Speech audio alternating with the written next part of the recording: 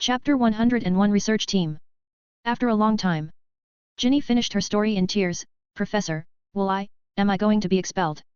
No, about that you can be completely at ease.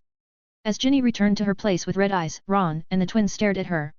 Ron tried to say something, but Ginny completely ignored him as she moved her little chair near Luna, who hummed a goofy little tune softly in her ear. The twins fidgeted a bit for the rest of the day, but thankfully, Professor Hap let them go with a wave of his hand after he had them turn in their proposals that they had written. Ginny, what's going on? Not long after leaving the office, George couldn't help but be concerned about his sister. Ginny shook her head. Did Professor Hap criticize you, Ginny? I mean, it does seem a little dangerous for you to go to the Forbidden Forest, right, Fred? Fred said without thinking, that's right, if you're interested in the Forbidden Forest, I can show you the way. It's not actually much fun, it's all trees, rocks, flowers, and grasses of some sort.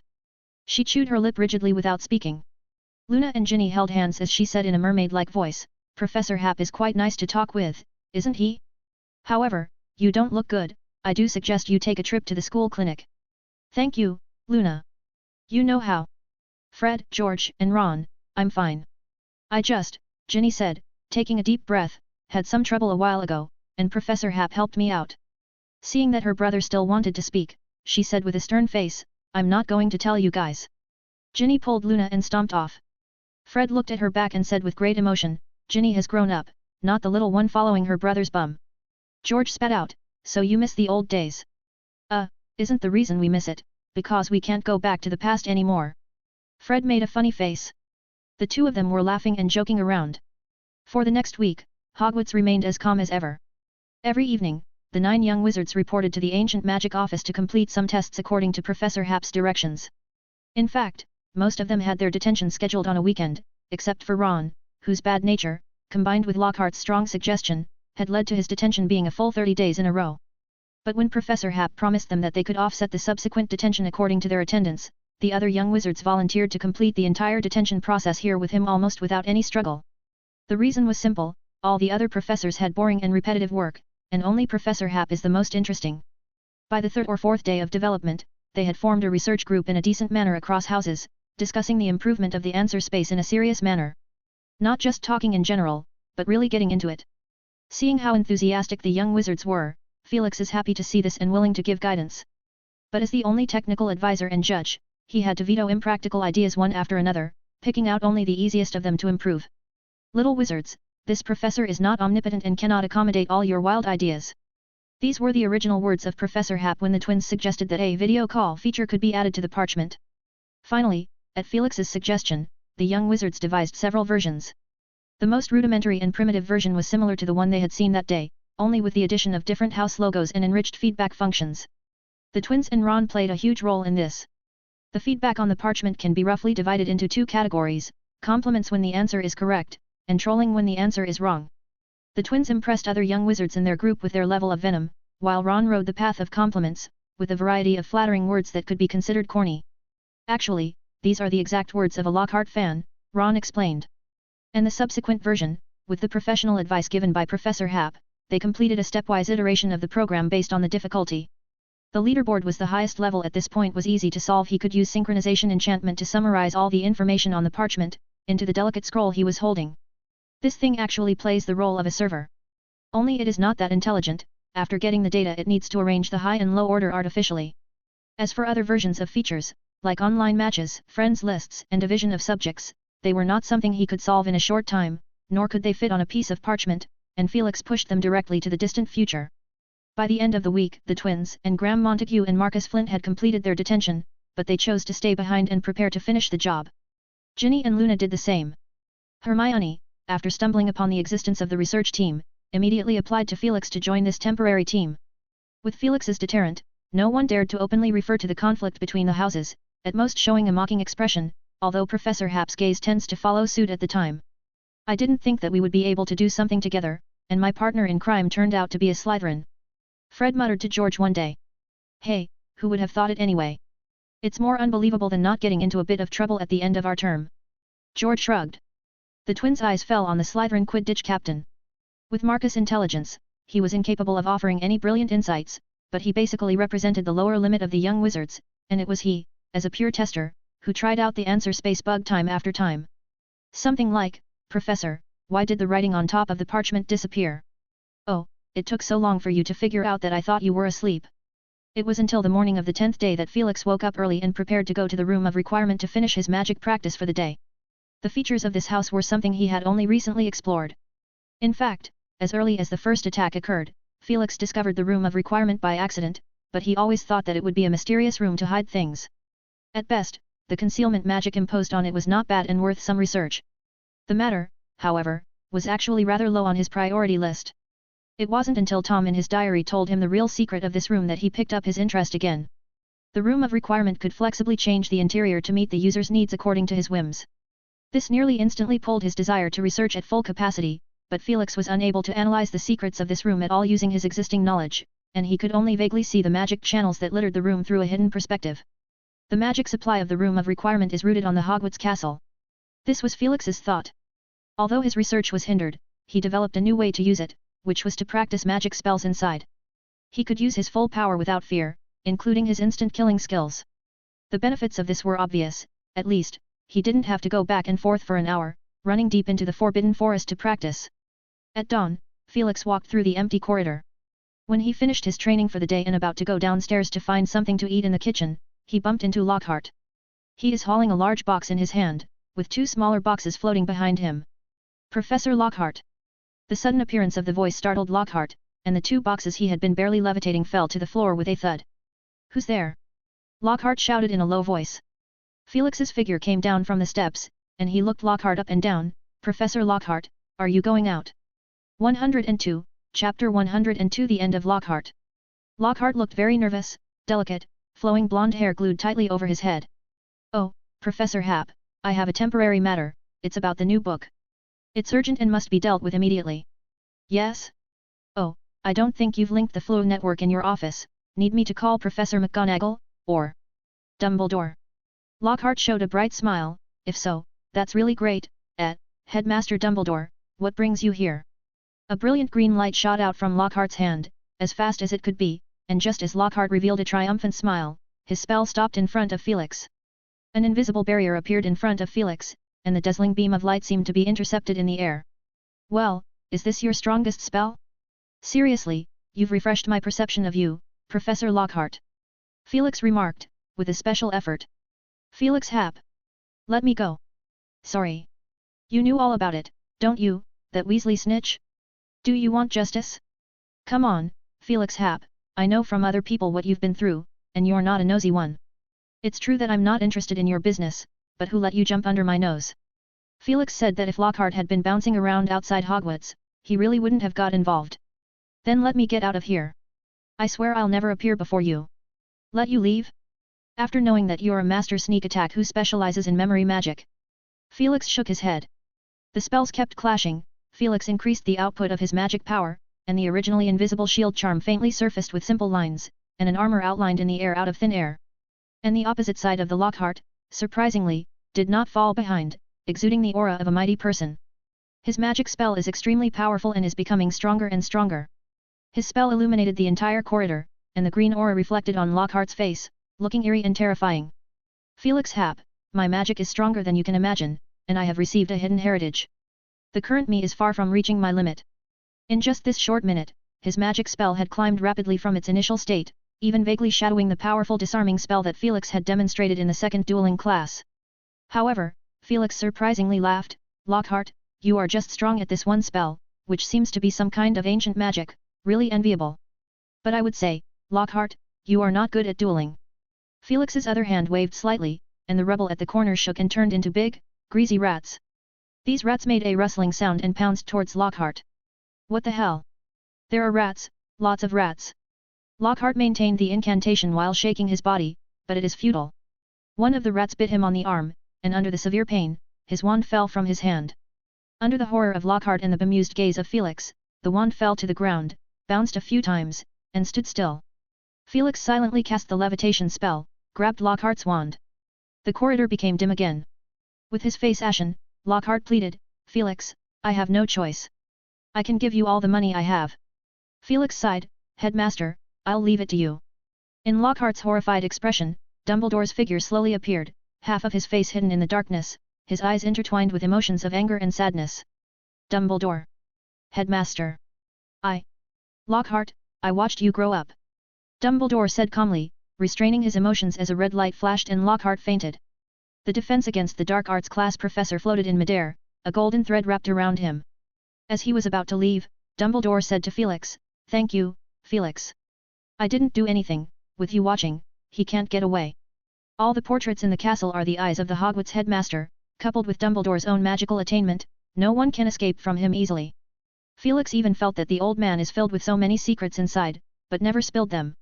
This is also the reason why he did not use any powerful spell. If it is outside the school he meet him, he would absolutely clap Lockhart and search his mind. "No, Felix, I want to thank you, you let me avoid dealing with my own student." Dumbledore left. Felix stood in place, thinking for a moment, then he walked into Lockhart's office. During the day, the young wizards found that Lockhart did not come to class and could not help but murmur, and they soon found that the other professors were tongue-tied. And so a rumor spread. "It must be Fudge's doing. I knew it, he wouldn't let Lockhart off the hook." Dean Thomas swore to the young Gryffindor wizard, as his audience looked at him half-heartedly. "It's true, Fudge has a very petty mind, I read about it in the newspapers." And later that evening, Felix announced the teaching aid upgrade program had been a success, and everyone could retire to their respective houses. In fact, everyone else's detention was over, except for Ron. Felix's initial aim was actually to get Ron reasonably out of Lockhart's grasp, except it developed to the point where the young wizard's enthusiasm was just too high, and the situation was no longer under his control. However, this was the first time Felix had seen the scene where the young wizards of the four houses were working on a common goal, so he let it happen and even participated in it by providing guidance. Now that the danger is lifted and the upgrade program for the teaching aids has been advanced to the 4th version, it's time to end it. But what should be rewarded must be rewarded. In view of the fact that some of you, even after the end of your detention, have adhered to your duties and completed your tasks with excellence, each of you will receive a bonus point. Amidst a chorus of cheers, Ron timidly asked, "What about me, Professor Hap?" "Weasley, your detention is too long for me to give you extra points, but, well," Felix said, "I can suggest to Professor McGonagall to reduce your detention appropriately." Ron left the office contentedly. Felix's mood is also very pleasant, all kinds of chores are sorted out, he also does not have to calculate this, calculate that. That night, he watched 2 episodes of animation video happily. The war between the clumsy cat and the clever mouse, simple and pure, does not contain any burden. Felix went through his inventory, maybe I should buy some more. He went to sleep peacefully as he carried this thought on his head. At the Great Hall the next day, Snape blocked Felix. "You're asking me to help you get a position for the defense against the dark arts class?" Felix asked in surprise. 103, Chapter 103 New Teaching Aids. "It's temporary." Snape stared him in the eye. "Felix, it's January, a full 5 months before the end of the school year. You know what that means, right?" Felix fell silent. It meant that the young wizard would not have anyone to teach defense against the dark arts class for almost 6 months. But again, does it matter if there is one or not? Even if the young wizards were left to learn on their own, it would probably be better than when Lockhart was around. At least they save time from writing boring homework. "Professor, I've always been curious, why can't you give up on this class? Aren't you afraid of the curse of the Dark Lord?" Felix wondered about this. However, Snape did not answer him. Felix thought about it and said, "I can talk to Dumbledore about this. He is not good at curses, plus the course has a horrible record of beaten, so he never thought of taking over the defense against the dark arts class. However, he is indeed very curious about the curse of the Dark Lord, and maybe he could find out about it from Dumbledore. By the way, Severus," Felix winked at Snape, "don't forget about the dueling class tonight." Snape gave him a disgusted look. "How do you plan to organize it?" "One of us will speak apart, mainly to exhibit. After all, the professors are rushed together, the follow-up lesson I will invite them separately," Felix said somewhat helplessly. Professor McGonagall, Professor Flitwick, together with himself and Snape, that's 4 professors. Snape nodded his head and turned to leave. During the 7th year class that day, Felix showed the young wizards the new teaching aids for ancient magic runes. They watched as Professor Hap spoke eloquently from the podium. "See this parchment in front of you? It will make a huge impact on your Newt's exams." A young witch raised her hand. "Professor Hap, is this the legendary teaching aid Flint had a part in making?" The young wizards in the room turned their attention to the tall and imposing Marcus Flint. There were less than 20 people in the 7th year's ancient magic rune class, and everyone knew everybody's history, and they were all looking suspicious at the moment. Marcus somewhat want to cry, he just bragged a little, why would they point him out? Felix looked at him and said, Miss Vera, Flint did participate in the testing of new teaching aids. Not just him, but a total of 10 young wizards, each of whom made their own valuable suggestions, and what you see is the result of their joint efforts. Next, let's have a practical demonstration. The little wizards followed the previous explanation, put their wands on the parchment, and whispered, the secret of the ancient magic rune. TL, did the password changed previously? The parchment emitted a hazy bright light and a line of text emerged. Welcome to the answer space, please complete the following steps. After rippling like water ripples, 4 symbols of the houses appeared on the parchment: snake, badger, lion, and eagle. Their respective shapes were made up of simple ink lines that looked alive. The small snake representing Slytherin wiggled and swayed in place, the badger representing Hufflepuff stood upright and looked from side to side, the lion representing Gryffindor let out a soundless roar, and the eagle representing Ravenclaw took flight with wings. The wizards, both male and female, made sounds of awe. The eagle representing Ravenclaw occupied the middle of the parchment, flapping its wings and seemingly climbing upwards as clouds of ink lines appeared around it. Eventually, the eagle stopped, its sharp gaze fixed on the front, and a line of handwritten, elegant text slowly emerged, wit beyond measure is man's greatest treasure. Almost instantly, Vera liked it, and her brown eyes seemed to glow under her thick glasses. This is made by Professor Hap. This is the application of ancient magic rune. This is an ancient magic rune. Even she herself didn't realize that her perception of ancient magic rune had unknowingly leaned towards Felix's way. A few seconds later, the image of the eagle shrank again, and it landed on the flower pattern in the upper left corner of the parchment, glancing around and grooming its feathers by itself. And the center of the parchment emerged with a new message: please use your wand to input magic and input your name. Vera used her wand to neatly write down her name, Clammy Vera.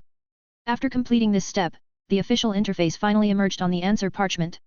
In the upper left corner is an eagle representing Ravenclaw, at the bottom is the name of Clammy Vera, while the central position is divided into 3 modules, namely Owl's module, Newt's module, and a collection of mistakes.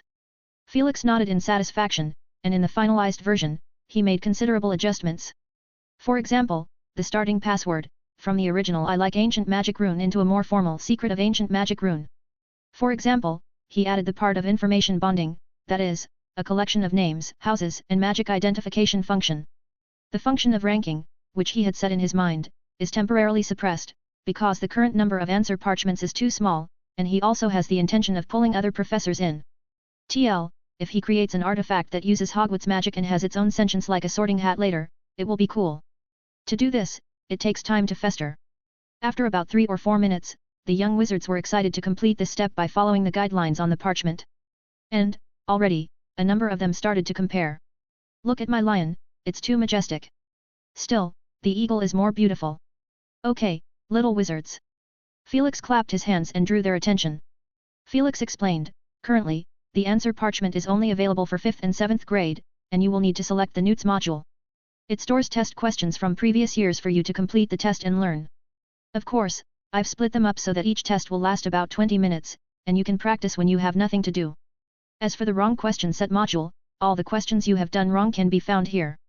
The young wizards who were exposed to this new gadget for the first time couldn't resist trying it already, and Clammy Vera forced herself to hold back her excitement and said, Professor Hap, can we try it now? Felix said kindly, of course, the next 20 minutes are reserved for you. Oh, by the way, he emphasized, if you guys don't like the feedback function, you can just tap your wand on it and say silence. Vera looked a little uncertain, but she tapped her wand on the Newt's module and a magic rune question quickly appeared on the parchment. When she finished the first question, a line of golden text surfaced on the parchment. Wise choice.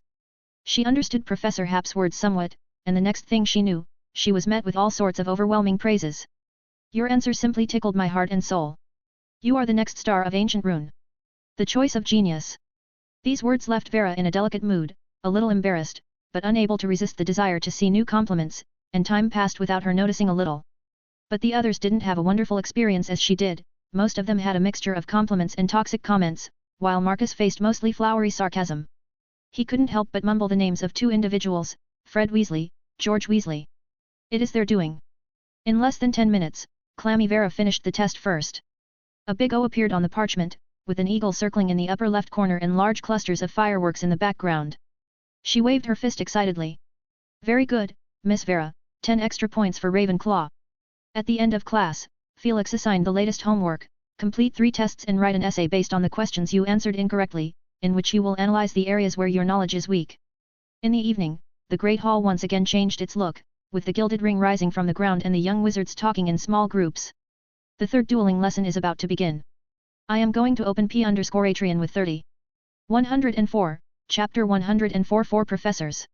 The center of the Great Hall, hundreds of candles burning, the weather on the ceiling is like black velvet, not a single star in sight. Harry, Ron, and Hermione stood in the middle of the Gryffindor group, whispering to each other. Harry, did you finish your form?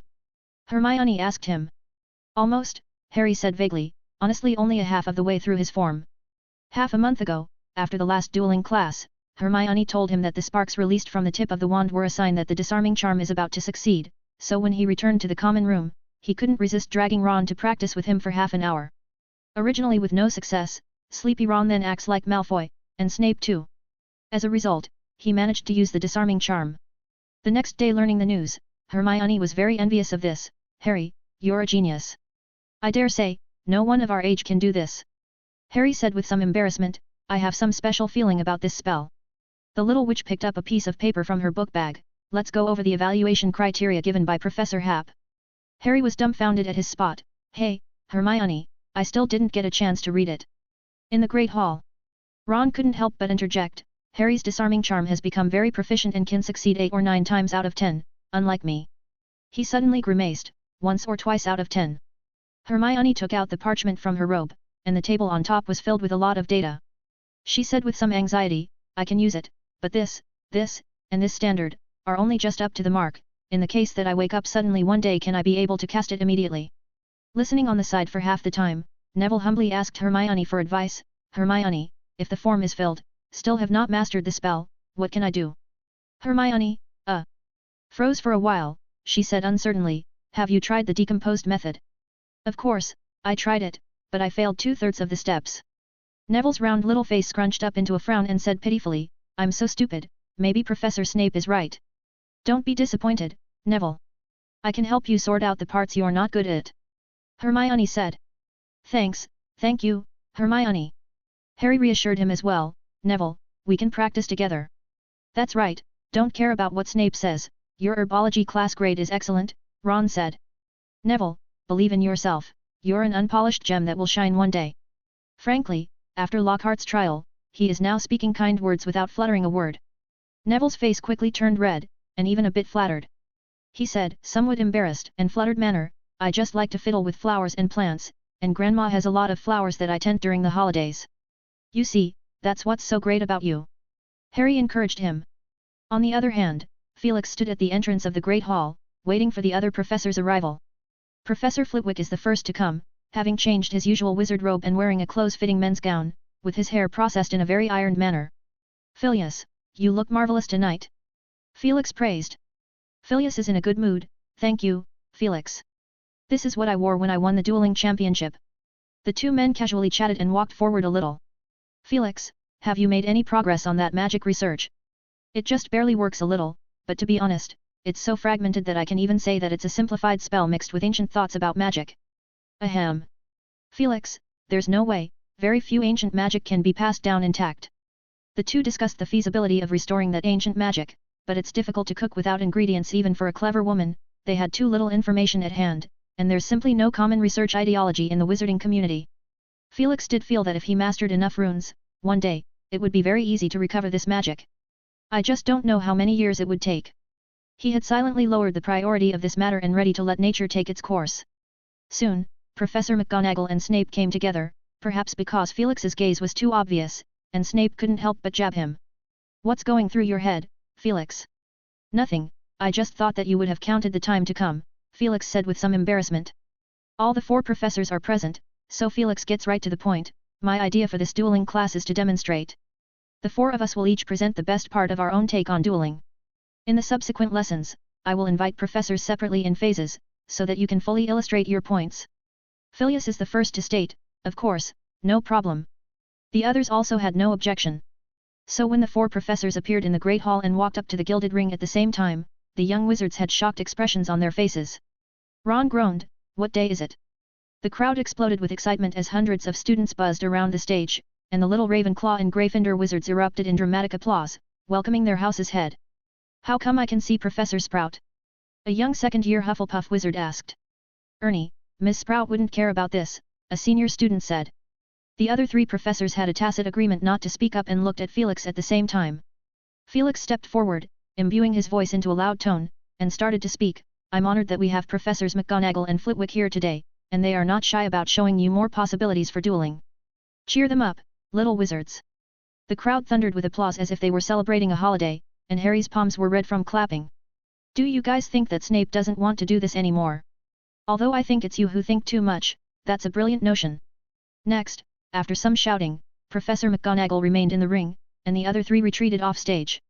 Flitwick drew out a handkerchief, turned it into a high stool, and stood on it by himself. Professor McGonagall's hands clasped together, she looked at everyone with a serious expression, and the crowd gradually quieted down. Everyone is curious about what she would say. After all, in their hearts, transfiguration has little to do with dueling. Professor McGonagall cleared her throat and looked at all the students calmly and said, Transfiguration is a profound magic branch, it can do many unfathomable things, and in this regard, the most skilled person I know is your headmaster Dumbledore. That's new, Ron muttered off stage. Don't tell me that he defeated the Dark Lord with transfiguration. Of course, that would require a high level of magical power to support it, and it would be difficult for you to do that. McGonagall said, the importance of transfiguration for you guys is not the strength of the magic power, but the way to enrich your skills. The core of transfiguration is to change as you wish. Professor McGonagall drew her wand and raised her arm straight up, and a chair stacked in the corner flew over. The chair turned into a big black cat in midair, it landed on the ground with agility and dexterity, and with the command from Professor McGonagall's wand, the big cat circled around her in a quick loop. The next second, it suddenly leaped up, its body quickly expanded, transforming into a mighty lion, golden mane reflecting a fine light. 105, Chapter 105 Transfiguration and Charm. Roar. The lion let out a roar and the little wizards, in the front, felt their hair rose up. Luna blinked, and several young witches around her took 2 steps back in fear. The next second, the lion began to run wildly around the ring, sometimes morphing into a leopard, sometimes into a one-horned rhinoceros, a wild boar, a boa. The young wizards looked at Professor McGonagall dumbstruck. During class time, why are you not doing this? From the beginning to the end, Professor McGonagall only waved her wand a few times and did not utter a single incantation. Dean Thomas couldn't help but ask, is this a single spell, or multiple spells? Why I couldn't figure it out a bit. If they were to describe Professor McGonagall's performance, the impression of the young wizards would be, it is too fluid. The form morphed naturally as they ran around. Professor McGonagall's show-off lasted almost 2 to 3 minutes, and when a giant eagle hovered over the Great Hall, the students raised their heads and stretched their necks to look closely. Finally, the giant eagle landed in the ring, rolled its body, and transformed once again into a black cat. In theory, any young wizard in the 6th or 7th year could do this. Professor McGonagall said from the stage as she addressed the crowd. Wood, how about you, Dot? Fred asked the captain of his house team. Ahem. Wood looked a little embarrassed. Not very far away, Percy, who is responsible for keeping order, walked next to a Ravenclaw girl. I think I can do it, Penelope, maybe not as smoothly as Professor McGonagall can do it. I can't do it, I'm not very good at transfiguration. That girl said, she also wore a head badge on her chest. I can teach you, Percy said. Really? The girl shot him a blank look. On the stage, Professor McGonagall motioned for the black cat to stand in front of her. I need an assistant, Abbott Blake, you've always worked hard to be Auror right, let's give it a try. Professor McGonagall selected a student from her house. Abbott Blake stepped forward timidly, he pretty much had a whole new perception of the professor's strength from the last dueling lesson. The young wizards off stage stared with rapt attention. It became obvious that Professor McGonagall isn't going to cast any other kind of magic spell, but rather going to use transfiguration throughout, which made the duel between them fascinating to behold. The two were separated from each other by 8 or 9 meters. Felix acted as the referee, bow to each other, 1, 2, the duel begins. Blake agilely jumped to the side and raised his hand to cast a disarming charm. The black cat in front of Professor McGonagall leaped up and blocked the disarming charm. The black cat in the middle of the air lost its footing and one of its legs turned into a bench leg, but in the next second, it rolled on the ground and turned into an agile panther. Another spell from Blake got blocked more easily this time. Blake, you need to speed up your spell casting. Professor McGonagall said, and in the interval, she waved her wand and 3 more chairs flew over, which likewise took the form of panthers. At this moment, 3 black-spotted panthers stood in front of Professor McGonagall, guarding her safety. Blake gritted his teeth, no longer having scruples, and one spell after another was cast out. If it comes to dueling alone, he does rank top among the students of Hogwarts, thanks to his uncle who is an aura in the Ministry of Magic and trained him for 2 years in low intensity. But Professor McGonagall blocked it with extreme ease. One of the characteristics of transfiguration is that it kinda restrains individual spells, but of course, to do that, you need to have an outstanding sense of perception. The three panthers cooperated with each other and handled it with ease. Incendio. Blake's spell hit a panther, and its body suddenly burst into flames. In the blazing fire, the transfiguration spell lost its effect, and it reverted to a burning chair. Professor McGonagall said, transfiguration works equally well on water and fire, so you only need to change your spell slightly. The burning chair rose with a leap and turned into a blazing lion, its mane pulsing with bright flames. Blake couldn't help but take 2 steps back, but fortunately, Professor McGonagall had no idea of attacking. Blake quickly thought of a good idea, Diffindo. A red light flashed, and the spell hit the other panther precisely, causing it to split into a dozen pieces in midair. But it only worsened as each of the pieces turned into palm-sized kittens, which nimbly circled behind Blake and stared at him from a distance. At short range, or within the range of the transfiguration's manipulation, it's tougher to deal with than you think, Blake. Professor McGonagall said, her mood thoroughly jovial and no longer wearing a stern expression. Hearing Professor McGonagall's comments, Blake panicked a bit, suddenly realizing that the more he attacked, the more he fell into an unfavorable situation. After a few seconds of stalemate, a kitten ran to his feet. Blake couldn't resist kicking it, but the kitten morphed into a cane and wrapped his legs tightly around it. Good thing, Professor McGonagall didn't take it seriously, she simply released his body, the cane didn't continue to grow, and Bok's arms were free. In a great panic, he cast a spell on the kitten next to him, Diffindo. Diffindo. Diffindo. The kitten didn't dodge it, and to Bok's eyes, its body split apart in an instant, with various pieces rising up in the air and morphing into tiny finger-sized birds with long, pointed beaks. They remained in midair and formed a network, their sharp beaks aiming at Blake in unison as if they would pounce in the next second. In the eyes of the young wizards, Blake is completely surrounded. Looking up there is a phalanx of flying birds, behind him is a group of palm-sized black cats, and a little further, blazing lion and panther watching intently. Blake's scalp tingled, he hurriedly cried, I admit defeat, Professor McGonagall, I admit defeat. Professor McGonagall paused with some regret, she still had much to show. She turned the transfigured creature back into a chair and repaired it with a mending charm as it should have been. She looked at the young wizard offstage and said, for most wizards, they don't guard against transfiguration in a duel. If you can master a few proficiently, it can be completely useful as a surprise. Felix couldn't help but clap his hands in praise, which was exactly the same mindset he used to defeat Lockhart. The second person who appeared on stage is Professor Flitwick, who showed everyone a kind of dueling concept, the matching between charms. Professor Flitwick is short, yet he easily gathered the eyes of the young wizards, just like he did in class. If you have mastered a lot of charms, the question must arise, can I really use them all? Perhaps it is better to specialize in one charm. These are 2 different kinds of options, and what I want to show you today is how different charms fit with each other. It's a simple charm altogether, let's see, Professor Flitwick shouted, Avis. His wand made a loud bang, like a pistol shot, and a flock of small red feathered birds fluttered their wings out of it. A Hufflepuff muttered, this charm isn't easy, that's the newt's content. Shut up. His friend said. Flitwick looked at the flying birds, you can certainly use it to launch an assault with good effectiveness. But if you add a doubling charm, he waved his wand, and the birds split rapidly apart with a thump, thump, thump. And then add an enlarging charm. The palm-sized bird quickly enlarged. Flitwick looked up and surveyed the hundreds of owl-sized birds that surrounded the gilded ring, almost overshadowing his figure. In front of Flitwick's tiny size, many of the young wizards couldn't help feel a sense of awe. I am going to open P_Atrian with 30. 106, Chapter 106 Snape's Suggestion. The young wizards looked in fascination at the flock of birds flying above the ring, a creature that did not exist in reality, and even right now they could only exist in this state for a short time, but the sight of them hovering over the gilded ring, clad in fiery red feathers, is a memory that many young wizards could never forget in their lifetime. Professor Flitwick waved his wand and discharged his spell. These charms are taught in class with no extra study required, said Flitwick, but, once combined, they can be very effective. A senior Ravenclaw girl couldn't resist asking, Professor Flitwick, I know all 3 of these charms, can I master this combined spell? Miss Padma, the difficulty of a combination spell is never in the spell itself, but how you can fit, and maintain your spells so that they remain stable in their overall form.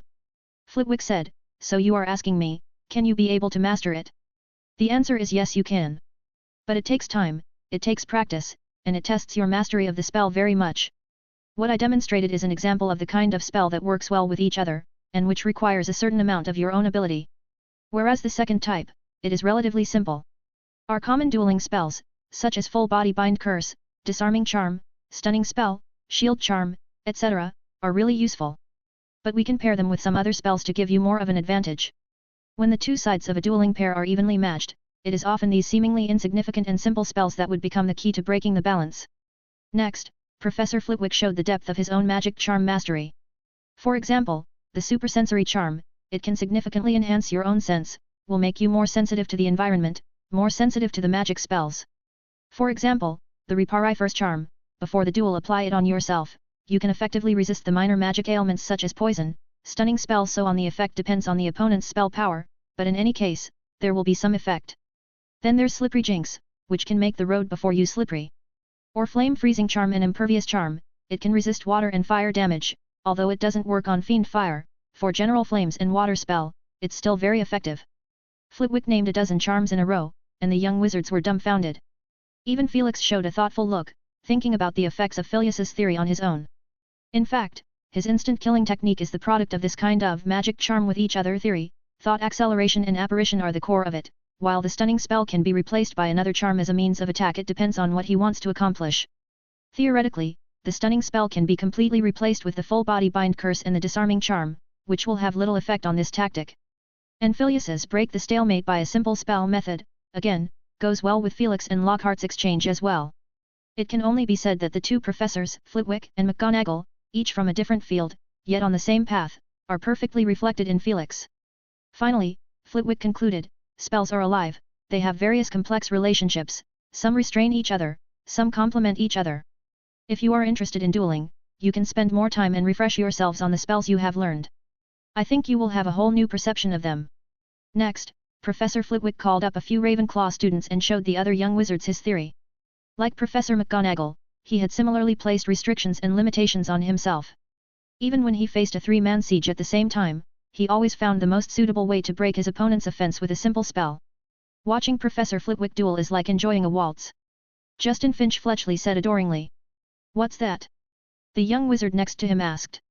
A muggle dance that looks very beautiful and graceful, Justine explained. As a dueling champion, Flitwick's foundation is extremely solid, especially the transition between steps, so many spells are blocked and directly avoided. The young wizards watched in awe and were even more impressed when Professor Flitwick used his wand to release a massive firework that easily obscured the opponent's vision. Finally, Flitwick bowed and left the stage with a smile on his face.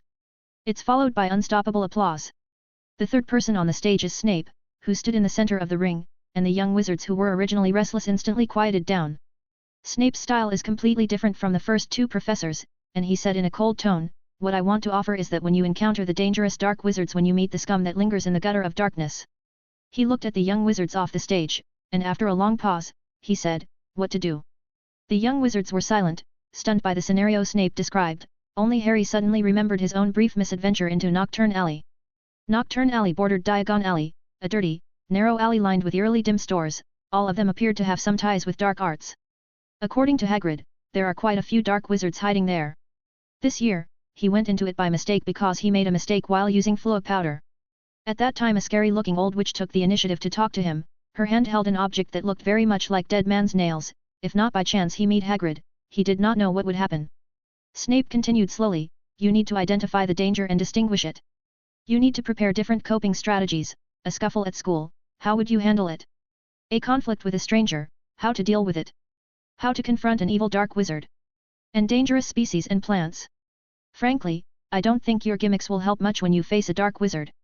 Running away will always be the first option, asking for aid is the second option, and when you have no choice, then strike first, use any spell you can think of." Snape's black eyes remained motionless, as if they were embedded with two stones. He said unhurriedly, "In a duel, the first strike is always the best strategy, and giving up priority would mean being at a disadvantage." There is dead silence off the stage. "Severus," Professor McGonagall said with some concern, "I think young wizards are not required to be exposed to these things." Snape hooked the corners of his mouth in a mocking expression, but he didn't continue the conversation above, either. When faced with danger, use the spell you are most comfortable with, not the most powerful. Speed, angle, timing, success, these are far more important than the mere power of the spell. 107, Chapter 107 Charm Level? "Professor, how can I judge which spell I am most comfortable with?" a Slytherin student asked. Snape said coldly, "Those you learn the fastest and use the most. Other than that, if you can invent a spell of your own, it is naturally your best. After saying that, he flung his robe and strutted off the stage. Off stage, Ron and Hermione looked at Harry at the same time, and the meaning of their eyes varied from each other. Hermione, so you are good at disarming charm? Ron, that's it. How can it be compared to advanced magic spells, right? When Felix took the stage, the young wizards were still immersed in the atmosphere created by Snape, although he did not talk about any specific magic, it was still stirring. Felix decided to pull out a little dry stuff. At the end of our last lesson, we brought up the point that the effects of the spell, even if it's the same spell, the effects released by different wizards can differ widely. This is especially true in dueling. After all, you can hardly imagine a wizard spending a lot of time and effort researching the spell Scouring Charm. The same is true for most life magics. We don't go through them to explore the mysteries of magic, or to beat the crap out of our opponents. Felix made a joke. The young wizard on the stage laughed lowly. For wizards who are good at dueling, they have amazing attainments in one, or a few, spells. He swept his gaze around the stage at the wizards. Take the disarming charm as an example. Felix waved his wand, and a slim red aura flickered away. This is the initial level of mastery. Harry looked carefully. This is exactly the level he can now release. Many of the young wizards who had mastered the disarming charm carried the same action. And the result of the comparison is that most of them are at this level. This stage is at the novice level, and there is a possibility of failure in casting spells. Speaking of this, Felix said with a slight bitterness, for the sake of understanding and comparison, let's call it a level 1 spell. At this juncture, the factors that affect the success rate of spell casting are your spell casting motion, chanting, confidence, magic power utilization, and other such basic elements. I won't expand on that, it's described in detail in the materials from the last class. And when you practice more often, practice makes perfect, and there is almost no failure of release, just like this. Felix waved his wand and a distinct red light streaked across the top of the Great Hall. Harry heard the excited voice of his senior, Abbot Blake, who had just been called up for the demonstration, saying, "That's how my spell works. For the convenience of comprehension, we may call it a level 2 spell." Felix leisurely drew an arc with his wand, as if he is conducting a symphony. You invested more time and effort to delve into this spell, preferably with the guidance of a professor, and its power will be appropriately enhanced. Felix waved his wand, and a finger-thick red beam shot out, spanning half of the Great Hall in an instant. This is a level 3 disarming charm, in the horizontal classification, somewhat like the threshold of professionalization in the wizarding world, such as a novice St. Mungo's healer who has just undergone training, a newcomer auror. The young wizards were all staring at Professor Hap at this point with unblinking eyes, listening carefully to every word he said. They intuitively thought that this lesson would be very important today. Even the expressions of other professors were serious, and Snape wondered how many levels Felix would push the spell to. Magic spell leveling, is something he would do. And Felix on the stage still unhurriedly narrated, "Next, the deeper understanding you have of the spell, the more comfortable you are with it, you can even make some changes to the spell itself to suit your personal habits." A beam of light flew out from the tip of the wand, only, this time, the charm is more cohesive, the color is also mixed with white light, it is even left a clear arc in midair. The power is not much different from the 3rd level magic spell, but the controllability is higher, and it wins with subtlety, so it can be called a 4th level spell. Felix spoke, "One more remark, this is also the level of that talented aura and St. Mungo healers, after working for a few years on their best spells." Felix nodded slightly, and from here on out, it wasn't for everyone. Talent, perseverance, and teaching, you can't have one without the other. Harry looked at Professor Hap on the stage, he felt like he couldn't breathe, and it took a few moments before he realized that the emotion he had just felt welling up in his heart was longing. After a long pause, the young wizard looked at Professor Hap dimly. "Is there more? Can we continue? A level 5 spell? Level 6? 7, 8, 9th level? I'm really curious." And Professor Hap lived up to the expectations as he continued, "On top of that, if you were an experienced aura and had spent almost half your life dealing with various dark wizards, then your best spell would probably be something like this." The scene was like yesterday all over again, a wrist-thick magic spell shot out, spanning half of the Great Hall and hitting the castle wall straight on. The red thunder-like arc of magic kept twisting and stretching. Until Felix withdrew his wand, the red light that reflected half of the Great Hall finally disappeared. This might be called a level 5 magic spells. The young wizards off stage looked at the scene wordlessly, even though it was the second time they saw it, it was still shocking. Felix pondered that it's like Lockhart's forgetfulness charm. But again, the comparison could not be made in this way, because Lockhart was lucky to have been blessed with ancient magic knowledge. Ancient magic is naturally powerful, but there is no point in discussing the power because you don't know if the next time you use it, whether it will suddenly get out of control due to lack of control. The young wizards on the stage were quiet and peaceful, like a flock of quails swept by a gale. Looking at their expressions, it seemed that someone had just cracked open their heads and stuffed a bunch of messy things inside, making them completely unable to think. After 10 seconds or so, Felix clapped his hands. Of course, the above magic spell levels are only for your convenience of comprehension. In reality, there is no such division as level 1 or level 2 spells. Magic is unconstrained, and there is no point in dividing much of the magic that is described as miraculous by hierarchy. Moreover, I must remind you that even in a duel, the one-sided pursuit of magic spell power is not the best choice. If you want to become an auror, you need to master many things, which are equally important. Next. But the words didn't kick in. The great hall seemed to explode as the young wizards raised their hands enthusiastically, and it's obvious that they had many questions. Professor, how does a level 6 magic spell look like? Finally, someone off stage couldn't help but exclaim. 108, Chapter 108. The end of the diary. Felix answered nonchalantly, that's too far away from you, and I'm still in the middle of researching. He avoided the topic of the level 6 magic spells, because frankly speaking, he had never witnessed a similar spell from other people. This made him suspect for a moment that the so-called level 6 magic spells are merely exclusive to him personally. After all, he had incorporated nearly all of his heart, mind, and beliefs in his 4th year before he was able to master 2 level 6 magic spells, Protego and Stupefy. When he succeeded, he experienced a metamorphosis beyond his imagination, his magic power, and his will sublimated. To be clear, he was only 15 years old that year. And in the next 6 years, even though his magic theory advanced further, to this day, the number of his level 6 magic spells is less than 10. Of course, this is also because he shifted most of his energy towards the study of ancient magic runes. A student raised his hand and asked, Professor Happ, are you in favor of specializing in one magic spell? Felix shook his head as he explained, for beginners, it is necessary to specialize in 1 or 2 kinds of magic, which will allow you to progress rapidly, stand out quickly, and gain the ability to protect yourself. But for the full-fledged wizards, they need to learn more to cope with different troubles. Professor Happ, if I practice only one magic from now on, how long will it take me to reach level 3 or 4? This was Abbot Blake's question. Mr. Blake, I don't recommend you to do this. If you have no problems with your grades, you will have a great hope to become an auror. Felix said. Professor, will you include this part in the next dueling lessons? Of course, I will, there is no doubt about that. Professor, I want to upgrade all of my magic spells to the 3rd level in magic spells, any suggestions? Felix said in a tone like he was amused, Mr. Perdiz, you can put more effort into your magic theory. But still, there is no need to do this. The 3 professors looked at Felix with different expressions, and to be honest, in their respective fields of expertise, they thought they were no lower than the level 5 magic spell that Felix was talking about, but the crux of the matter was, how would he define a level 6 magic spells? This is what intrigued the professors the most. Professor McGonagall, what do you think of his theory? Snape asked in a low voice. Professor McGonagall said, this method is not suitable for transfiguration, but for magic spells, I personally think it's not bad. Phileas, what's your opinion? Phileas offered his insight, at least in the matter of dueling spells, it is quite applicable. It provided new ideas for me to analyze some classic dueling cases. Of course, as he said, this theory can't cover all magic spells. During the next few questions, the young wizards seemed to have tacitly accepted his statement about magic levels and kept asking various questions about it. After about 10 minutes, the crowd gradually quieted down. Felix said, all right. Let's move on to the next step.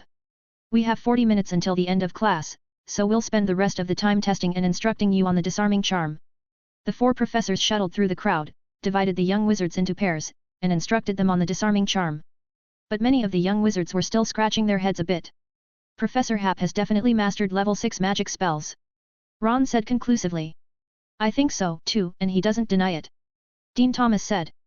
But Professor Happ just won't speak about it, it's so infuriating. Unknowingly, most of the young wizards agreed with this method of division. What do you guys say, what does a level 6 magic spell look like? Ron asked. Will the spell become bigger and brighter? Neville asked with a longing look on his face. You mean, a bucket-thick magic spell? It's a possibility, isn't it? On the other side, Felix said to a small Hufflepuff wizard, very good, Diggory, your spell is already quite good. Cedric said with some formality, I've been practicing this for a long time now, also the information you gave us was very useful.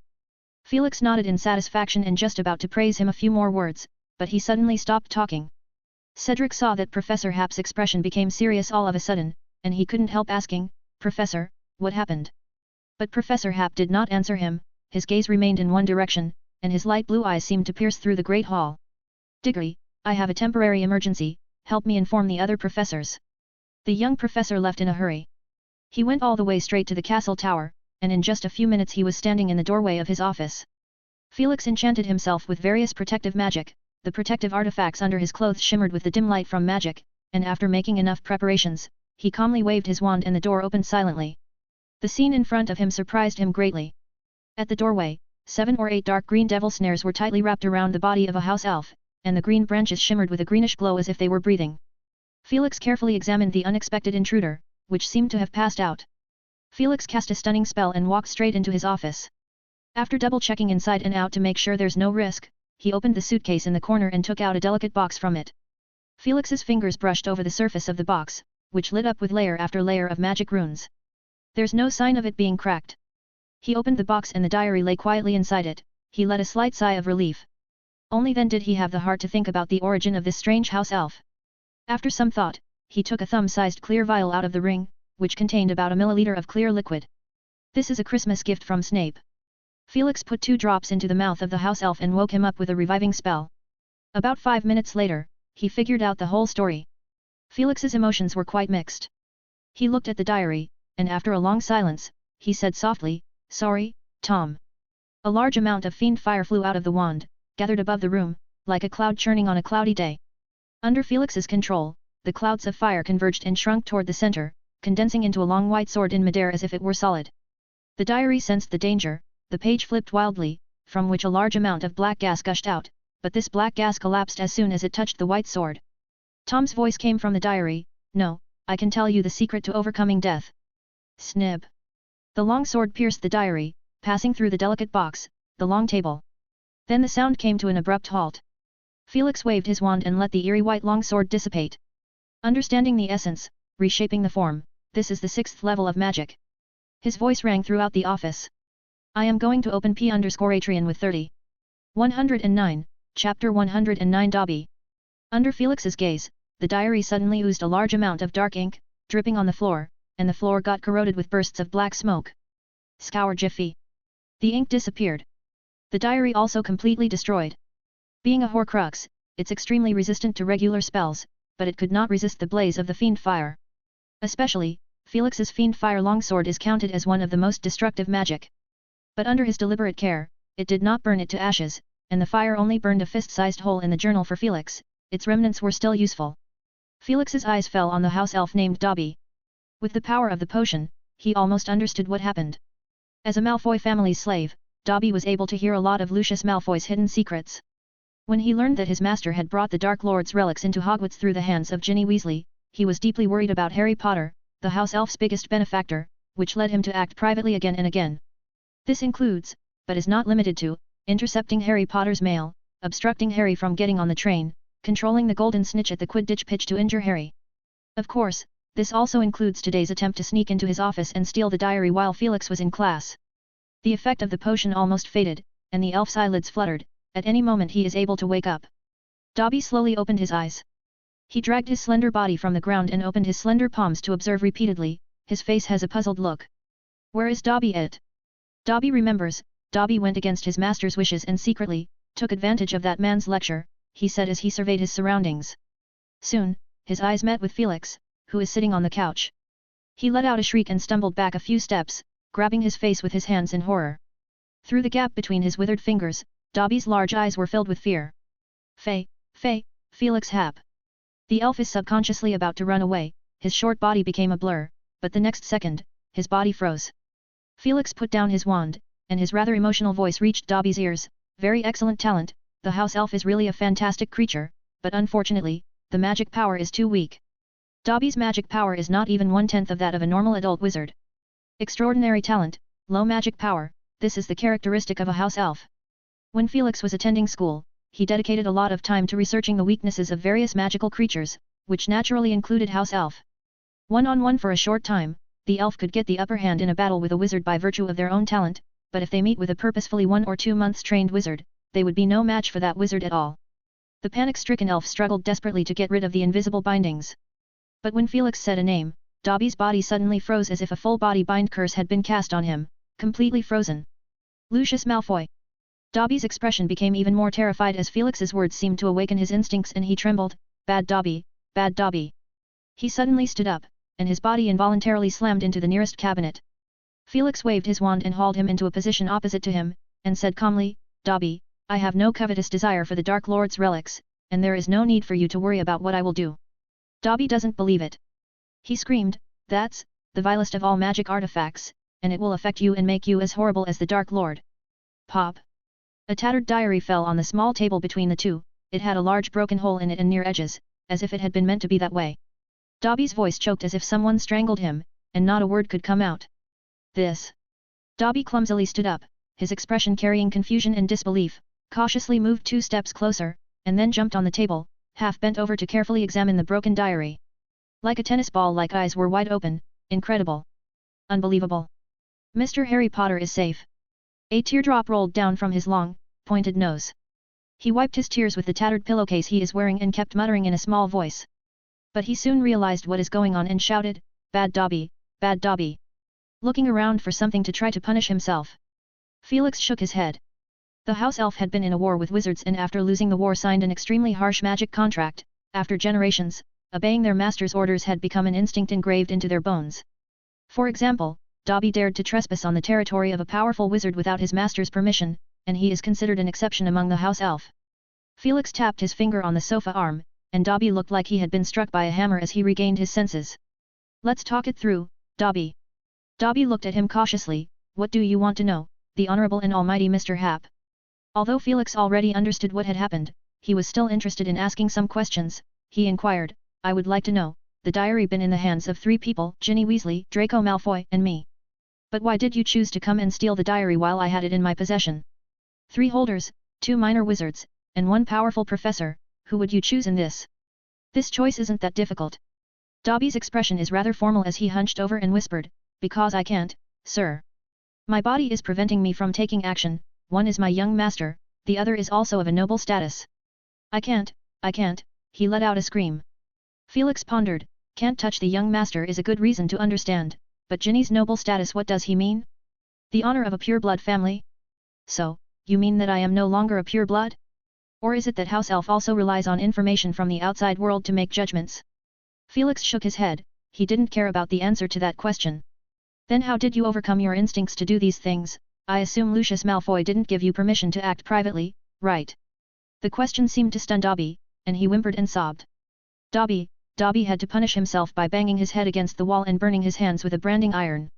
Said the house elf with his tennis big eyes wide, but it was all worth it, for the safety of Mr. Harry Potter, and Master did not specifically forbid Dobby. Dobby can do this, although Dobby's behavior will not please Master, Dobby will punish Dobby. Oh. No. Bad Dobby.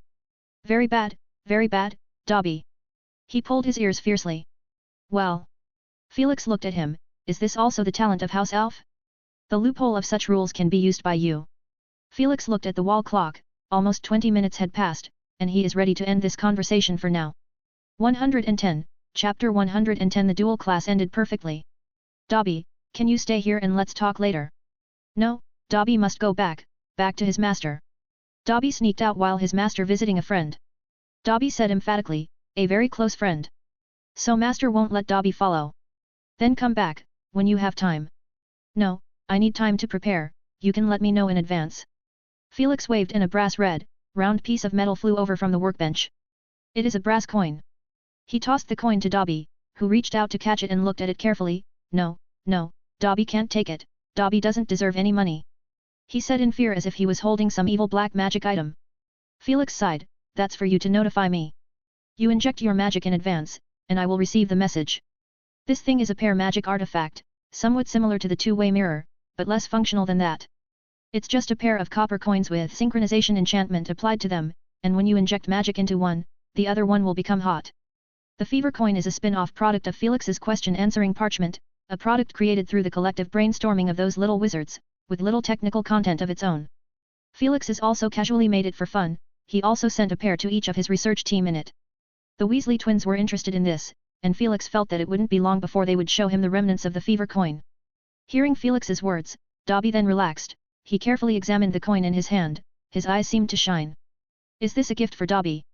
He asked, cocking his head and holding the copper coin in his hand. You could say that. Felix had no intention of taking it back. Mr. Hap is so generous, it's the first time Dobby has ever received a gift. The elf was moved to tears. Felix. I have a lot of similar trinkets if you're feeling that happy. As he watched, Dobby bowed towards him, then snapped his fingers lightly, then his figure disappeared. What an interesting talent, Felix said adoringly. Creatures like House Elf were very magical, they had many wizard-like abilities.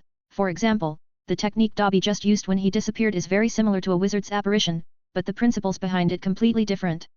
At least, as far as Felix knew, Hogwarts had a lot of anti-apparition ward laid out, but this ward didn't work against some magical creatures like phoenixes, or House Elf.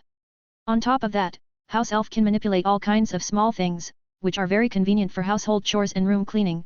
They also possess quite an offensive ability, although this ability has been firmly shackled by the magic contract.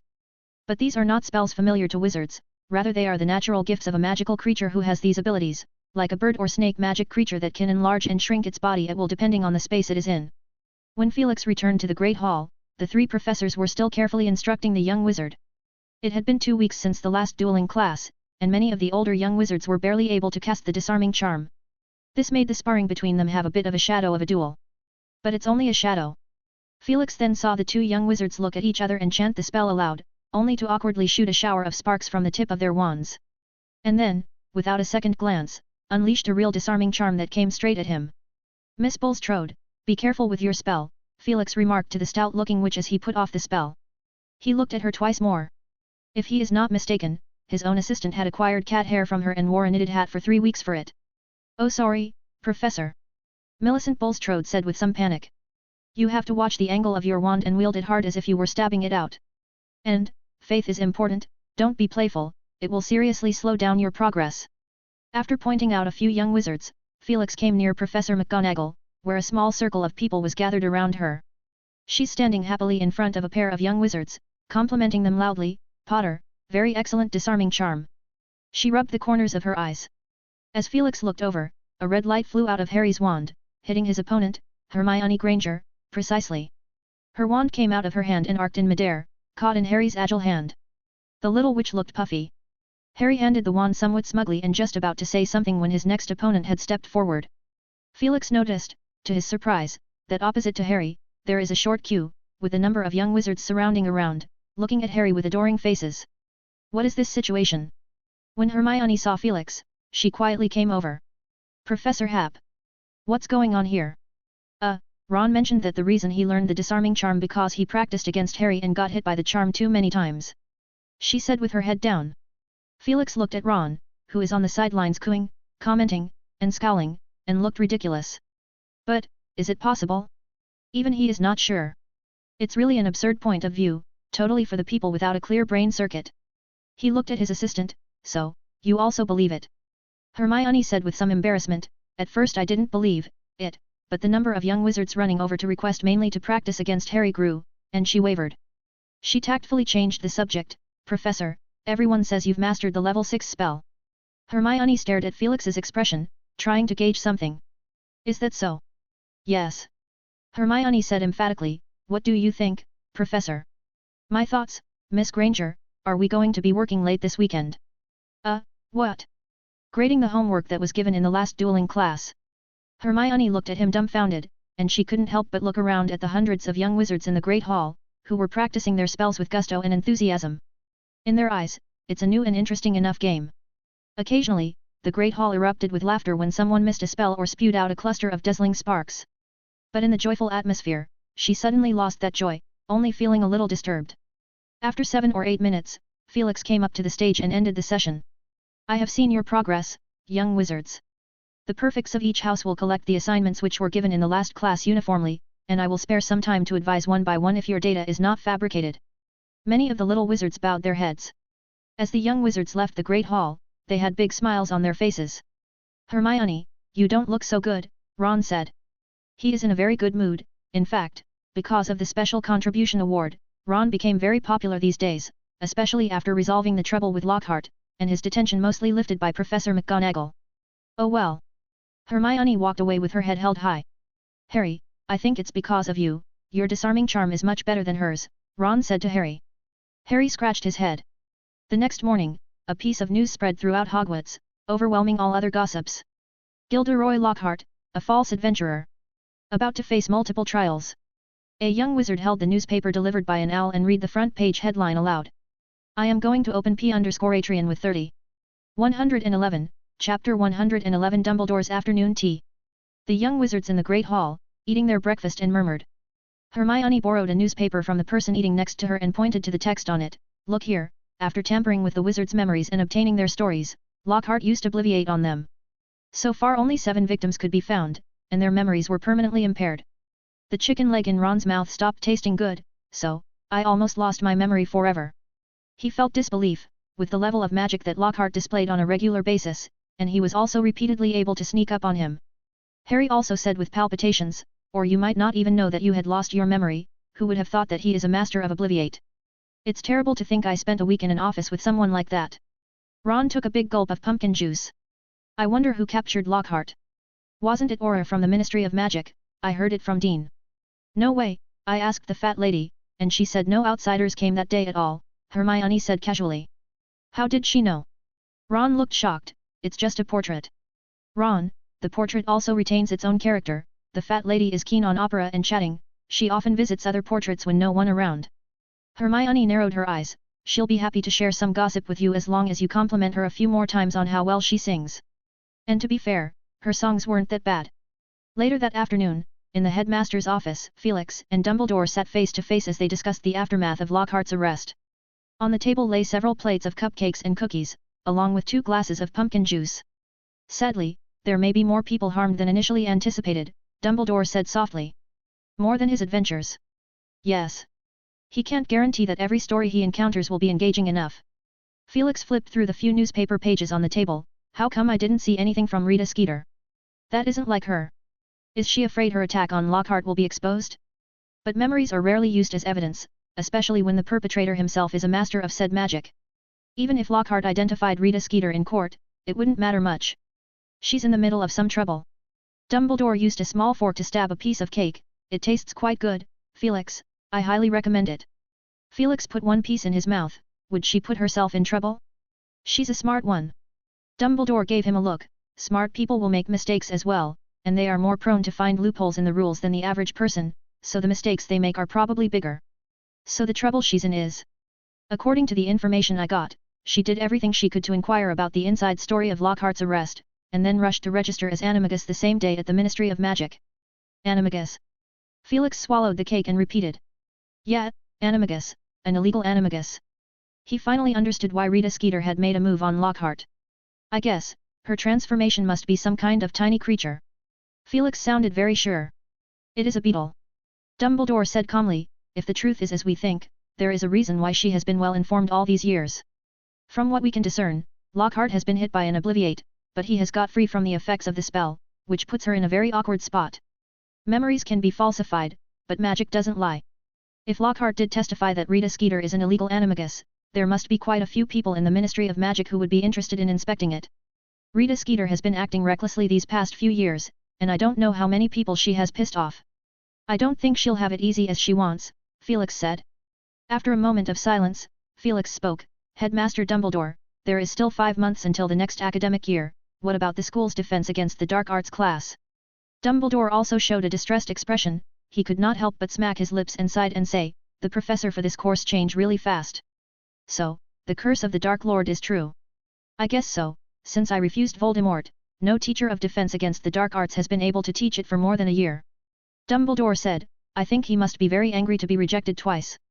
Twice. Felix looked at him with a bizarre expression. You rejected him twice.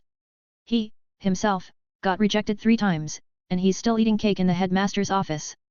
No, Felix. Dumbledore blinked and said light-heartedly, Headmaster Dippet thought he was too young and rejected him.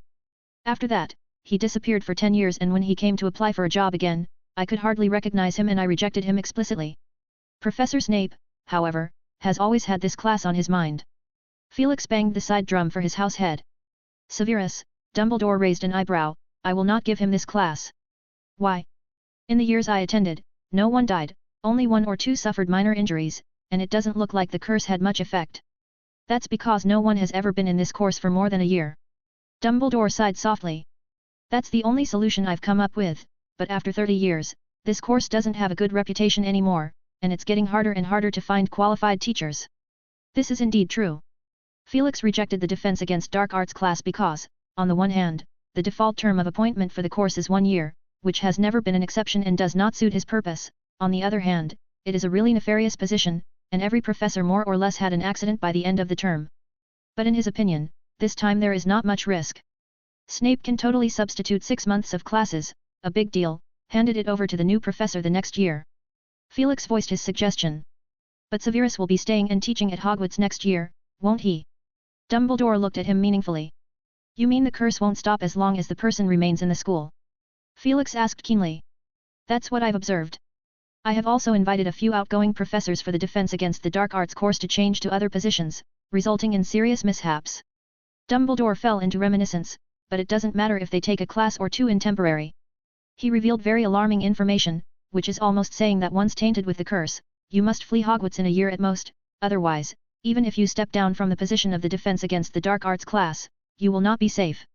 Dumbledore seeking anyone, except Snape. Felix completely dismissed the idea of helping him to secure a teaching position in the Defense Against the Dark Arts class, and the two began to discuss the curse itself. How did he do it? Felix asked. It seemed unbelievable to him because Voldemort's curse is linked a little too closely to Hogwarts. Hogwarts itself, in fact, has a very good defense ward. It is difficult to be affected by external influence. What follows are all speculation on my part, and is considered to be tea-time banter. Of course. I think Voldemort cleverly used the identity of the Slytherin heir, plus he himself is very good at curses. In short, when the two are combined, result in phenomenal results. Dumbledore said. Voldemort can influence the operation of Hogwarts. Felix asked as he felt chills. This claim is amazing. No, Felix.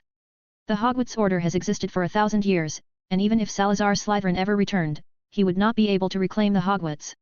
Then, Voldemort paid a huge price, and from all the indications, he gave up Hogwarts protection forever, a privilege that belongs exclusively to the descendants of the 4 founders. He used the authority and shelter that he was given, and with his own hatred to cast this curse.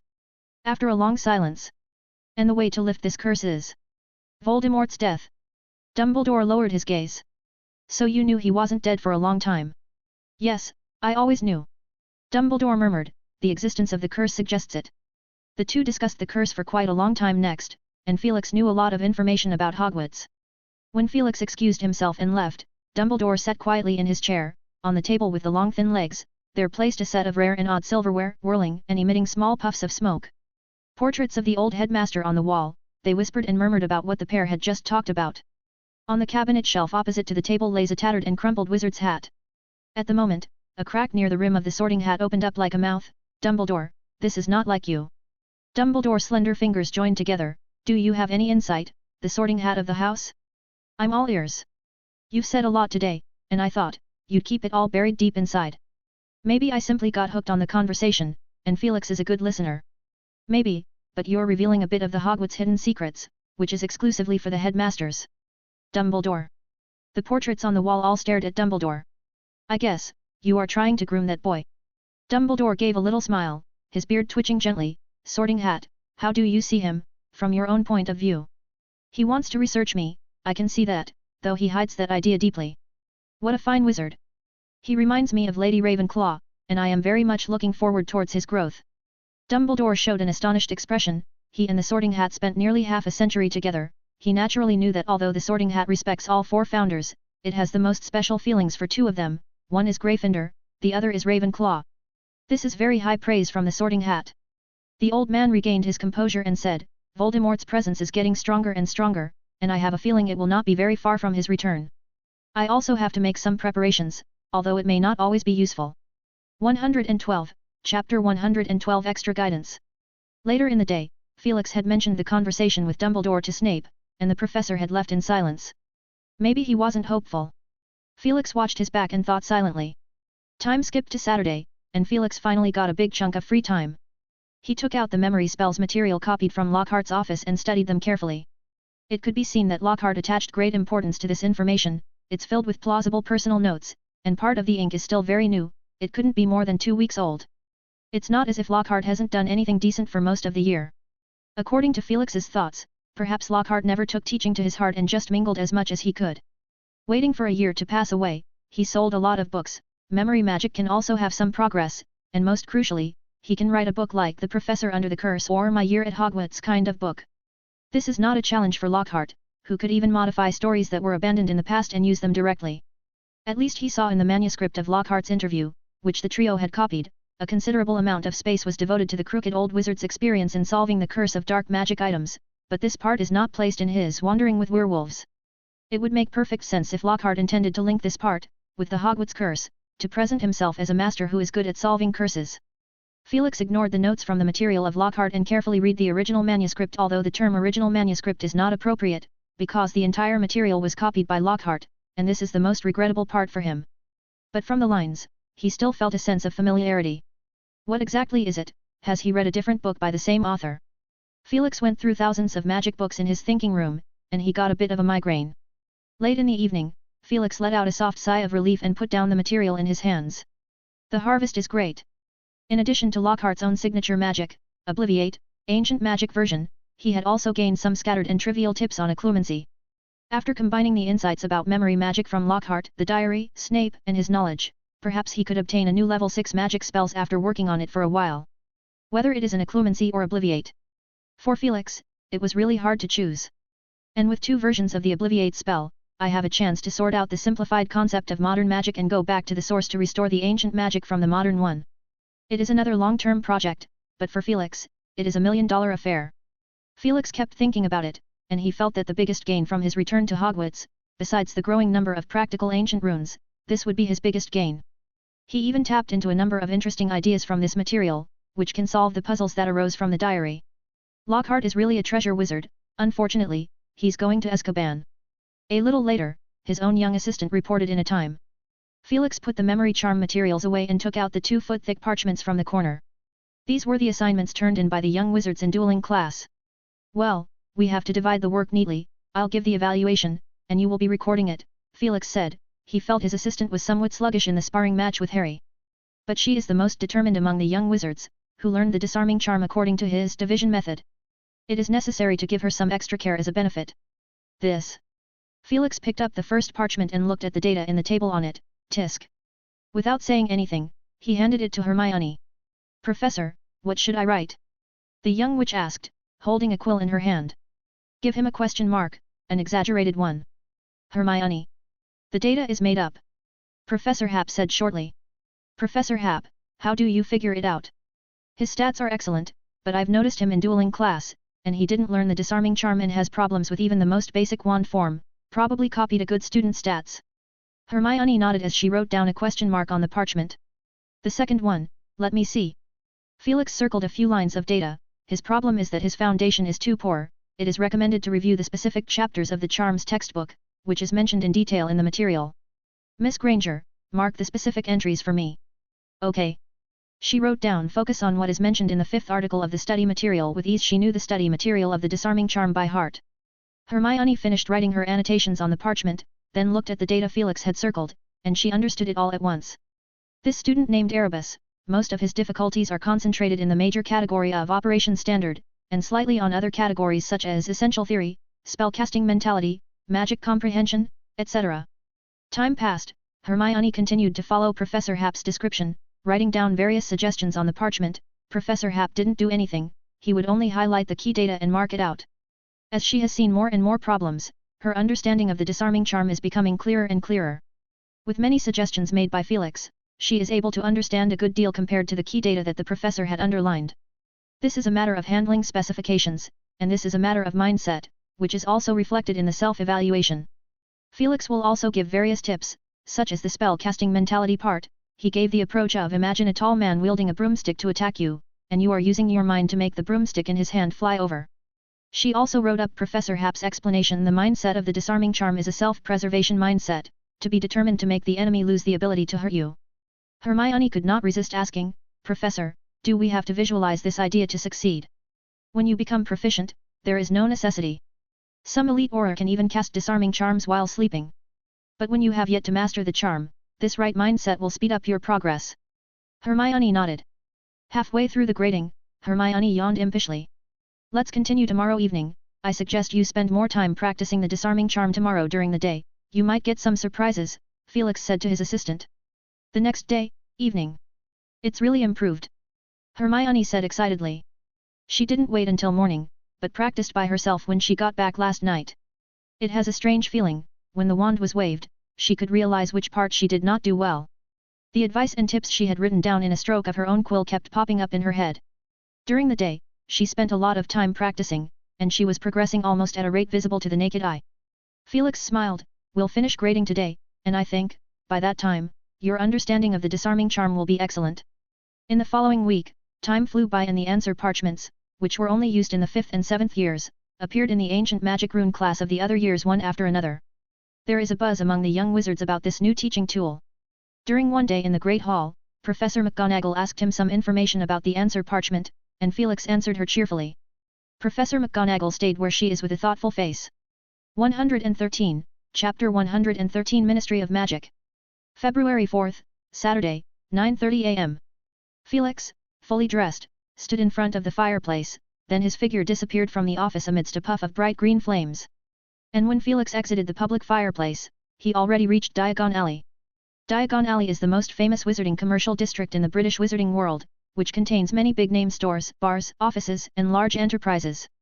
Gringotts, Broken Cauldron Bar, the main office of the Daily Prophet, and the Ollivander, Madame Malkin's Robes, Flourish and Blott's bookseller, an apothecary, and many more associated with the little wizards, were all here. However, Felix just passing by.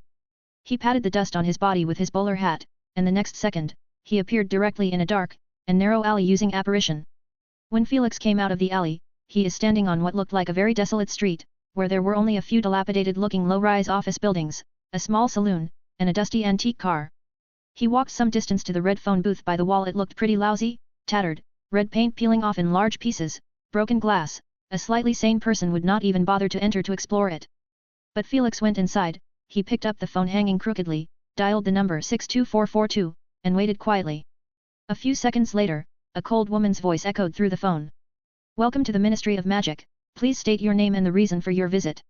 Felix said calmly, Felix Happ, invited to the awarding ceremony of Damocles Belby. Thank you, a cold voice of the woman stated, guest, please take the badge and pin it to the front of your shirt. A square, silver badge slid out of the coin slot, which read, Felix Happ, temporarily admitted for a visit. Guest of the Ministry of Magic, you will be required to be checked at the security checkpoint and register your wand. The security checkpoint is located at the end of the main hall. Felix pinned his badge on his robe, and his thought at the moment is this woman even a real person? But the floor of the phone booth suddenly trembled, and he slowly descended into the ground. After about a minute, the phone booth stopped trembling. The Ministry of Magic hopes you to have a great day. The woman's voice stated. The door jerked open and Felix stepped out, a gleaming lobby appeared before him. He walked on the glossy dark floor with rows of plated fireplaces embedded in the walls on either side, which for the official members of the Ministry of Magic way of commuting. Perhaps being a weekend, there weren't many people, nevertheless, there were 3 to 2 wizards still busy. A pimply-faced young man with a wobbly stack of parchments in his arms passed by him. Felix looked at his back, the one just now seemed to be an acquaintance of his. He shook his head and walked past the fountain in the center of the foyer to a desk. Behind the desk sat a wizard in peacock blue robes and a poorly shaven beard. Above his head, there is a sign that reads Security Clearance.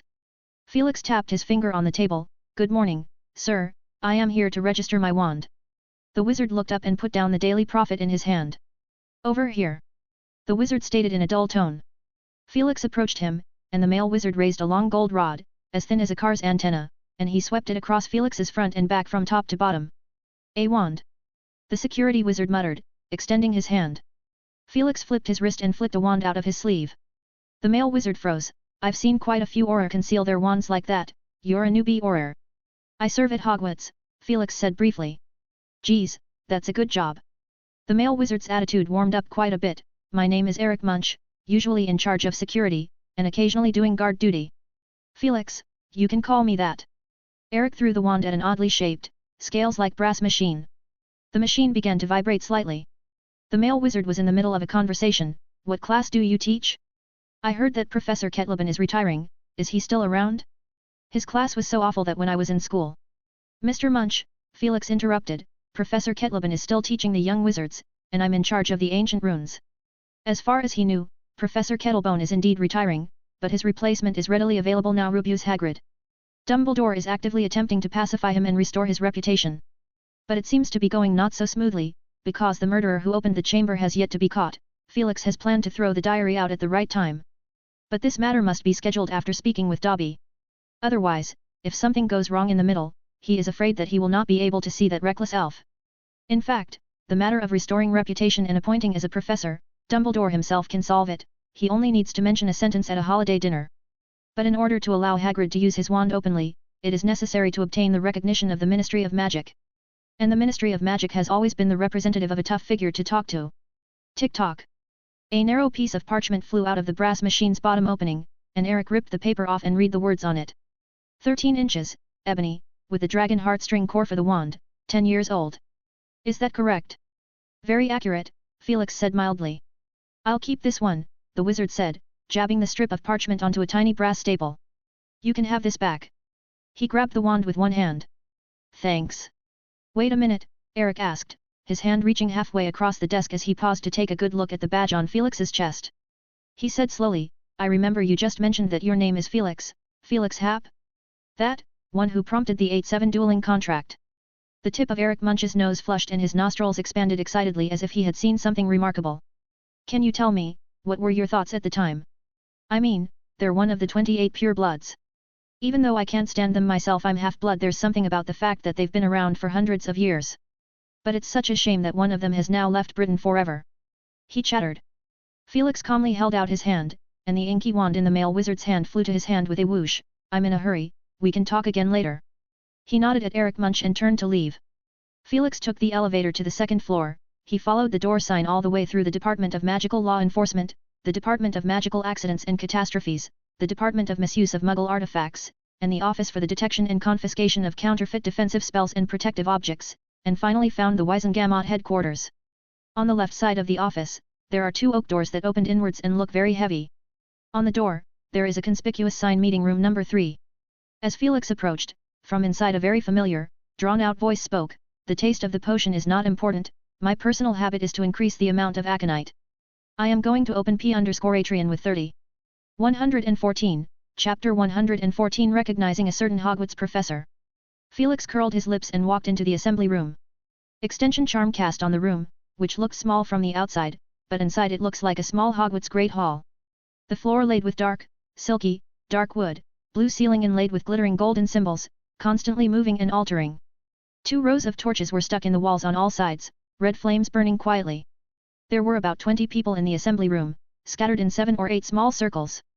The Minister of Magic, Cornelius Oswald Fudge, is surrounded by the most people. He looked very active, full of smiles, his stomach stuck straight up, and he looked completely different from when he was at Hogwarts. Not far from the door, Snape is talking to a tall, thin, middle-aged male wizard with curly brown hair. Professor Snape, you're here too. Felix walked up to the 2. Snape also looked at him with a surprised expression, his eyes fixed on Felix, and said quietly, I didn't expect to see you here as well, I don't remember you achieving anything memorable in the field of potions. Felix smiled, Belby and I are friends and often correspond with each other. Snape smacked his lips and didn't utter a word. Felix turned his head to look at the male wizard, Damocles, long time no see. The male wizard in front of him is the master of the potion, that invented the Wolfsbane potion Damocles Belby. Belby shook his hand warmly, Felix, I'm glad to share my joy with you.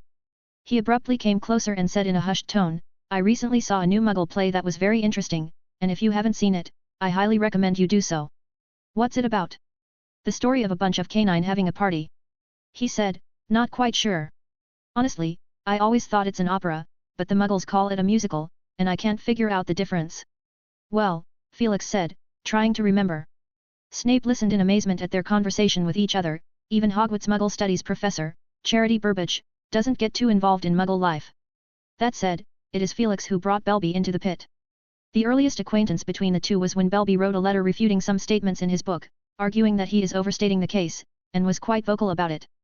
At the time, Felix only treated him as a brainless pureblood, and justifiably mocked him in a fancy way, with various data. As a result, Belby really studied it seriously, and finally wrote a letter admitting his mistake. The correspondence between the 2 people also became more. Felix also visited him several times. This master of potion is introverted, not good at socializing, but in fact, the heart is delicate, also a little sensitive. In his letters, he was distressed that his obsession with the potion had alienated his relationship with his family.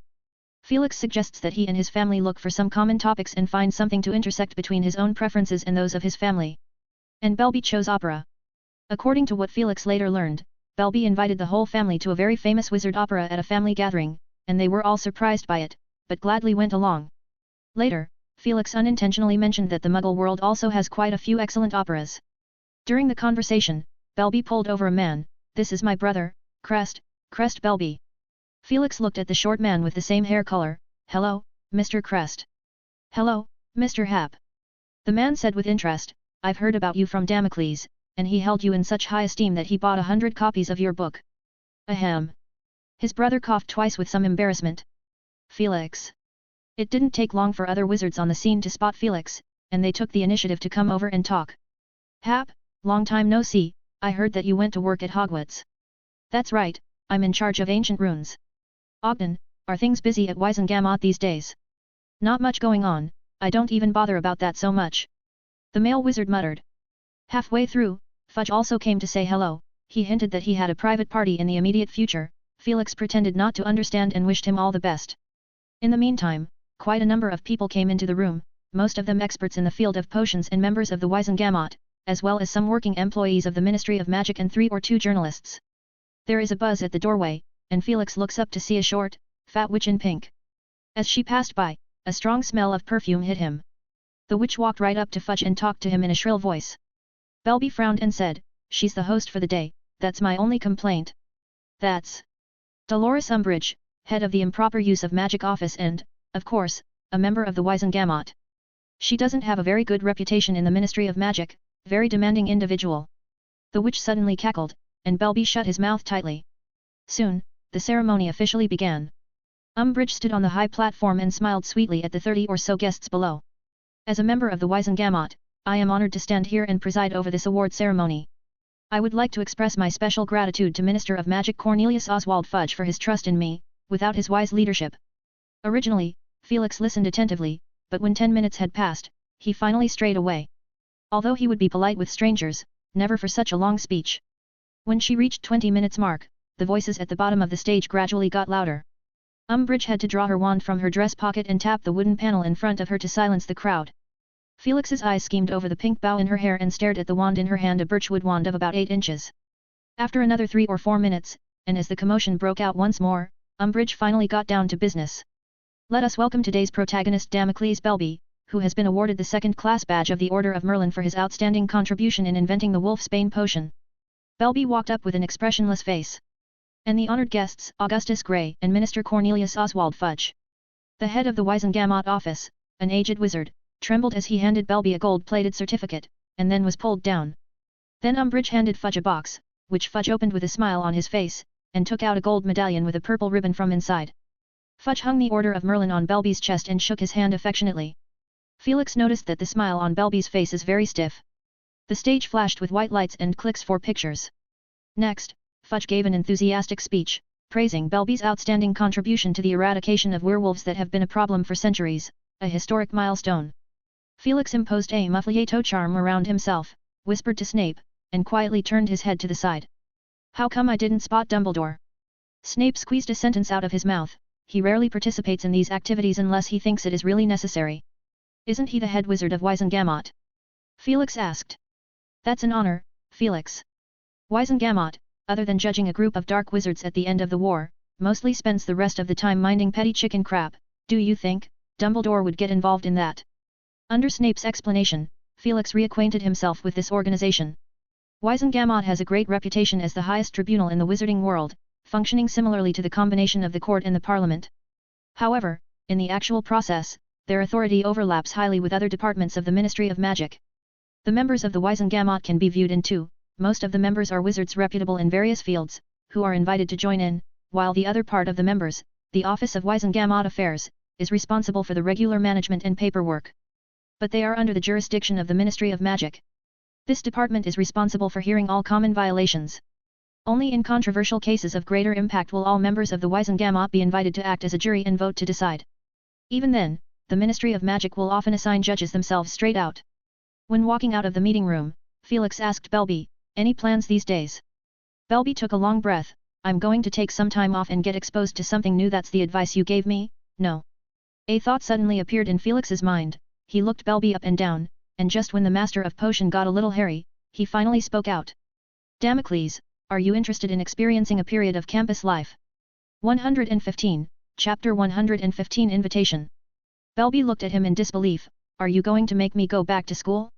How about we find a place to sit and talk about it, in the Hogsmeade's Three Broomsticks? Felix suggested. No problem. Belby talked to his brother and quickly walked over. Snape had already left, so the two used apparition and went directly to the entrance of the Three Broomsticks Inn. A very good experience, Felix. I did not feel any discomfort. Belby said admiringly. I generally do not use it on my journey unless I have to. Felix and Belby walked into the inn.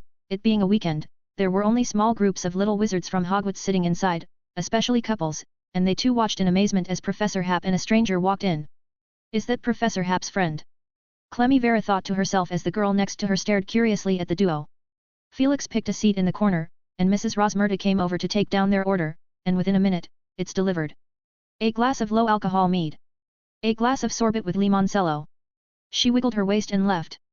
Felix knocked on the table, and the surrounding voices weakened all at once. Felix, this is... It's best to keep the little wizards out of this conversation between us.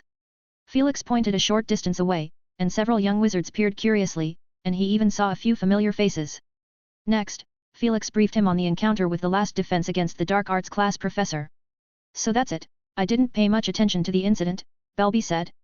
There is something I must warn you about, the rumors about the curse placed on this class in the outside world. Felix concealed the existence of Voldemort and used a powerful wizard to refer to the source of the curse by proxy. Well. Belby some hesitation. According to you, I only need to teach a little over half a year, and the curse would not affect me. From past decades of history, it is true that the vast majority of those wizards who have taught defense against the dark arts classes are still alive and well, except for a few. But they all have their own reasons for this. Damocles, you are an excellent wizard, and with a much shorter period of substitution, this danger is near negligible.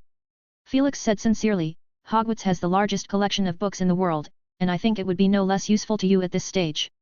Belby's eyes lit up at once. Indeed. I spent more than 10 years researching wolfsbane potions, and what troubled me most about this was the lack of research material of the same type. Potion masters are a group of relatively nerdy wizards. They have less time to socialize, which is related to the nature of the potion. A potion will be brewed for a month or two. If you want to make improvements, at least 100 trials are needed. His mind livened up. Perhaps he could spend a little over half a year to recharge himself. The word recharge is also something he learned from the Muggle world.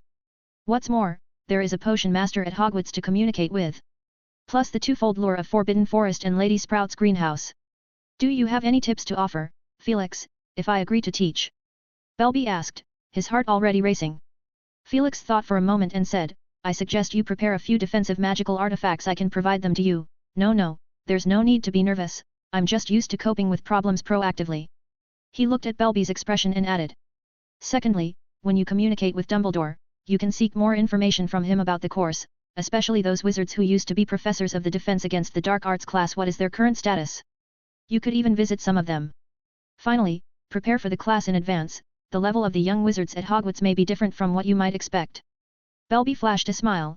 I graduated from Hogwarts too, Felix, and I know the level I was at.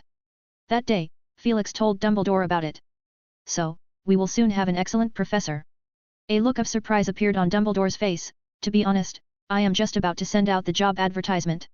Headmaster Dumbledore, Belby is just a little intrigued, and you still need to communicate with him on that aspect specifically, so I'll stay out of it.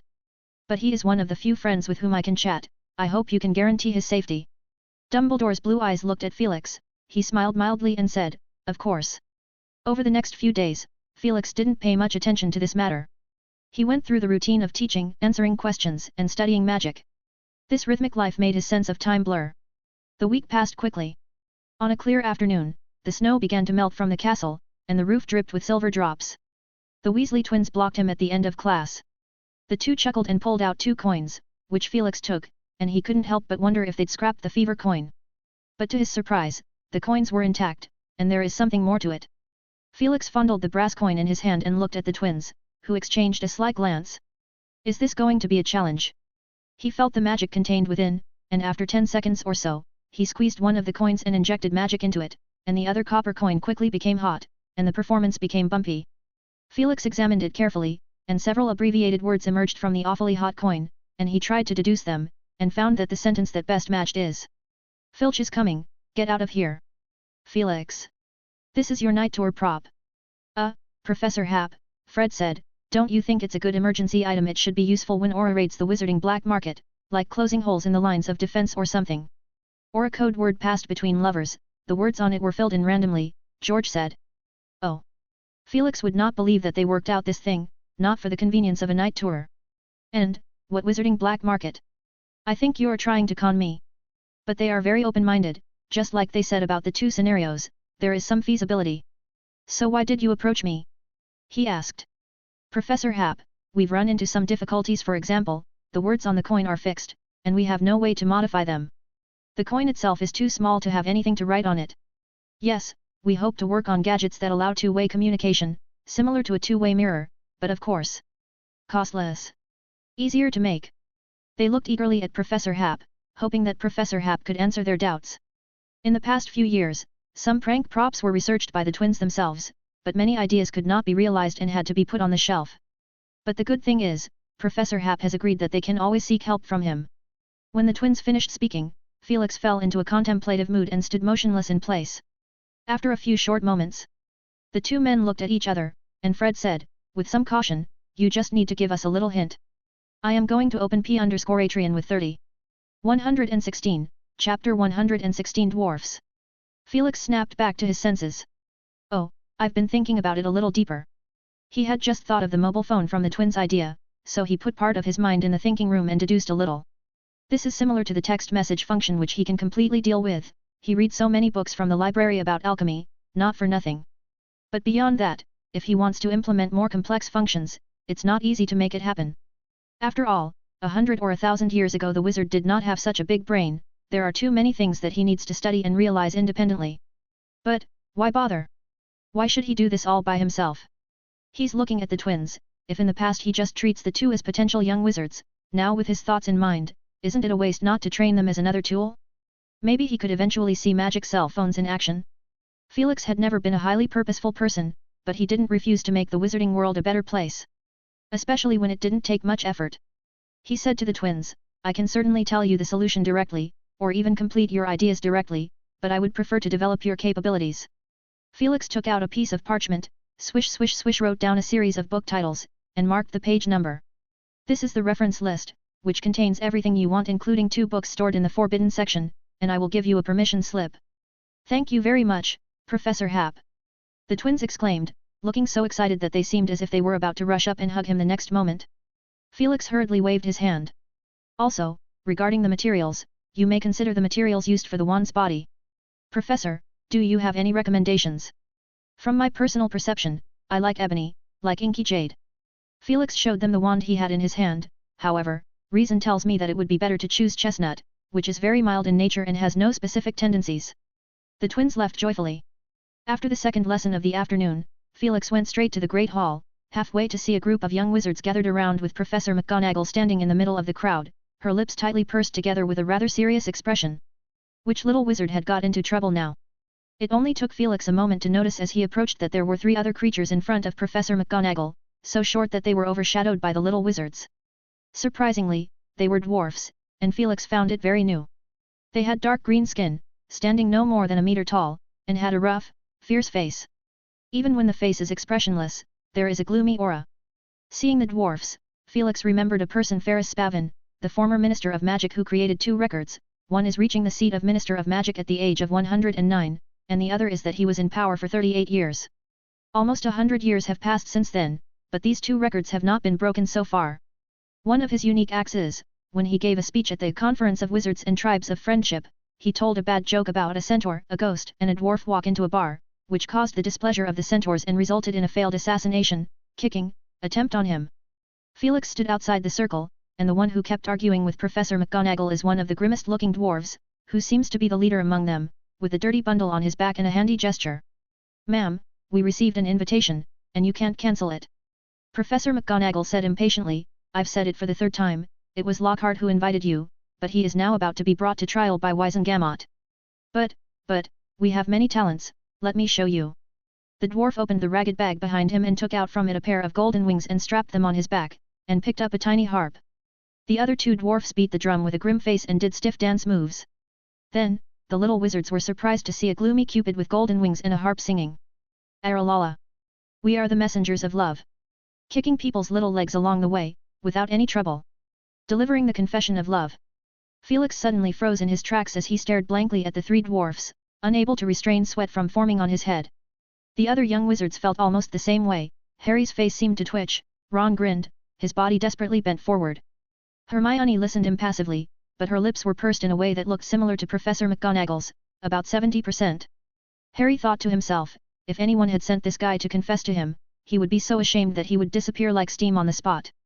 After singing an awkward verse, the dwarfs stopped, and in the process, Professor McGonagall's lips kept trembling.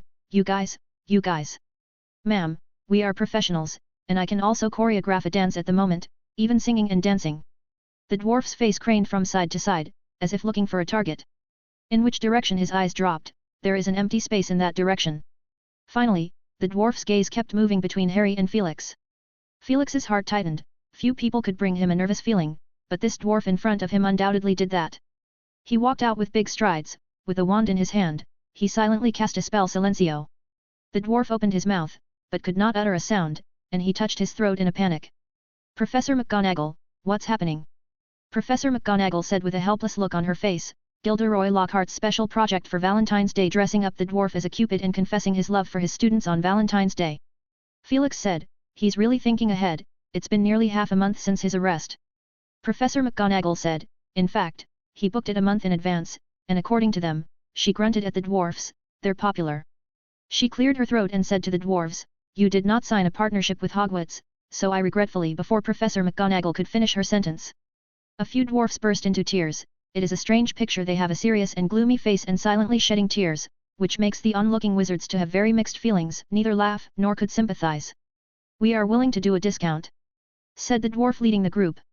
It's too hard, our team will not able to eat. Finally, Professor McGonagall took them away. The problem will be left to Dumbledore to have a headache. It didn't take long for the latest news to come out. Dumbledore agreed to the dwarf group performing at the Valentine's Day banquet, but refused their free help of helping students to pass love letters and reading confessions. In the common room, an upperclassman gave more accurate information. It has been rumored that Dumbledore is doing this to welcome the professor who will be taking the defense against the dark arts class that day. 117, Chapter 117 Discussion. The day before Valentine's Day, Hogwarts is filled with an air of fidgety youths, and the whole school became alive. Among the small group of wizards, various tips for confessions began to circulate, from the manner and place of confessions, with the most popular being under the mistletoe to what to wear when confessing, all sorting out rhetoric. There's even a sudden appearance of a batch of poor quality love potions, and several professors put a few students in severe detention to stop the craze. So the little wizard's attention shifted towards the star students of each house, and they began to discuss which male wizard is more handsome and which female witch is more beautiful. Some popular ones even had a proper fan base, such as Hufflepuff's Cedric Diggory, who is already very popular, and the talent he showed in the few dueling classes made his fame expand rapidly over other grades and houses. Harry also recently suffered a bit, with the dual bonus of the Savior Aura and the school's Special Contribution Award. His fame has always been high. Especially after the display of the basilisk corpse in the school, the fear of the basilisk has transformed into corresponding awe for Harry, Hermione, and Ron. But this awe is more obvious over Harry, because only he has shown a great talent for fighting. His disarming charm even surpassed a number of senior students. This allowed him to gain a fan following. Harry, there are some more girls over there looking at you, can't you control it? Hermione said in an annoyed mood. Harry looked at the corner of the library. Stood a handful of younger witches, feeling very helpless, and their behavior is quite bold, staring straight at him. When he looked over, they hid their faces behind the book and let out a giggle. Ginny is doing her homework not far away, occasionally while flipping through the book, taking a quick glance at Harry. It didn't take long for Harry's troubles to be solved on their own, as Mrs. Pants, the librarian, waved her wand to drive the rowdy little girls away. He breathed a long sigh of relief. Ron is rather envious, as the people who love to listen to his stories are boys, and their fever is gradually fading off. As the three walked out of the library, they began to discuss who is the new professor. I wonder who the new professor is. I hope it won't be another one like Lockhart and Queer, Ron said with a palpitating feeling. Those two had left a huge psychological shadow on him. We can learn from the dueling class. Harry does not care much. His most satisfactory course this year is the dueling class, but unfortunately, it is only twice a month. Harry, dueling class and defense against the dark arts class are not the same. Defense against the dark arts teaches you to ward off danger, and fighting is just a way to ward off danger. Hermione said, actually, Snape's theory is full of demands that match the requirements of the defense against the dark arts class. Ron looked at her with a shocked expression, as if she had said something shocking. Oh, don't be like that, I'm just making an honest assessment, Hermione said. Harry didn't say anything. It isn't Snape's opinion on the duel that he objected about, but rather the person himself. On this point, the two boys agreed tacitly. He didn't like Snape, and Snape also didn't like him. So he diverted the topic and asked, any rumors about the new professor? Leave the dwarfs out of the conversation. As they spoke, a dwarf passed them with a grim face. After Dumbledore had agreed to the dwarfs' Valentine's Day performance, they had brought the whole group, 12 in total. These green-skinned dwarfs walked around the school and became a unique sight this February. Harry is very glad they don't normally have the habit of wearing golden wings and carrying harps. As the three watched the dwarf disappearing from their sight, Hermione replied to his earlier question, the new professor's name is Damocles Belby, a potions master who has just been awarded the Order of Merlin for inventing the Wolfsbane potion. Potions master? Wolfsbane potion? Harry asked, in confusion. The Order of Merlin? The stuff that Lockhart brags about. Ron said in disgust. The young witch first told Harry, Wolfsbane potion is a new magic potion invented this year to keep werewolves awake during full moon transformations. Then looked at Ron. Professor Belby received a second-class medal, which is different from Lockhart's. Harry nodded. How do you know so much about all this? Ron asked curiously. I asked about it from Professor Hap. He is a good friend of the new professor, and he is the one who recommended this new professor to Dumbledore. The young witch said. Ron smacked his lips and said, then why did he recommend his friend over? I mean, that curse. Hermione shook her head. She also could not understand Professor Hap's approach. Privately, she actually thought that Professor Hap had lost consideration. But she still countered Ron by saying, the new professor is only subbing for half a semester, I think, he probably doesn't think the danger is too great. She said, not very confidently. Ron muttered, that's dangerous, either way. It wasn't until the evening that their questions were somewhat answered during their time in the common room. Ginny said somewhat unnaturally, Luna's mother died in an accident as a result of a spell mishap, and she said to me that if you try to research something new, you will inevitably run into all kinds of dangers. Unless you don't do anything. Ancient Rune Office. Felix sorted out his haul. He used the weekend to divide up the basilisk material with Snape. The other professors had little interest in it, except for Kettlebin and Hagrid, who came to see it a few times. Professor Kettleburn's attitude was the purest, and he said with a regretful look on his face, if you can raise it. I mean, just enough to be sure.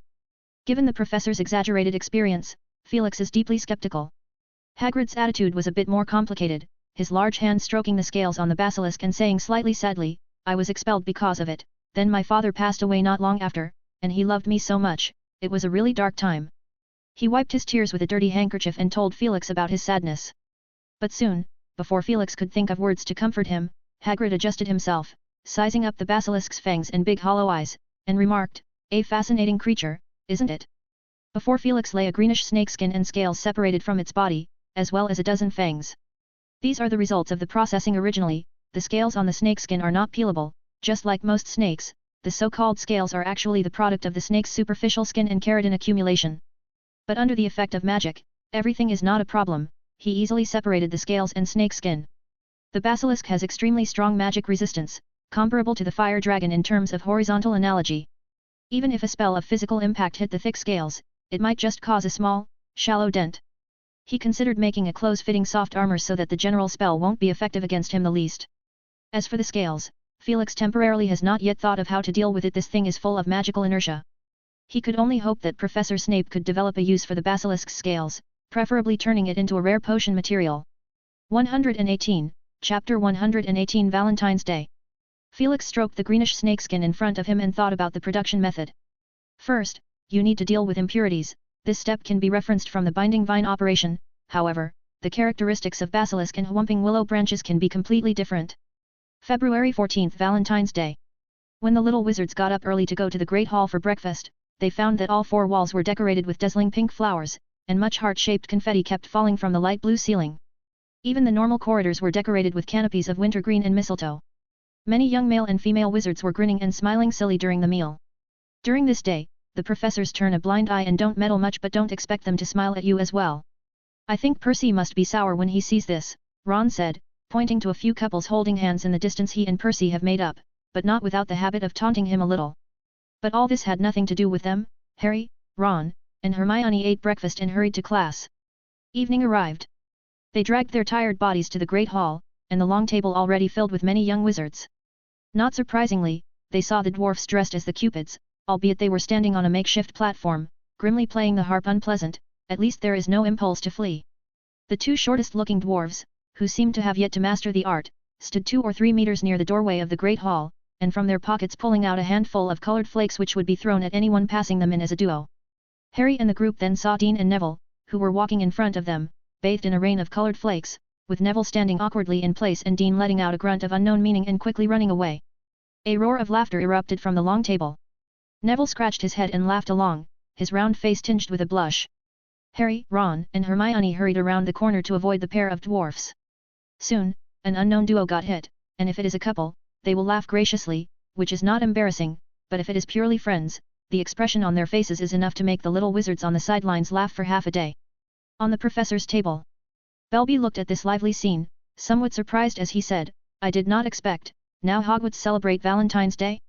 You know, I was sneaking around back then." Felix said, "Maybe it's meant to welcome you." "Don't be ridiculous, Felix," the middle-aged male wizard said, turning his head to look around. "How come I missed Professor Snape? He wouldn't like this sight, he would probably be a little late."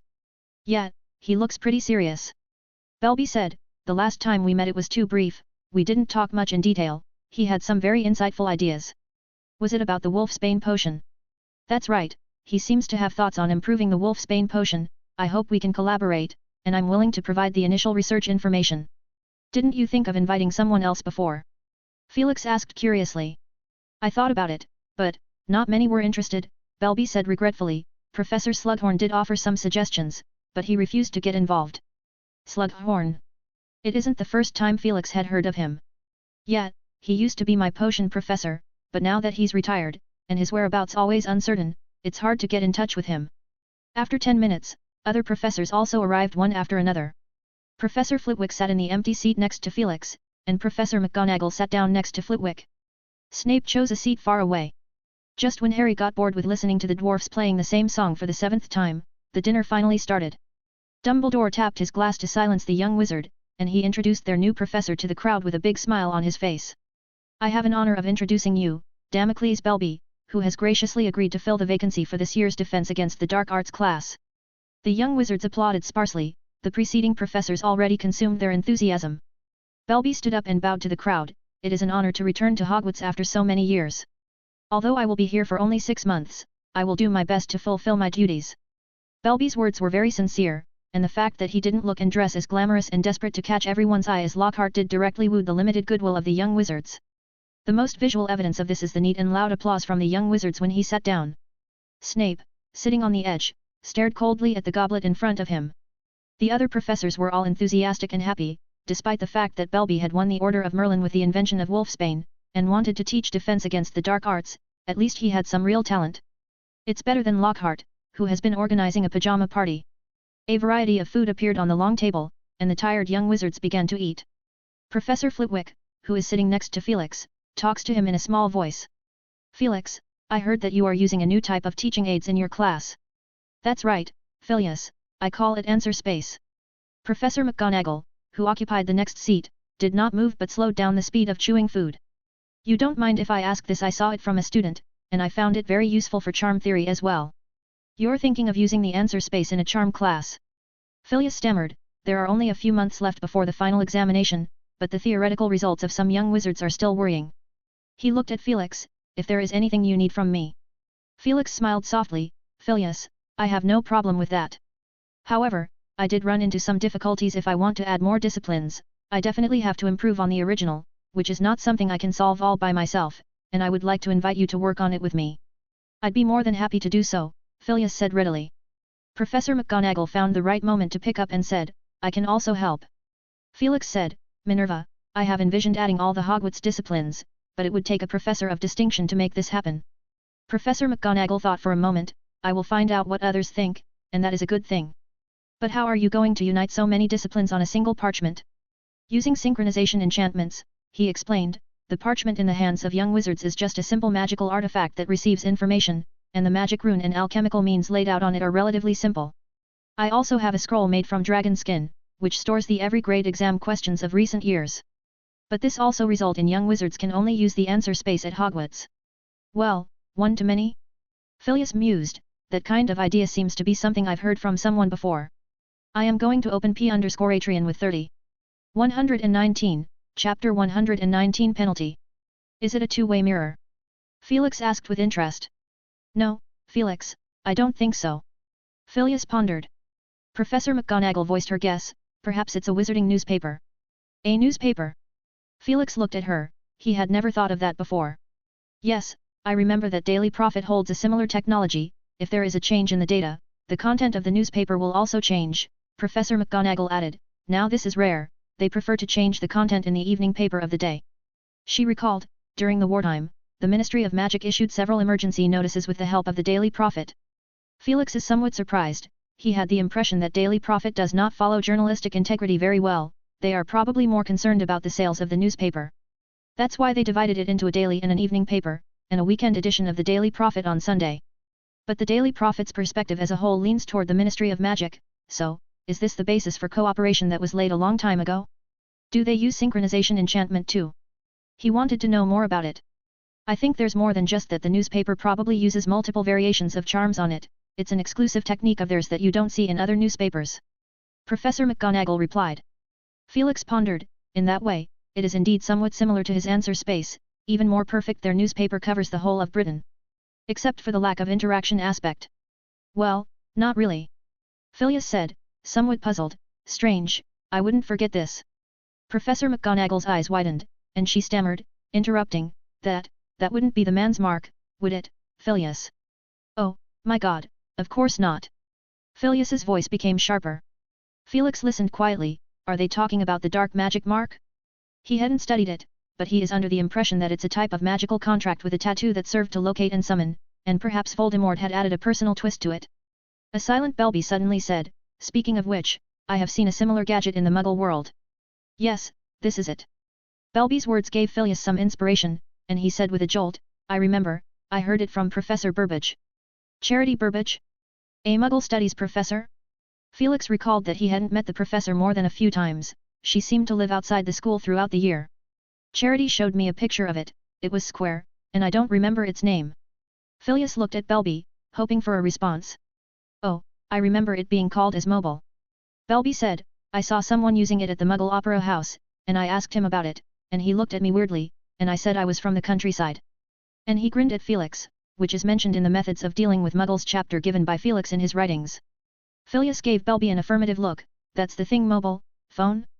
Muggles are said to be able to carry on conversations across thousands of miles. Charity complained to me that the paper she wrote was simply ignored, they thought it looked like pie in the sky, all old school. Professor McGonagall, who didn't really know much about Muggle items, asked suspiciously, is the Muggle world that advanced already? What do they rely on to solve the problem of long-distance communication? Now, Phileas and Belby could not utter a word, their knowledge of this area is very limited. Felix let out a soft breath. He knew what kind of book to write this year, an introduction to the technology of the Muggle world. However, Professor Charity Burbage's encounter gave him a good counter-example, if the initial start is something beyond the wizard's wildest imagination, I'm afraid it won't be able to set off a single splash. The two books he wrote before introduced the history about the development of ordinary people and their way of thinking, something that wizards can understand, and he deliberately arranged numerous examples of interpersonal scenarios with relatively high usability convenient for some public officials to follow the map and deal with ordinary people. It is precisely for this reason that his book has been able to gain professional recognition.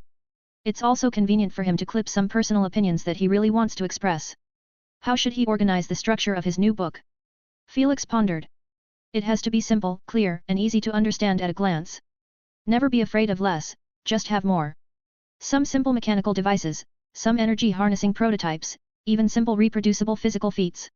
He suddenly remembered talking to Miss Granger about Lockhart, who had mentioned that she admired the way Lockhart incorporated knowledge into his stories. Maybe I'll imitate it later on. He said this to his assistant at the time. Now it seems that he could write a fairy tale of the adventures of the wizard boy by himself. Felix. Phileas looked at him. Just thought of something funny, Felix said. He put the matter of visiting Professor Burbage on his agenda. As for the improvement of the answer space, he still had a lot of little wizard's ideas that he hadn't brought out, plus the two-way mirror, the wizard newspaper, the dark magic mark, the mobile phone, all these things could give him some inspiration and ideas. Halfway through, the professors finalized their cooperation plan, with some regret from Belby, who was not good at this aspect altogether. After the dinner, the young wizards left in small groups in silence, and some male and female wizards quietly disappeared from the large group, looking for secluded places to go on dates. I wonder how many young couples Filch will catch tonight. Felix's mind whirled with mindless thoughts. Back in his office, he flipped through today's edition of the Daily Prophet Evening News, and the front page news caught his attention. Gilderoy Lockhart is facing 7 years in prison, fans' letters blasting Ministry of Magic. This intrigued Felix, and the paper mentioned that Lockhart deeply regretted his actions and that he is willing to heal and compensate those who have been harmed in hope of escaping punishment. He also put up a whopping 20,000 gold galleons to donate to various reputable wizarding organizations. Still, Weisengamot sentenced him to 7 years in prison, a sentence that is clearly lightened from Felix's point of view. Besides, the Dementors, which are feared by ordinary wizards, are not that intimidating to the Occlumency Master. But for Lockhart, the loss of the dazzling aura and future is the most terrible sentence, right? But that is not the most outrageous news of the day. In the margin, he found a piece of news that looks inconspicuously small. The former editor-in-chief of the Daily Prophet, Rita Skeeter, faced charges such as withholding information about Animagus for a long time and illegally acquiring others' secrets for personal benefit, but yesterday, the Ministry of Magic suddenly dropped all charges and sentenced her with 2,000 galleons penalty instead. It is reported that more than one Ministry of Magic high-ranking official said that there is no direct evidence to prove Rita Skeeter's guilt. Felix suddenly laughed. Rita, oh Rita. He has really opened his eyes now. Gilderoy Lockhart and Rita Skeeter, who were extremely similar in a way, became famous male and female wizards by virtue of illegal means. Lockhart even obtained a badge of the 3rd class of the Order of Merlin, which represents honor. But even so, when the crime got exposed, they ended up completely different. Lockhart received a reduced sentence but still went to prison, while Skeeter's sentence is painless. Felix's light blue eyes reflected the night scene of Hogwarts in the night, and he is very curious at the moment. Just how much do you know about the hidden secrets of the big shots, Rita Skeeter? A string of names of controversial high officials of the Ministry of Magic flashed through his mind. Cornelius Oswald Fudge, Bartmeus Crouch, Ludovic Bagman, Dolores Jane Umbridge, Pius Thickness. 120, Chapter 120 Defense Against the Dark Arts. Another beautiful morning, Damocles Belby had his breakfast and headed to his first class in a happy mood. He followed Felix's advice and visited 12 wizards who had taken the Defense Against the Dark Arts class after negotiating with Dumbledore, which gave him first-hand information about the rumored curse. According to those seniors, the effects of the curse were so subtle that they could not even be sensed, but after 6 months, something hidden began to exert its influence, and they often came across some seemingly coincidental accidents. As time dragged on, such accidents would become more and more frequent. Their advice to Belby was, when one day you are brewing a potion, and you encounter a failure that you shouldn't have, proceed to leave. Belby took this advice to heart. With a few days remaining, he began to carefully plan his lectures. Today will be a second-year class, they should already be capable of dealing with the red cap at this time, however, I better play it safe. It would be his first class, and Belby felt mixed feelings of excitement and nervousness. When he appeared at the door of the classroom, the eyes of the young wizards, who had been chatting, fell upon him keenly. The professor had a normal appearance, tall and thin, and looked a bit weak, but he's dragging 2 large cages covered with shrouds with his magic, which gave them a hint of expectation. It couldn't be helped that they are already expecting very little. This professor stood at the entrance and greeted them, "Follow me, little wizards, today is a practical session, I need to know your practical level." He gestured towards the cage floating in midair as it faded away at the door. "By the way, don't forget your wands." The young wizards scrambled to gather their things, but they exchanged surprised looks with each other. It had been a long time since any of them had had a practical session on the Defense Against the Dark Arts class, unless you included the memorable one this year when Gilderoy Lockhart had brought in a cage full of Cornish pixies and messed up the classroom order. "You know, it reminds me of something," Ron said suggestively. "Those tin-faced little guys wouldn't be so quiet," Harry replied with great empathy. "It was them who cleaned up the mess in the practical session, recapturing the Cornish pixies back into their cages, with Hermione's freezing charm being a big help." They crossed the hallway to a quiet, empty classroom. Belby put the metal cage in the corner. From inside came a low sound of kiki. Neville, who walked in front, shrank back. He dreaded whatever inside would grab his ears and fly to the ceiling. "What do you think it is?" Harry asked. "It sounds a bit like beavers," Ron guessed. "But beavers should be in the care of magical creatures class, and they're not dangerous," Hermione said. "I just hope it's not an 8-eyed giant spider," Ron said hopefully, the thought of Hagrid releasing a pack of acromantula in the Forbidden Forest made him want to crack open his thick skull and see what he thinks. This piece of information is a secret that Hagrid revealed when they tracked down the Chamber of Secrets monster, and it haunted them when they saw the photographic information Hermione found out later about the acromantula. He even gave it a name, Aragog. Belby looked at the classroom with emotion as he recalled his school days, though not too fondly, as he didn't really fit in at the time. He reintroduced himself. Many of you may not know me well, my name is Damocles Belby, and I have some expertise in potions, although perfectly qualified for teaching you defense against the dark arts. In a way, I also have a certain edge about it. I read your second-year textbook, and you guys need to learn some counter-curse, as well as learn how to properly deal with some low-danger magical creatures, which I happen to know a lot about when I'm brewing potions. He made a snide remark, and judging by the effect, the young wizards were indeed frozen. Ron whispered to Harry, I guess, Hagrid won't like him. But an idea suddenly occurred to him, and he is eager to introduce Aragog to the new professor. Harry agreed, if anyone dares to treat his cuties as a material for the potion, he will be crazy. After introducing himself, Belby called the names of the young wizards one by one according to the list. Millicent Bulstrode. Neville Longbottom. Ronald Weasley. After the roll call, the young wizards raised their hands curiously to ask questions. They already acquired various true and false information in advance. Professor, you received the Order of Merlin. Yes, just this month. Are you a master of potions? That's what others think of me. What is Wolfsbane potion? A potion that soothes the symptoms of a werewolf's full moon. Who is better, you or Professor Snape?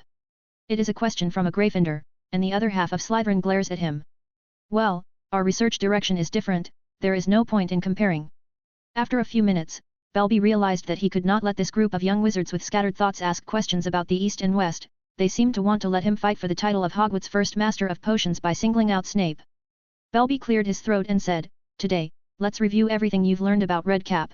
I'll ask you some questions, and if you get them right you can get extra points. Professor. A young wizard interrupted, What's Redcap? Belby froze a little. Redcap is a magical creature similar to a dwarf, they are found in the Nordic region, and so on. He looked down at their bewildered expressions. Didn't you guys learn about Redcap? The response he received from the group is a neat mixture of bobbing heads and sighs. Belby paused, sensing something amiss. He called up a student. What did you all learn? Seamus Finnegan stood up and spoke uncertainly, Professor, we learned to play as vampires. He unbuttoned the outer layer of his wizard robes to use it as a cloak, bared his teeth, and made a noble expression of superiority. Many of the young wizards laughed. Well, that's funny, but it's not the answer I was looking for. Finally, Hermione raised her hand to brief the overwhelmed new professor on what they had learned this year. So, other than the pixies in the first class, you guys didn't have any practical sessions. Belby looked completely flabbergasted. He did inquire about the class and mentally prepared for it, but no one had told him that there was no practical part in the defense against the dark arts class. After almost half a minute, he came back to his senses. Well, then we'll learn about Redcap today. He waved his wand and lifted the curtain over the cage. The creature in the cage startled them. It is a short, bony creature, except for the top of its head, which is covered with a layer of red velvet fur. The rest of its exposed skin gives a dirty dark brown color. You can get a closer look, Belby said. The young wizards braved themselves to get closer and surveyed the fierce-looking creatures. As they curled up in the cage, grimacing at the young wizards, one of the redcaps suddenly slammed its claws on the enchanted metal cage, but it's futile. Bang! But the little wizards were still startled. Harry could clearly see that its claws were very exaggerated, completely out of proportion to its body, and its nails were at least 1.5 inches long. Belby's voice came in to explain, Notice their claws? I think someone already happened to notice that their forelimbs are very flexible, which allows them to use simple tools like branches, sticks and stones and such. Redcaps are attracted to blood and will sneak up behind you if they come across a lone muggle or young wizard in the wild. We will learn how to deal with them today. I am going to open P_Atrian with 30. 121, Chapter 121 Redcap. You want us to deal with this thing? What if we get hurt? A young wizard with platinum blonde hair asked. You are Draco Malfoy. He trailed off, inserting his last name. But Belby just nodded. I've heard of the Malfoy. Don't worry, I'll be watching from the sidelines. Then he added, of course, if you get hurt, don't worry, the damage caused by the Redcap is very manageable. He winked towards the silent young wizards below. I have specially brewed up a batch of healing potions, all of which are rare and finest products on the market. Draco looked at the new professor's expression of if you get hurt, you've made a fortune. His already pale face turned even paler. The Redcap is agile when hunting, will suddenly shift and roll to avoid the counterattack of the prey, we can use the banishing charm against it. Correspondingly, full body bind curse, freezing charm, trip jinx, dancing jinx, tickling charm, jelly legs curse can be used, except for dark magic, I do not have any specific requirements. Little wizards, let me see what you can do. Belby said with great passion. Professor, is disarming charm allowed? A young wizard asked. Belby looked at him with an odd expression and said, if you know it, of course, you can. But that's not a spell you can master at your age. Professor, I learned it in dueling class. The young light teal-haired wizard said confidently.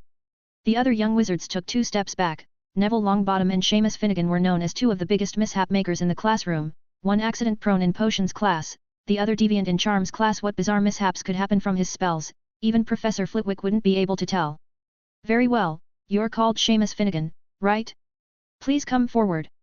Belby unlocked the cage, and he quietly softened the red cap's nails with a softening charm. In the expectant eyes of the young wizards, Seamus shouted out the incantation of the disarming charm. Expelliarmus. Thumb. Seamus' wand made a dull sound, like a muffled winter thunder coming from the distant sky.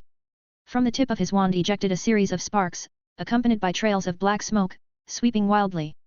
The young wizards quickly scrambled into a corner, and Seamus' wand paused, but the sparks ignited the red hair on the red cap's head.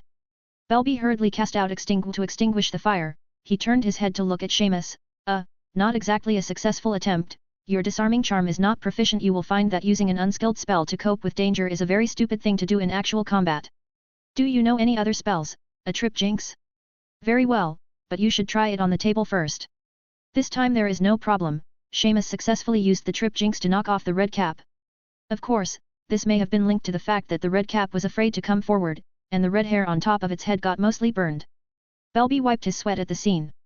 Next, the young wizards lined up in a long line and following Belby's instructions went up one by one to challenge it. Since Belby didn't forbid them from using their little self-taught vile jinx, it made the little wizards collectively take a leap in strength, and most of the people in front of the line completed the task with a trip jinx.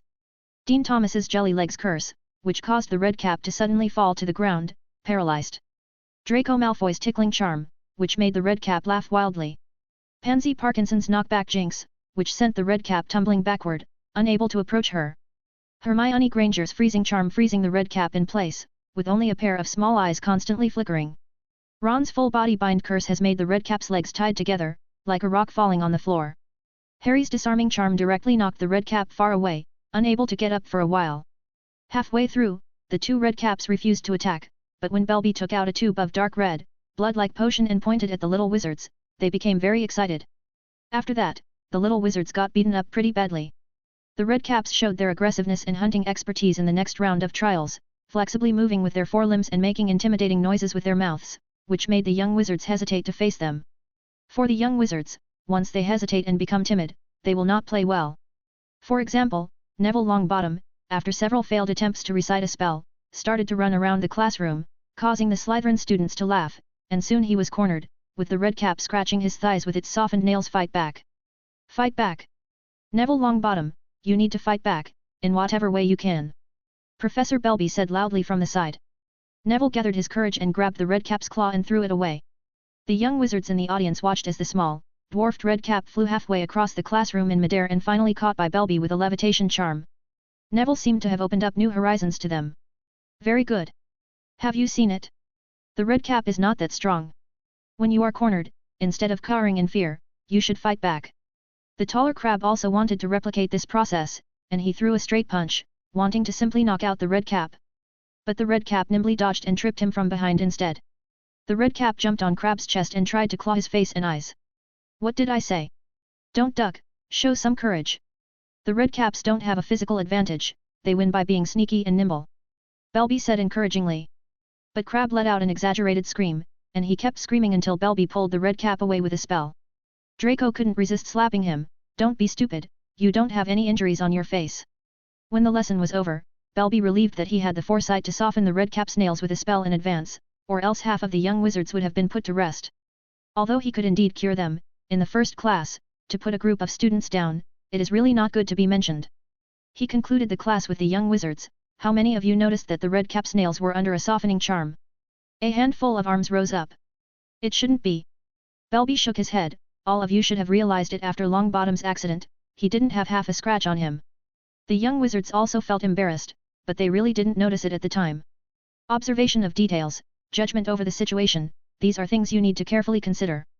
Well, the assignment this time is to write a minimum of 8-inch parchment based on this lesson, discussing your own strengths and weaknesses. 122, Chapter 122 Professors. This class also allowed Belby, the new professor, to recognize the reality. Times do move quickly. The difference between the average level he mentioned and the average level shown by the young wizard is so vast that he couldn't help but wonder about life. But maybe it's just this particular grade that's worse. Belby thought with illusory hope. The young wizards who came out of the classroom in a row were, on the contrary, extremely satisfied with their new professor. Today's class was excellent. Did you see the trip jinx I used? I completely overperformed. Crab was acting dumb.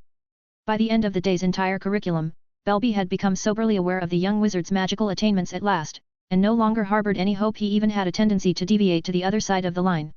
Danger awareness is near non-existent, just standing still and chanting spells. At dinner, Belby vented to Felix.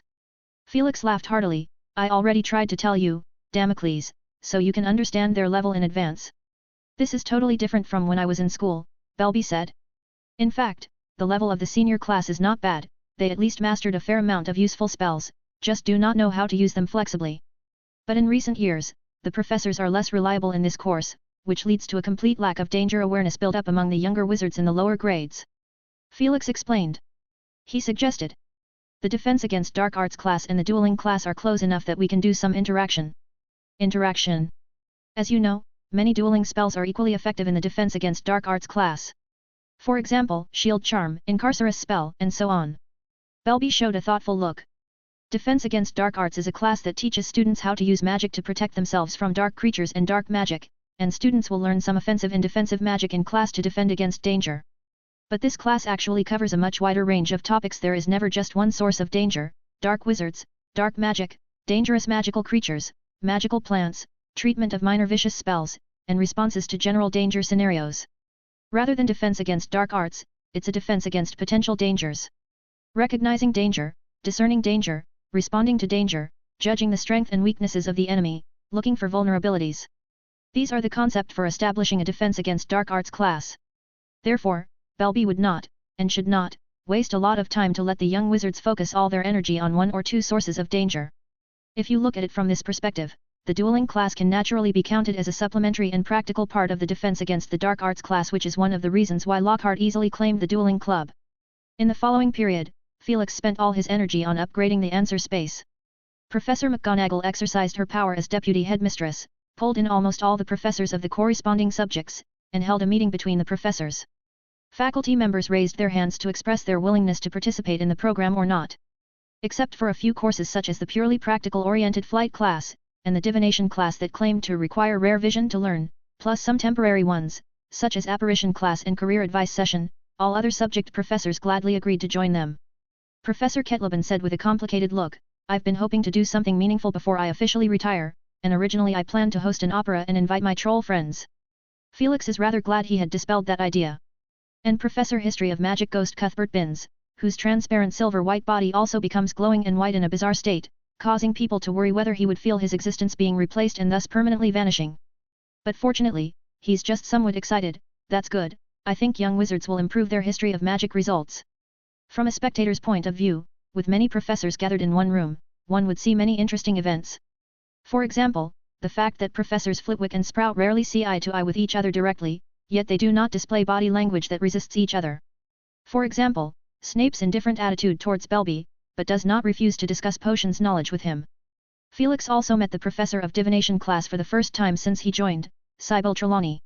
She still looks the same after 3 years. Trelawney looks very thin, with high cheekbones and large glasses reflecting the light of the blaze, making it difficult to see her expression, like a large beetle approaching us.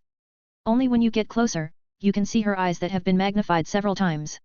She is clad in a light, transparent, shimmering cloak, with heavy necklaces and beads around her slender neck, bangles and finger rings on both arms and hands. This is perhaps the most self-decorated professor at Hogwarts, with an air of mystery hanging over her. Felix thought to himself. He didn't have good feelings towards the divination class professor, as she had hinted many times during Felix's school days that something bad would happen to him.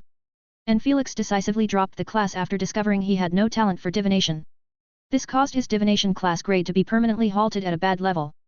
Oh, Felix, I remember you. In the eyes of the public you are a very talented wizard, but under my vision, said Trelawney, pointing to her eyes and staring straight at him, I see a large area of murkiness and darkness. Sybil, I think it's because you haven't sobered up from your hangover. Professor McGonagall interrupted nonchalantly, not likewise fond of the vague, pretentious professor. Trelawney blushed and said, Inner I are not influenced by external influences and will not change regardless of whether I have been drinking or not. She sat down angrily in an empty chair. Felix also used the meeting to have a probing chat with Muggle Studies Professor Charity Burbage, and the response he got is a little disappointing. This professor is not a stranger to Muggle society, according to her, she lives in a small community in the Muggle world. But Professor Burbage also stood in the perspective of a wizard to think about things, or at least, she never considered trying to learn about the principles of technology even at the level of an elementary level crafts class. Felix, I think that's enough, I visit the bookshop twice a year and pick out the most popular books from it. Felix asked politely, what is the most recent book you have been reading?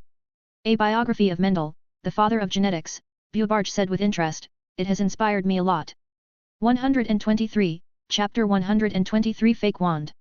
The weather at Hogwarts has become milder, the snow blending into the earth and the tender sprouts poking out, and the young wizards have been extra fond of lying on the grass in front of the Black Lake, lazing in the sun lately. On Saturday, Ron, Hermione, as well as Ginny and Luna, sat by the lake watching Harry and Neville dueling back and forth. 2 more dueling class has passed, and they have learned 2 new spells. A defensive spell Shield Charm, and to accommodate the young wizards, Snape's own invention of a minor mischief spell Langlock Jinx. In addition, his work attracted some controversy, but these remarks were ignored by Snape. Even dark wizards will usually chant spells in the middle of the duel, relying on words to drive emotions and relying on emotions to strengthen the power of the spell. Snape said in a mocking tone, therefore, it is necessary to close the opponent's mouth. In fact, Felix had privately suggested that Snape should teach Silencing Charm instead, but he refused. The Langlock Jinx sticks a person's tongue to their upper jaw, it's not as gentle as the Silencing Charm, and that's exactly what I want. Snape said it was developed independently while he was in school, and he was very happy with the spell from the real-world results. The Shield Charm, on the other hand, as explained by Professor Happ, is much more advanced, and many younger wizards are simply unable to master it. Even Harry and Hermione have not succeeded once. But it is a spell that can resist many kinds of magic spells, and more difficult is. At the time, Professor Happ had said this, the Shield Charm can defend against both magical spells and physical solid attacks, and it's perhaps the most practical defense spell you will ever be exposed to while you are in school. Damocles Belby, the new professor of defense against dark arts, also explained a very useful spell in class, the Supersensory Charm, which has the effect of sharpening the senses of the students, as Flitwick had mentioned in his dueling lecture. You can use it to sense the impending danger in advance, especially if you are in a dangerous situation. He used his magic to create a black fog, let's assume it's late night, a favorite time for redcaps and other magical creatures to launch attacks. If you are in the wild, what would you do you remember? The young wizards bickered and discussed. Belby nodded and said. Suppression, total protection, sense of thieves, better add a Muggle shielding ward, of course, you cannot do this now, but it does not prevent you from keeping this knowledge in mind. He then had the young wizards walk into the black fog one by one to try to avoid the red caps. I've laid some leaves and branches on the ground, so stay focused, and you'll spot the danger ahead of time. However, the truth is, only a few of them could spot the red cap in advance and make a counterattack. Most of the little wizards were knocked and driven out of the black fog by small wooden sticks. But the good thing was that, apart from some embarrassment, none of the young wizards were hurt. Harry had been curious as to why the 2 red caps were so cooperative, and later Professor Belby explained that he had fed them many nutritional potions. They like the taste of blood, especially the blood of magical creatures, and I happen to have no shortage of these. Now, the 2 red caps can be barely considered his assistants. Unknowingly, the dueling class and the new defense against the dark arts class have been integrated into the lives of the young wizards, and are subtly changing their whole school life for the better. The most obvious reflection of this is that many young wizards like to play dueling games in the hallway after class. But these students did not end up well, and Filch arrested many students. One day, the Gryffindor House Cup gems fell with a clatter, and the look on Professor McGonagall's face nearly scared the young lions to death. Not only Gryffindor, even other 3 houses also caught a lot of young wizards of their own. In this period of time, the number of students who were punished by mandatory work was extremely abundant. Snape directly asked a group to deal with potion materials, Professor Sprout asked a group to take care of flowers and plants, and Hagrid also applied to Professor McGonagall to find a few young witches of lower grades to take care of the unicorns that's about to give birth. Professor McGonagall didn't spare the rest of the students, and she asked them to work together to test an improved version of the answer space. Having learned their lesson the hard way, the young wizards at Hogwarts finally realized that it's extremely foolish to cast spells in the corridors and chose abandoned classrooms, the Black Lake, yards, and hidden corners. Just like now, Harry guided Neville on the disarming charm. Neville suffocated and struggled to cast a spell, and finally, after an unknown number of attempts, a very slim red light flew out of his wand. "Great, you did it, Neville!" Harry said loudly. Sitting on the grass, Hermione and others also clapped their hands, and a few Gryffindors in the distance whistled. Neville blushed and tried to say something, but ended up simply scratching his head and grinning happily. The two returned to the vacant field and the group began to make small talk. Ron talked about the news he had received from the twins. The new version of Answer Space is nearly complete, with many of the features mentioned at the time. 4 of the 6 people present had worked on the first beta one except for Harry and Neville, all of them very interested in the topic because, supposedly, the new teaching aids would be available to all 7 grades. What are the new features? Harry asked with interest. The most important one is definitely the leaderboard. Ron said without thinking, I'd like to see Gryffindor crush Slytherin on top, hopefully, number 1, but it's not very realistic, the Ravenclaw nerds will definitely dominate. Ron. Ginny glared at him and turned her head to look at Luna, who is a Ravenclaw. Ron whispered, I'm sorry. Luna expressionlessly pulled a very delicate-looking wand out of her pocket and she pointed the tip towards Ron. Oh, Luna. Harry persuaded he thought Luna is going to give Ron a nasty spell. But the next second, the wand in her hand let out an ear-splitting scream and turned into a giant rubber mouse. Ron's expression became comical, one eyebrow knitted tightly and the other seeming to fly out of his head. Luna pointed at his face and exaggeratedly laughed, Ginny also snickered and giggled softly, the 2 little girls hugged and fell on the grass. Neville held back his laughter, but couldn't hold it in, and he let out a puff, puff, puff sound. Well, that was fun, Ron muttered as he watched Luna slam her fist on the ground. Hermione held the rubber mouse's tail and watched in amazement as it transformed back into a wand. What is this?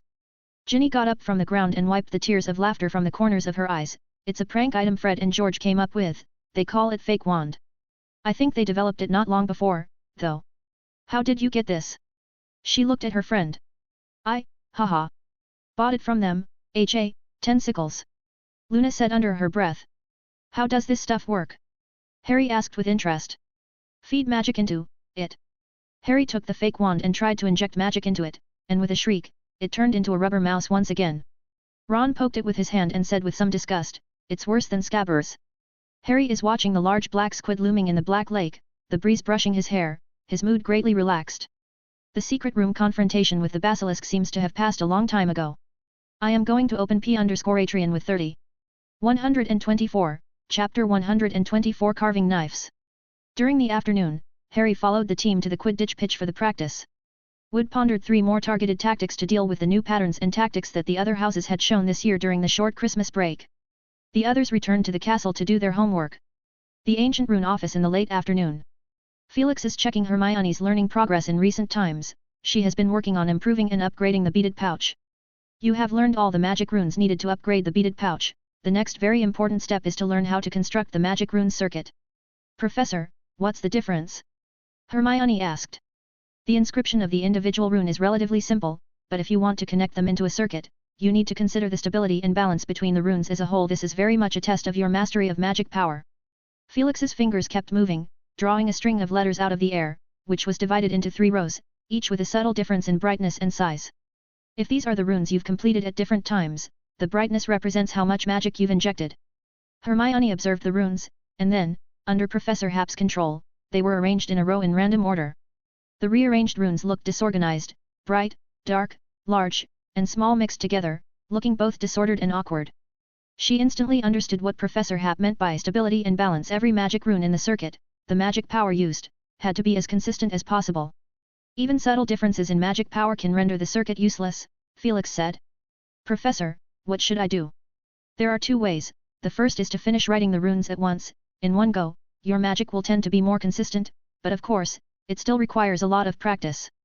But in this way, you need to actively adjust the structure of the runes and make some slight changes in form, which is not something you can do now. But won't this disable the rune itself?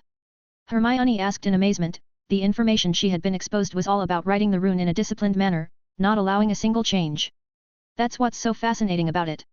Felix gave an example. The process is somewhat like the process of going from letters to words. We learn the letters as standard and regular as possible, but when it comes time to combine them into words, the letters are fine-tuned to better match the flow and beauty of the writing.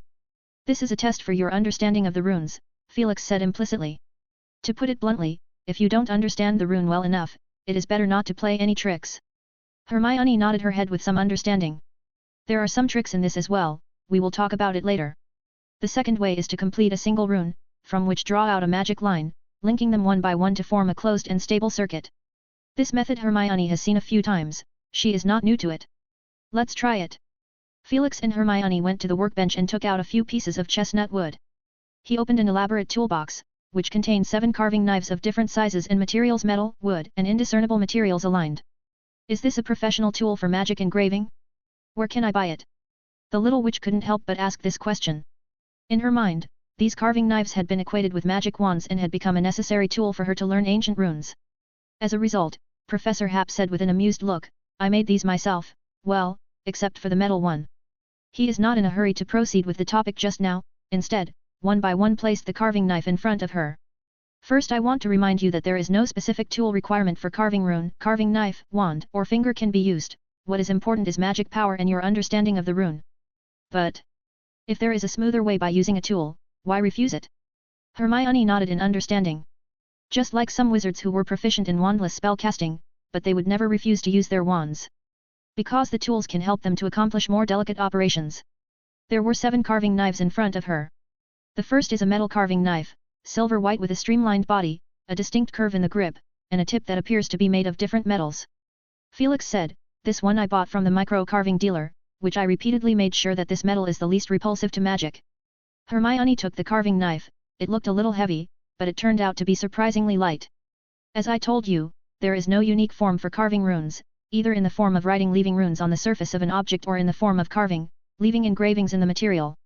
He picked up a piece of chestnut wood and injected magic power into the metal carving knife, the tip of which blossomed with a tiny but burning red light, leaving a rune on the chestnut wood piece. Look, its surface is not flat. Hermione touched the surface of the rune with her fingertips, and could clearly feel the chestnut wood sunken down. This is the metal carving knife that left a trace of the slash. This way is especially suitable for those inert magical materials, such as muggle items, ordinary stones, or, for example, the scale of some magical creatures and so on. Hermione understood somewhat, for inert magical materials, that do not sustain magic easily, can be employed with engraved marks to strengthen the form of the rune. Actually, Felix added, the process is separate carving and enchanting magic, and I'm just very proficient at this process, so I combined the 2 steps together, and when you practice, you still have to do it separately. One of his backups, Felix's wisdom teeth, was done this way. Hermione nodded. Felix took out 5 more wooden carving knives in a row, which looked, rather, like alternative wands, and Hermione had just seen the twins' fake wands during the day and impressed by them. These carving knives, which are made of the same material as the wands, their own characteristics are similar to when they were made into wands. Felix pointed them over one by one. The acacia carving knife, it's hard for beginners to get started, it's particularly sensitive to magic, in fact, overly sensitive. But once you master it, it will quickly adapt to the owner's magic and become extremely personal, and no one else can use it except you.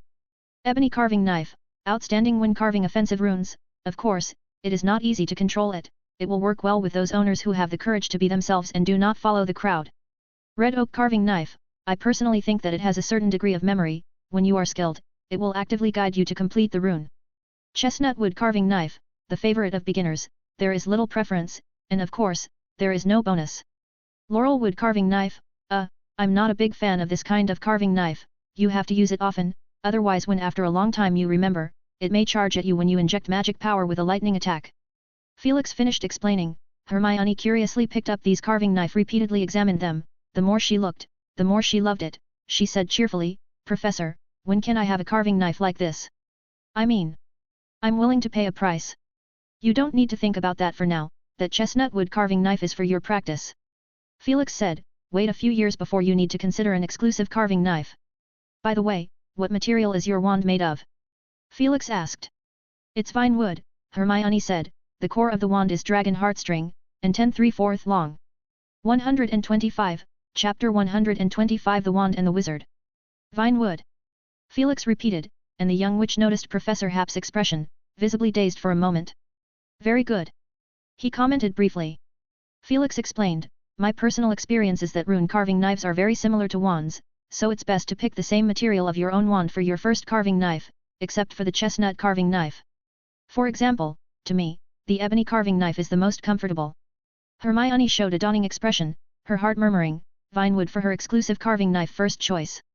However, it also made her curious. When she bought her own wand, Ollivander once mentioned that it is the wand that chooses the wizard, not the wizard who chooses the wand, and Professor Happ also gave similar advice. What is the secret here? She expressed her doubts to Professor Happ. Felix thought about it and said, that makes sense because Ollivander's wand shop never makes custom wands, which means that little wizards have to get used to the traits of wands. So the wands we have in our hands are just roughly compatible with us.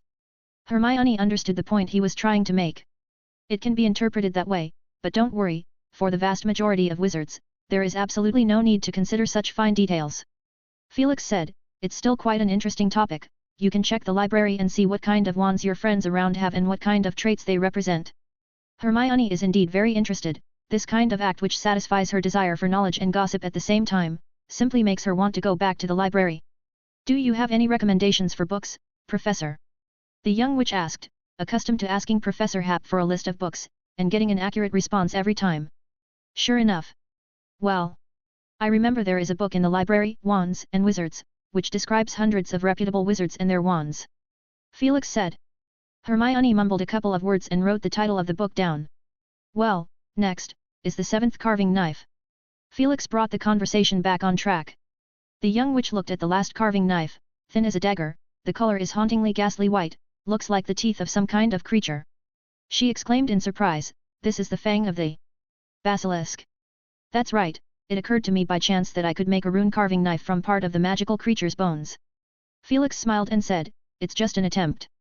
Hermione felt that this material is too wicked, carving out the rune with this type of material will not bring its snake venom or curse, right? So she asked Felix about it, so how does it work? Felix smacked his lips, but only vaguely said some developed new ideas, next time he will use the unicorn horn as a try and so on. Hermione wisely did not ask further. After spending some time explaining the concept of rune carving knife, which Professor Happ invented himself, the two finally returned to the original topic, the difference between a single rune and a rune circuit. Felix put away the other carving knives, leaving only the ebony carving knife and chestnut carving knife. He handed the chestnut carving knife to Hermione. Hermione carefully examined the carving knife in her hand. She realized that this knife will be with her for a long time. Its color is somewhat like a light coffee color, the material is smooth and compact, the top is divided with straight and slender veins, it looks very much like the pattern of the rainflower stone.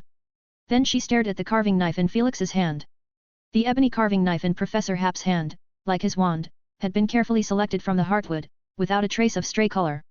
It is a pure, deep black, with a dull sheen, giving it an extremely heavy and hard texture. Felix picked up a thin slice of chestnut wood and said to Hermione, whether it's a wand material carving knife or a chestnut wood slice, it's very friendly to magic, so carving runes is more like writing an essay. He gently held the carving knife, smoothly wrote down a string of runes, red aura from the black tip of the knife bloomed. When Felix lifted the carving knife, the fiery rune has quietly extinguished, branded with black traces. There are two ways to write rune circuits, in one go or one by one. This is the first one. He then took another piece of chestnut wood, wrote an individual rune on it one by one, and after showing it to Hermione, carefully drew out the line to connect them together. Hermione took the two pieces of chestnut wood at the same time, comparing them with each other. With what she could associate, the former is like a completed fancy font, elegant, yet at the expense of individual rune recognition, and the latter is a standard font, except written by naughty children with crayons altogether, and the former is pleasing to the eye, the latter more like poor quality graffiti, people cannot help but frown. But Felix said to her, it's the one you need to master. He pointed to the combination he called typography graffiti. Your beaded pouch requires 3 sets of rune circuits, and I will explain how they are connected. Felix snapped his fingers lightly, and the two people consciousnesses entered the thinking room. From the beginning of the school year, his mastery of this magic had become more and more proficient. This seemed to allude to Snape's theory magic that he invented himself would naturally become more suitable for him. When Harry yawned as he walked out of his dorm room on Sunday morning, he saw Ginny and Ron sitting next to Hermione watching something. Morning, he said, a little sleep-deprived from training for Quidditch the night before and staying up late. Harry rummaged through his book bag for his potions class assignment, but his mind jumbled around. It took him a few minutes before he noticed the difference among the three across him. What are you doing? Hermione intently writing on a thin piece of wood. He thought it was a piece of parchment, and repeatedly looked at it twice. The tool she held in her hand is also odd, a bit like a quill, and also looks like a shrunken wand. But Hermione apparently did not have time to answer him. Harry looked at Ron. Ron whispered to him, "It's a rune circle." Ginny retorted to him, "No it's not, it's a rune circuit." Ron shrugged, "Something like that," he explained towards Harry, "you know, to fix her little beaded bag." He looked over the other side of the table where Hermione is sketching out an odd-looking pattern on a thin wooden board that, from his point of view, kind of looks like a large squid in the black lake. The red light kept flowing from the tip of her pen as she wrote so slowly that the initial strokes had cooled to black. Whew! Hermione let out a long breath and wiped the sweat from her face. "Well, did it work?" Harry asked with interest, although he still isn't quite sure what she was doing. But Harry reckoned he would have to take Ancient Rune next year for that. Hermione's whole body relaxed, and she said somewhat lazily, "I can't keep injecting magic steadily, it's very different from an individual rune." "I remember you said that your success rate is at 90%. Harry asked. "That's an individual rune, rune circuit is much more difficult," she said with a sigh. "I am going to open P_Atrian with 30. 126, Chapter 126 The Empty Castle. A new week begins, and the young wizards are surprised to find that the lessons have changed. Charm class. Professor Flitwick pulled out a stack of parchment and standing on a thick stack of books, "Little wizards, today you will be introduced to a new teaching aid that I think many of you have already heard about. Potions class." In the 5th year classroom, Snape quietly looked at the young wizards off the podium, "For the sake of your owl's grades, I need you to put more effort into your theories, as I have said many times." The little wizards were like a quail, not daring to say anything. He suddenly raised his wand, and dozens of parchments flew out like sharp swords, landing one by one in front of the little wizards. The parchments leaped with the shimmering light of magic. The well-informed young wizards were already impatient to use their wands on it, and called out, "The secret of the ancient rune." But the parchment did not budge. Snape said slowly, "Very well, Miss Campbell has given us a demonstration of how to do it wrong." Transfiguration class. Professor McGonagall's sharp gaze swept around. "It took a tremendous amount of effort from a couple of professors, and I hope you won't treat it lightly. Here, take out your wands and chant after me, the mystery of magic, always keep in mind." The young wizards chanted after that. Ancient Rune class, 6th year classroom. Felix had a smile on his face. "You will find this new version of the answer space has more features, including the leaderboard that you are all looking forward so much." The young wizards couldn't help but try it out. Except for the fact that the startup password changed from the ancient rune, the picture also changed. A castle emerged from the top of a stretching mountain and then moved rapidly through the Great Hall, the grand staircase, the yard, the tower, the library, the forbidden forest. This seems to be the point of view of an outsider entering Hogwarts for the first time, a simple outline of the most familiar scenes. This image is fixed upon the castle of Hogwarts. The flags which represent the 4 houses are inserted at the main entrance of the castle. The snake, badger, lion, and eagle on the flags are lifelike. When their eyes fall on it, they will find the corresponding creatures either swaying, standing upright, roaring, and raising their wings. The young wizards who had chosen the Ancient Rune class had finished the binding process early on, and at the moment they were looking at the latest interface. It showed an overhead view of Hogwarts, with clouds of symbols flashing, each one representing a different class. Such as the one representing the Ancient Rune is a line of rune, the meaning of which is precisely the original password, the secret of Ancient Rune. The one representing the Transfiguration class is a flaming lion, but its form keeps changing. On behalf of Potion class is a boiling crucible, with rolling hot air constantly churning. Besides these symbols, the young wizards were most concerned about the leaderboard function. They looked carefully, and on the right side of the parchment alongside their names, a new symbol appeared. It is a sketch of a roll of magic scroll. The young wizards rather skillfully tapped their wands on the scroll, and a rain swallow with scythe wings flew to the center with the magic scroll, which began to zoom in and slowly unfold. In the top line, a row of words began to appear: house, year, name, code, subject, level, score, a total of 6 categories. Other than that, it remained empty. Felix looked at the crowd and explained, "There are a few points that need your attention. The ranking on the leaderboard is not about grades, but about examining your accumulation in the subject, which I and other professors believe would allow you to find your direction of interest in advance, which would be good for your future employment.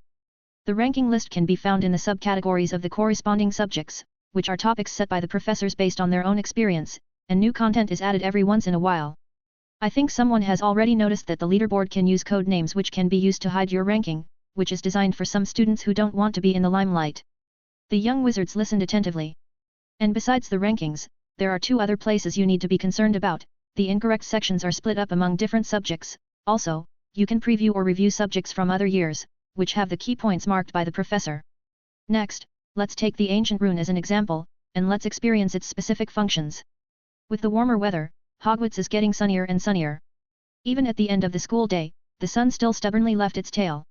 In the castle corridor, Ron kept yelling in a low voice, "Crazy, they are all crazy, not a single one." Harry gave him a sympathetic look, he felt that Ron's state is abnormal now. He's holding a piece of parchment in his hand and just staring at the leaderboard on it all the way. In the second-year list, Hermione Granger's name occupied the first place in all subjects, having passed 37 levels already at the highest level of the charm class, and besides that, he saw many familiar names, Cedric Diggory, Cho Chang, Percy Weasley, Penelope Clearwater. The castle became empty, with very few people inside, everyone holed up in the library or in the common room playing games for level breaking and unlocking a new level. They couldn't stand the atmosphere in the common room anymore and ran out to hang out. Ron muttered, "I can't understand how the words break-in and game are linked together." Harry said, "Wait a few days for everyone to come to their senses, I guess." Ron remarked something that he couldn't agree more with him, "Hermione definitely won't, she's totally caught up in it." Harry and Ron had no idea of returning to the common room, they wandered around the castle and soon came across a familiar figure. "Fred, George. Oh, it's you two." One of the twins said. "What are you guys doing out here, shouldn't you be in the common room playing break-in games?" "Not us, though." The twins grinned, "Today is a rare occasion, so of course we have to remember this." "So you guys were going out for a fun trip?" "It's too early for that," Ron said suspiciously. "No, Percy is pretty confident that he'll take first place in the 6th year, so we're going to get some butterbeer and Honeydukes sweets," Fred said. "That's right, success or failure, it's worth celebrating," George said with a grin. "So you guys are going to sneak out and go to Hogsmeade through the secret passage? Can you take us there?"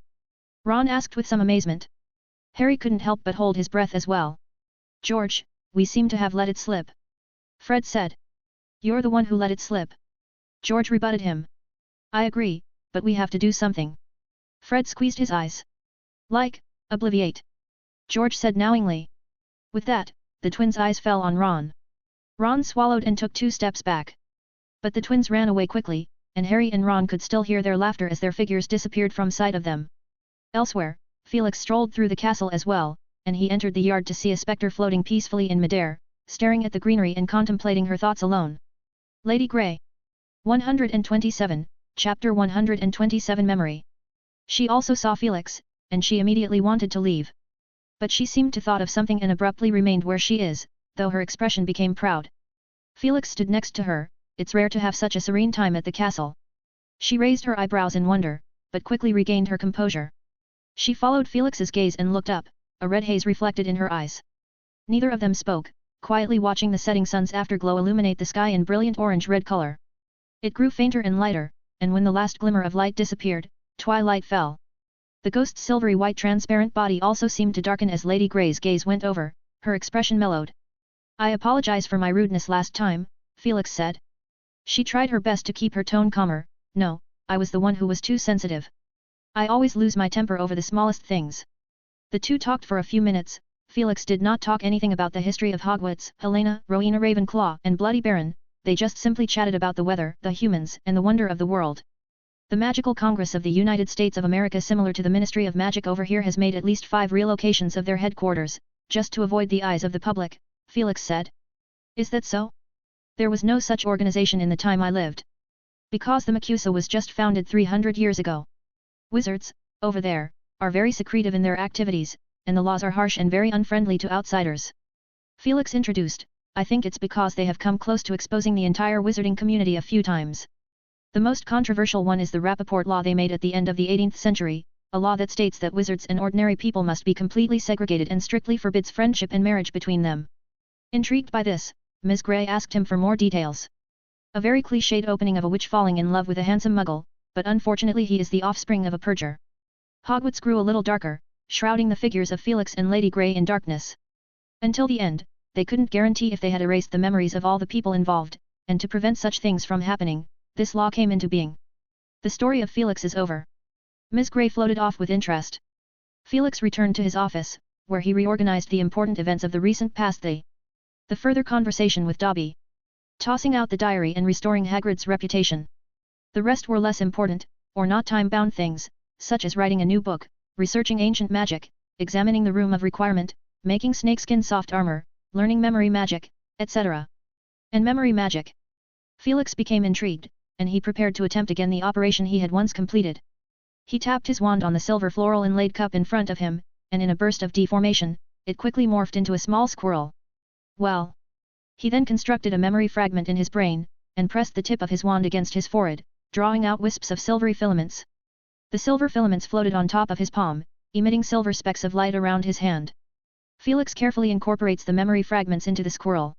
Its expression became animated, and the little squirrel lifted its head and stared straight at him. "Do you have anything to say?" Felix asked softly. He knew it wouldn't open its mouth because the memory didn't contain the linguistic input, it's merely equivalent to a code word, and the squirrel began to move. It stood on the table and looked around, and soon brought a quill to him in its mouth. Felix tapped on the table again, and it quickly ran to the other side of the table, this time bringing back a piece of parchment. "Very good." He nodded, then watched quietly as he gave this memory 2 instructions in addition to some habits of the little squirrel that he understood. At the moment, for example, the little squirrel hid in its big fluffy tail and carefully poked its head out, its black eyes staring at him. After about 7 or 8 minutes, its expression lost its brilliance. Felix waved his wand and made it revert into a cup with a silver pattern. He fell into thought. The office went quiet. Half an hour later, he once again had a new inspiration. Felix whispered, "Expecto Patronum." The tiny silver rain swallow flew out of his wand and circled around the office, its speed so fast that it left a slim streak in its owner's eyes. The hazy silver glow made the room gorgeous, and finally, it landed lightly in front of Felix. How would it work if I injected some memories into the patroness? That's what Felix thought, and that's what he did, as a memory with the same color integrated into Rain Swallow's body. In his expectant gaze, Rain Swallow silently shattered. It is out of his expectation, why would this happen? But he quickly thought of the definition of the patroness, it is a reflection of your most positive emotions of all, the caster must focus on recalling the happiest memories they can think of, and as far as practice goes, the stronger the joy the memories bring, the stronger the effect of the spell. The keyword used to describe this is memory. The patroness is made up of happy memories, and Felix just happened to inject memory, so naturally, the magic naturally dissipated. Felix shook his head, I thought I could get a more stable transfiguration structure with the patroness, by using the temporary incorporation of memories. According to his vision, the patroness can act as a messenger, can be separated from the wizard a certain distance by itself, if it is given enough flexible memories, is it not equivalent to another self that wanders in the outside world? Whether it was the patroness magic itself, or the memory fragments injected, it all depended entirely on the wizard himself, so there was no need to worry about it getting out of control. Even, according to his vision, the ultimate form of this magic can directly carry his own consciousness, to allow his patroness to walk around the wizarding world while he is in school, to complete some simple tasks. For example, gathering information and inquiring news. Concerning this aspect, Felix already has certain plans, such as with the help of contract with magic, such as with the help of thinking room, although now there is no ray of light at all, at least he can work in this direction. But it all stops at the first step. One is pure and happy memory, and the other is a fragment of memory without emotion, which are inherently at odds with each other. How on earth can he solve this problem? 128, Chapter 128 Ravenclaw's Chamber of Secrets. Felix was pondering this question until the next day. He just came back from the room of requirement. In this hidden room, he tried to use various methods to make these two unrelated memories get along, but all ended in failure. Therefore, Felix instead began to research the room of requirement. He repeatedly passed across the troll tapestry on the 7th floor, mentally pondering the various needs. He had researched this mysterious room earlier, but it was all about his own needs, and except for the outrageous requests that were regular and in line with the perception of the wizarding world were basically met. So he intends to try out the room of requirement from someone else's perspective. Starting with a simple idea like hiding something, he kept trying all kinds of possibilities and even hit on various professors. For example, I want to access the Severus Snape's secret stash. Naturally, there's no response at all. It seems that Professor Snape, when he was a student, did not have the habit of running around with prohibited items in his pocket, he thought with some relish. Felix found joy in this game, it gave him a sense of time and space dislocation in conversation with a distant young acquaintance. He tried with relish, this time anchoring the headmaster of Hogwarts. The room where Albus Dumbledore hid his stuff. The room where Albus Dumbledore practices his magic. The luxurious sleeping room where Albus Dumbledore slept. The luxurious washroom that Albus Dumbledore ever used. Felix was about to continue the next topic, but a door surfaced on the wall very abruptly. The door, which opened from left to right, looked very luxurious and decorated with various golden carvings and patterns. What did I just mention? He obviously froze for a moment, and then pushed open the door and walked in. Inside is a very luxurious lavatory, decorated with a variety of exquisite and luxurious chamber pots. Felix silently retreated. He is debating whether to continue, when not far away came a noise. Under his gaze, Trelawney appeared dragging a box. The box made a tinkling sound of glass clashing, very clear in the corridor. Trelawney did not wear those mysterious-looking accessories but wore a crumpled pajama, her hair also messily braided up, looking unkempt. She also saw Felix. Trelawney's expression quickly went from bewilderment to horror, but she did her best to remain calm and said, "I'm glad to see you here, Felix. Fate has brought us together this early in the morning. So you don't have any preparations at all and despise the fate?" Felix said, pointing to her costume. Trelawney retorted angrily, "Don't despise fate. Well, besides fate arranging for us to meet, what else do you plan to do by the way?" His eyes fell on the box, which contained 7 or 8 bottles of sherry. "Oh. I think I can hide, to put something that I can't use by the way." The two then fell silent. Felix felt that she wanted to escape from here very badly, and he did not want to stay much longer, but there is one more question to be cleared up. "You know about the room of requirement?" "What?" "Oh, yeah," she said absently, "I use it to keep my stuff, and frankly, my office is a little small, and I haven't had a pay raise over the years." Felix quickly excused himself. After leaving the 7th floor, Felix ran to the Great Hall for breakfast and then made his way to the ancient Rune classroom in a hurry. On the way, his thoughts whirled, thinking about memory magic for a moment and the room of requirement for a moment. "Hey, look out, Miss Lovegood." In his lingering glance, he caught a glimpse of a figure approaching straight ahead, and he stepped aside to avoid her. It is Luna Lovegood, holding a piece of parchment in her hand and looking at it intently, but Felix notices that she is holding it upside down. "It's you, Professor Hap." She lifted her head and looked at him with wide eyes. "It's good to see you." "So am I, Miss Lovegood," Felix replied helplessly, the second time today he expected to hear that from an acquaintance. She waved the parchment in her hand. "I'm reading the leaderboard, and I'm not going to bump into anyone, don't worry," she said. Felix choked a little, he just wanted to remind the little girl, now he could only change the subject and ask, "Anything interesting?" "Very interesting indeed." Luna showed him the parchment still crooked and she said chirpily, "From this angle, here," her finger traced an arc across the paper, connecting the Ravenclaw names, "doesn't it look like an eagle?" "Well." Felix scrutinized it for a good half-minute, and he said, "It does look like that." Luna immediately raised her eyebrows and smiled. Clear-thinking little girl, worthy of Ravenclaw. Felix thought to himself as he watched her distant back. As he stood at the podium, looking at the young 4th-year wizard, ready to start the lesson, a light suddenly flashed. He had always had a question about who had built the room of requirement. Even he could not see through the entire structure of the room. Is it possible for an ordinary wizard to do this? But Hogwarts had been around for 1,000 years and had produced many outstanding wizards, so he couldn't say whether such a person existed. So this suspicion is once given up by him. However, he suddenly fixed on one person at this moment, Rowena Ravenclaw. Could it be that she built the room of requirement? Thinking from this perspective, a lot of things are clear. The magical power supply of the room of requirement is based directly on Hogwarts, and Rowena Ravenclaw is one of the founders of Hogwarts and naturally has this authority. The room of requirement has no fixed form and will always change to match the needs of the person asking for help, which must contain powerful memory magic, transfiguration magic. And from the manuscript Felix saw, Rowena Ravenclaw did meet this requirement. Also, the rumors of the Chamber of Secrets that have been circulating for 1,000 years, the only ones most famous for this are Slytherin and Ravenclaw. Now that Slytherin's Chamber of Secrets has been found, what about Ravenclaw's Chamber of Secrets? The young wizards on the stage saw Professor Hap with a smile on his face, seemingly ready for class, but he suddenly fell silent. "Professor?" a young wizard bravely asked. "Oh." Felix snapped back to his senses and suppressed his thoughts as he turned to the young wizards and said, "Now, let us begin today's lesson. Please turn the book to page 147. I am going to open P_Atrian with 30. 129, Chapter 129 Helena Ravenclaw. After finishing the day's lecture, Felix left plenty of time to answer questions. "Professor, how do I pass the 7th level of the Ancient Rune test?" A young Slytherin wizard raised his hand to ask a question. "Montague, I remember I tagged the hints on every level." Felix blinked. "But you just left a book title, Professor," he said with some resignation, "and it's an unread book." The other young wizards also murmured in disgust. "Ahem." Felix cleared his throat and magically drew out a piece of parchment as they looked over. "In fact, you were supposed to have already read it. The book, Easy Ancient Rune, appeared 3 times on your last year's paper reference list. Shall I remind you which ones?" The young wizards looked at him dumbfounded as the discussion came to a halt. "Professor, you weren't here last year." Felix said in a light-hearted tone. I exchanged letters with Professor Babbling, and she told me about the cache of information from previous years. He looked down from the podium with some emotion. She is quite a serious professor, isn't she?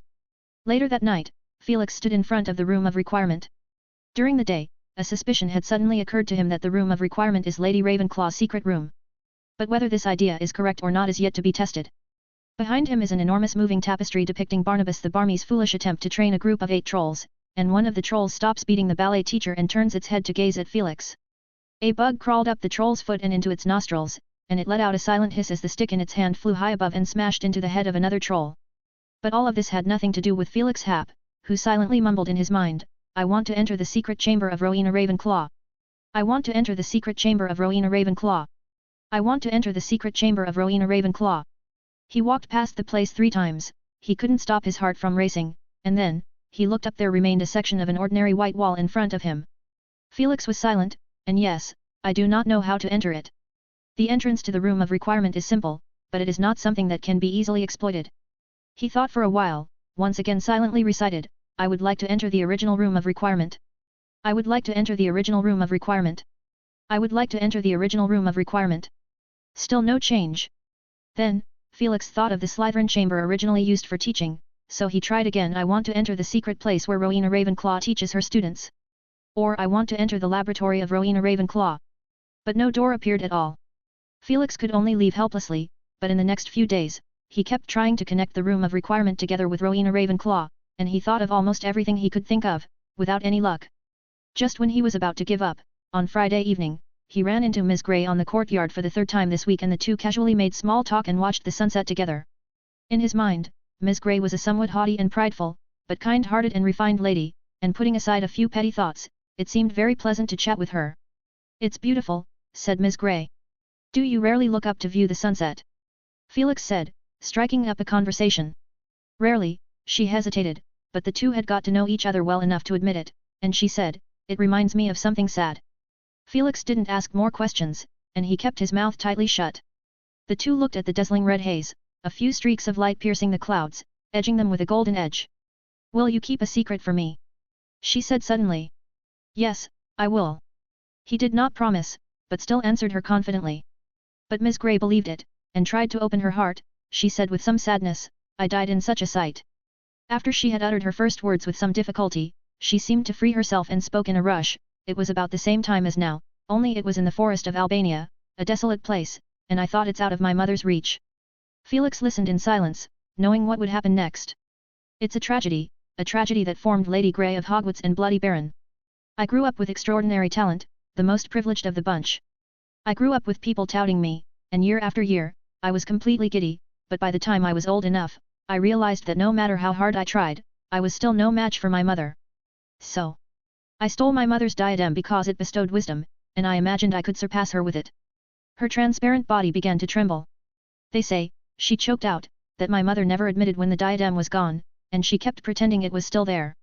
She even hid that loss from other founders of Hogwarts, concealing my disgraceful betrayal. Then my mother became ill, very ill. Even though I had done something ungrateful and unjust, she was still desperate to see me again. She sent a certain guy to me. But I rejected him, thinking he was lying to me, along with my mother. How could she be sick when she had already taken that step a long time ago? Felix asked calmly, it's Bloody Baron. That's him. I refused to go back with him, and he went into a rage, he always does, and the dark magic has completely eaten him up. Felix listened quietly. We had a violent conflict, and no one could have foreseen the consequences. He stabbed me to death with his sword. I fell to the ground and saw this vision of dusk. She lifted her head and watched the last glow slip away. After a long silence, Felix asked, do you hate him, Bloody Baron? Do I hate him? He destroyed me, my magic, my life, my everything. She yelled with indignation. Helena Ravenclaw took a deep breath and raised her head so that her expression could not be seen. And, she whispered, before I died, I asked him if what he said was true. It was about my mother. He told me everything was true, that my mother was truly very sick. He deprived me of the chance to see my mother one last time, my only chance to redeem myself. Do I hate him, you ask? My answer is, of course, I do. She suddenly shouted out of control. She floated and about to leave, but her hand got caught and Helena looked back in shock, even her expression of anger lightened considerably. Felix's hand shrouded with a cold, ghostly blue light, and he tightened his grip on her hand. 130, Chapter 130 The Choice. What kind of magic you are doing? Helene's expression is brilliant. A kind of application of memory magic. Felix explained, a fine layer of sweat dipping out of his forehead. Can you stay for a while? To be honest, I'm not very good at this magic yet. She paused. Felix's head got a little dizzy, having constructed a huge amount of memories in just one moment and using them all at once, making his mind foggy. Helena looked at him with concern. Felix took a few deep breaths and felt much better. He said to Helena, we're friends, aren't we? Of course. Forgive me for taking the liberty, ma'am. From your story, instead of hating the other guys, I'd say you're hating yourself. Her expression fell silent for a moment, and she turned her body slightly sideways, keeping half of her face in the shadows. Felix eased his tone as much as possible. Why did you become a ghost? Is it because you fear death? From my contact with you, I don't think so. What really bothers you is your inability to let go of the guilt you feel for your mother. He said with an extremely serious expression, Bloody Baron has been carrying the shackles for 1,000 years, how could it be otherwise for you? I hope you will try to forgive yourself. The night enveloped the castle and after a long silence. The one person who could forgive me has disappeared forever. On the third day, when I became a ghost, Helena said icily, turned and floated away. This time, Felix didn't bother to stop. Ghosts are born from obsessions, and the thoughts before death are the most radiant and intense. So most ghosts' obsessions are born out of a fear of death and an escape mentality. Those like Helena, Baron, and Professor Binns are few and far between. For Helena, her obsession is one of guilt and regret that her ignorance led to a big mistake, regret that she did not believe Baron's words, and guilt that she did not see her mother one last time and apologize to her in person. That night, he appeared in front of the white wall of the room of requirement. Through his conversation with Helena Ravenclaw, he suddenly came up with an angle he had never considered before. He thought to himself, I want to find the room that Rowena Ravenclaw left for her daughter, Helene Ravenclaw. I want to find the room that Rowena Ravenclaw left for her daughter, Helene Ravenclaw. I want to find the room that Rowena Ravenclaw's room left to his daughter, Helena Laneclaw. Will it work? It's reasonable to assume that there shouldn't be such a loophole. Felix slowly opened his eyes. A plain blue door, drawn from white walls, appeared in reality. On the door, a silver-white handle emerged. Felix's hand rested on the door handle, but at this moment, he suddenly hesitated. After a long time, he firmly pushed open the door. Inside the door is a very simple room. The room is not large, with a few simple tables, chairs, flowers, books. The place is spotless, giving people a sense of tranquility and warmth. Is anyone here? He asked. After a long time, he did not get any response. He tapped his forehead with his finger and switched his own perspective. The color faded fast, and a ripple spread out, centering on him. Felix saw the magic that seemed like substance and coiled in the deepest part like silk spread out, a dozen magic channels like chains that went deep inside through the air. This is the true core of the room of requirement. For the next few days, Felix kept wavering, having trouble making up his mind. He had realized that the core of the room of requirement is that room. And what lay deep within the magic, much like silk, he had a suspicion that it might be a memory left behind by Lady Rowena Ravenclaw. He didn't know why he was allowed in, maybe he mentioned the name Helena Ravenclaw? And the memories left behind by Lady Ravenclaw were still dormant before he made the discovery. According to common sense, he should have told Helena Ravenclaw about it right away. It would be good for both parties. Helena might reconcile with her mother, and he could use the opportunity to ask about some mysteries of magic, or if he is lucky, he could even get the Ravenclaw legacy. But he found himself not looking forward to this event much. For the ghost, moving on would mean relief, but what would it signify for the people who had, in reality, developed a friendship with the ghost? Felix felt confused, his experiences did not help him, so he chose to ask someone with more wisdom. Headmaster Dumbledore, how do you feel about death? Well. Felix, why do you suddenly ask this question? Dumbledore looked at him with some confusion. Because of some matter of feeling. Realizing that Felix did not want to explain, Dumbledore thoughtfully did not ask more questions. He pondered, smacked his lips, and said, everyone has a different view of death, fear, avoidance, disgust, but for some people, such as me, have a welcome attitude. Welcoming. Felix wondered if he had misheard. Felix, for an old man like me, nothing in the world would make him flinch. Death to me is just an unknown, new and interesting thing, like an entrance slip to a great adventure. Felix shook his head. This is different from his concept. He may not fear death, but he will not look forward to it either. He asked what he was most concerned about. So what do you think the existence of ghosts means? Ghosts? They are stranded in reality due to strong obsessions. No, Headmaster Dumbledore, he interrupted Dumbledore, please forgive me, perhaps I did not describe it very well. Dumbledore looked at him understandingly, giving Felix time to reorganize his words, and this time Felix asked, with caution, ghosts exist because of their obsessions, and they are liberated when their obsessions disappear. Is that correct? That's right. Dumbledore blinked and said approvingly. And what does this liberation count as? Another death? Especially for her living friend, in reality, I mean, that's forever separation, no different from death. She? Dumbledore asked. Felix remained silent and did not answer. Dumbledore thought carefully for a moment before saying, different people may have different interpretations, I can only say what I think about it for your reference. This is exactly what I came for, to rely on your wisdom to help me see a few things clearly, Felix said. For ghosts, there is no doubt that keep moving on is a relief. Being stuck in reality does not make them happy, in fact, while they can continue to speak and walk, they are unable to enjoy anything and are always bound by their obsessions. Few choose to carry on their existence in this most deprived way. What about the living ones? What about the friends of the ghosts? Only a blessing. Dumbledore said calmly, it may be that I have experienced so much that I always see things soberly, somehow. He said softly, and even somewhat inhumanly. I am going to open P_Atrian with 30. 131, Chapter 131 Helena's Decision. Felix politely excused himself and left. In the afternoon class, he is absent-minded. Please turn your books to page 147. Let's look at how ancient wizards viewed the concept of being. Professor? That's the part we covered in our last class, said a young wizard, raising his hand. Felix gave a surprised look as he looked at the textbook. It was indeed my fault and I owe you all an apology. It also shows the point that professors are also human beings who are bound to make mistakes at times. Okay, let's turn to page 152, today we're going to talk about hope and its relevant ancient rune. The Weasley twins off the stage looked at each other, and Fred squeezed his eyes. It's rare for Professor Hap to make a mistake in class. George made lip sync, we witnessed history. Fred pinched George's thigh to keep himself from making a sound. After class, the twins surrounded Felix. After a few questions were answered, Fred asked curiously, Professor, is there anything we can do to help you? Pardon? Oh, Professor, George said playfully, we think you might be in a little pickle, and though we can probably fix it, maybe we can do something about it. Felix flashed a smile, Mr. Weasley's, I don't have any. Well, he looked at the two and asked thoughtfully, can you get a magic camera? He knew that the young wizards had a private circle similar to a flea market with all sorts of new and interesting gadgets. Professor, would a Muggle camera and a developing solution work? The effect is the same. Fred said. That's right, George explained, first year Creevy was the one who asked us to buy the developing solution, but the camera is the one he brought with him.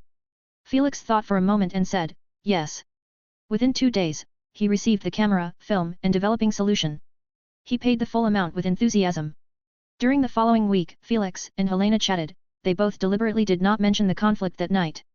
Felix described interesting things about the outside world, even including the hidden secrets of his own travels over the years. Is it true that you were caught by Aura in the American wizarding black market? She asked in surprise. I can't say that, it was merely a matter of coincidence that I caught one of their operations, and I originally wanted to slip away with the crowd. Everyone was masked anyway, and it was easy to get out an apparite. And then what? She asked with interest. 7 Aura found me and chased after me. Felix said with a look of regret, I had to take them down. That was the first actual battle with his instant killing tactics, except he took a bottle of potion in order to enhance the thinking speed, for which he had a headache for a week. It's a pity. Pity about what? Felix asked. Unfortunately, I can't use magic, and even lost most of the memories related to casting magic.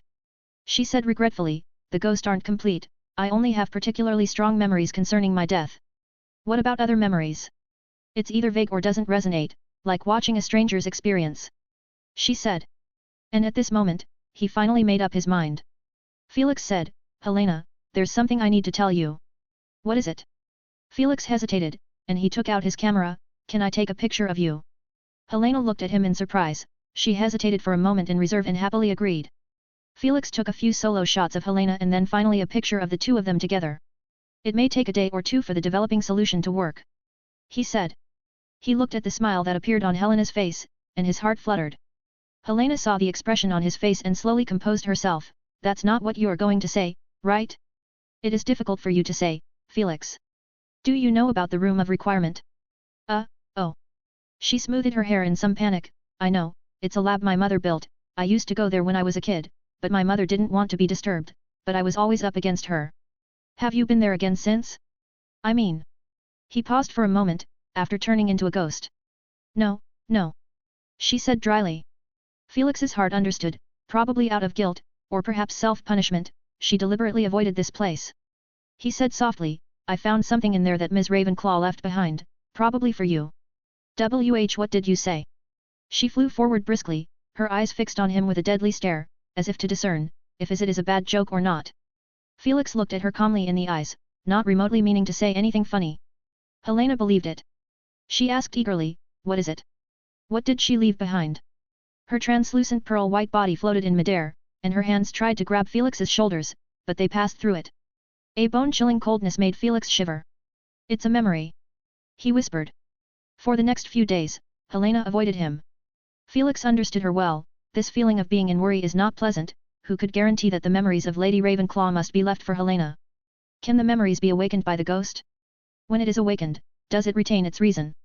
Will there be a reason, and will there be a desired outcome? Although the answer to these questions is most likely yes, but no one can be sure until the moment when the truth is revealed. In the meantime, Felix had collected 7 photos, and under the effect of the developing solution and the adjustment with his magic, Helena looked like a real person, beautiful, tall, and with a smile on her lips. Finally, on the morning of the weekend, she found Felix. Take me there. She said calmly. You've decided. She nodded solemnly, accepting whatever the outcome would be. On the 7th floor, in front of the room of requirement, Felix and Helena stood quietly. A blue door slowly appeared, and Helena looked at him as Felix held the knob and pushed it open. Felix stepped into the room again, with an additional Helena beside him, or rather, he is the guest. As Helene stepped into the room of requirement, the whole room became active. Subtle sounds came from all sides of the room, and even without having to switch his perspective, Felix could feel a huge magical force awakening. The furnishings in the room continued to disappear, and the space continued to stretch until it became a white, borderless world. Heaven and earth, it seems, have lost their limits, leaving only Felix and Helena to exist. Not far in front of Helena, the magic power gathered in a gushing manner, outlining the figure of a lady. From the illusory, to the reality, she came out of nothing. After 1,000 years, Rowena Ravenclaw opened her eyes. 132, Chapter 132 Rowena Ravenclaw. A beautiful, but stern-faced witch, she did not look like a memory at all, but rather like a real living person. If he hadn't seen her transformation into reality with his own eyes, Felix would have thought Ravenclaw had managed to survive to this day.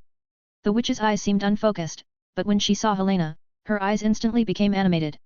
Her eyebrows and expression became delicate, her eyes gradually sharpened. She is Rowena Ravenclaw, one of the 4 founders of Hogwarts, a legendary wizard from 1,000 years ago. Helena, welcome home. She said. Mother, Helena choked as silvery, clear teardrops poured down. Lady Ravenclaw's keen gaze swept over her body, then glanced at Felix, who stood back silently. Gentlemen, could you tell me how much time has passed? You may call me Felix, Felix Hap. Felix bowed slightly. 1,000 years have passed, ma'am. 1,000 years.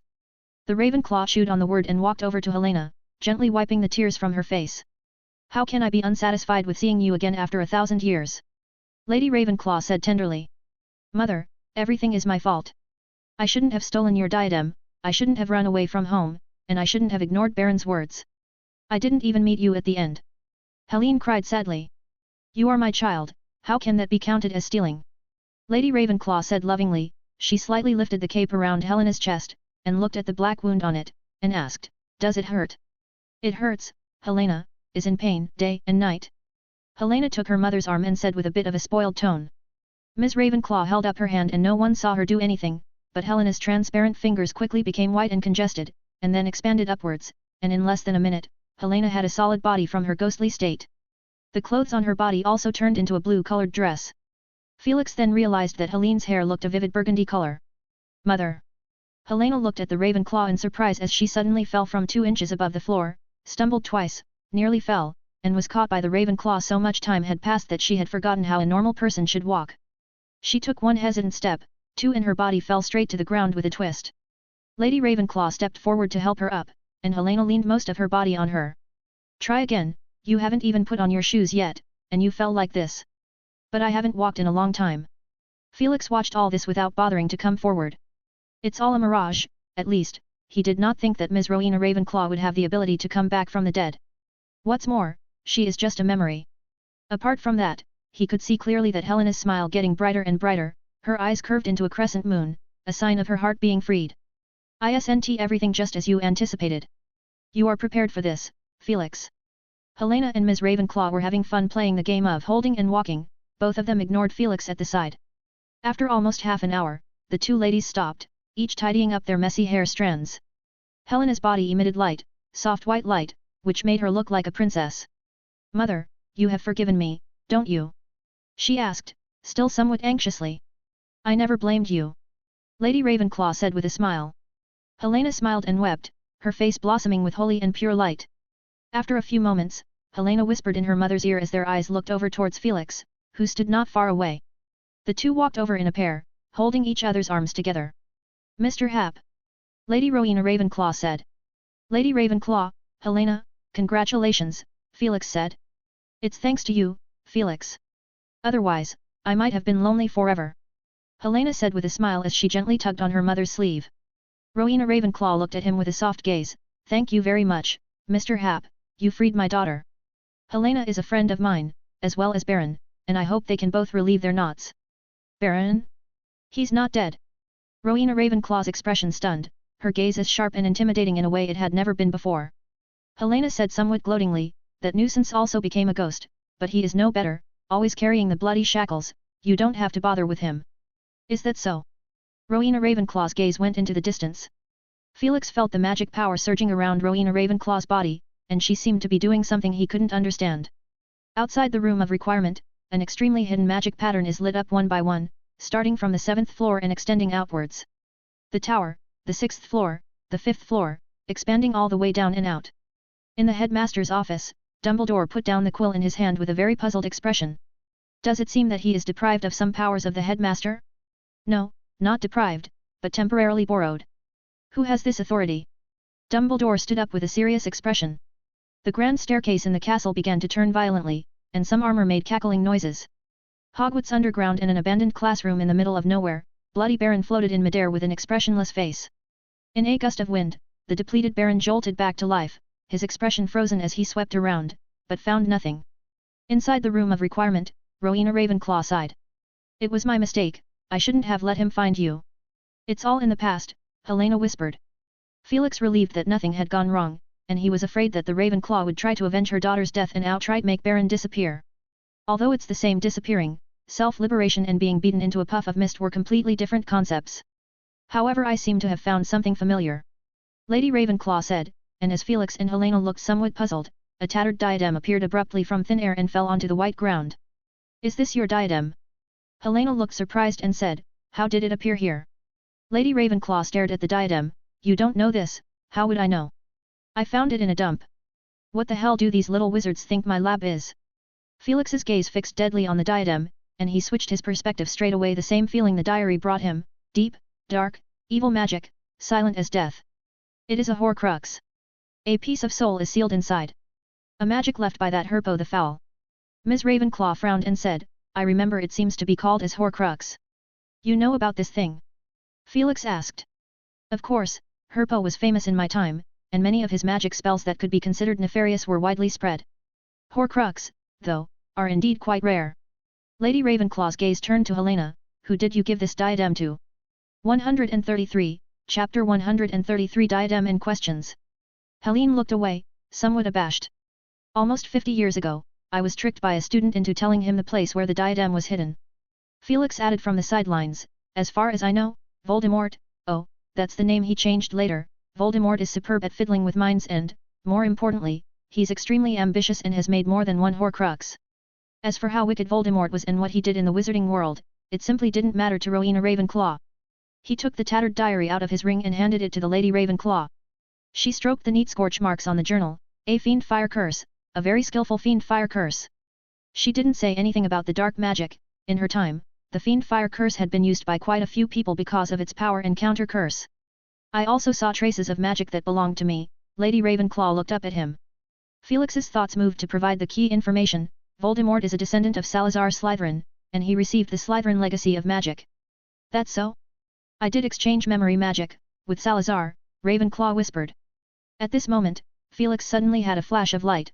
he took out the magic manuscripts of Lockhart and said tentatively, "These manuscripts came from a professor who graduated from Ravenclaw House. He said he obtained a hidden inheritance."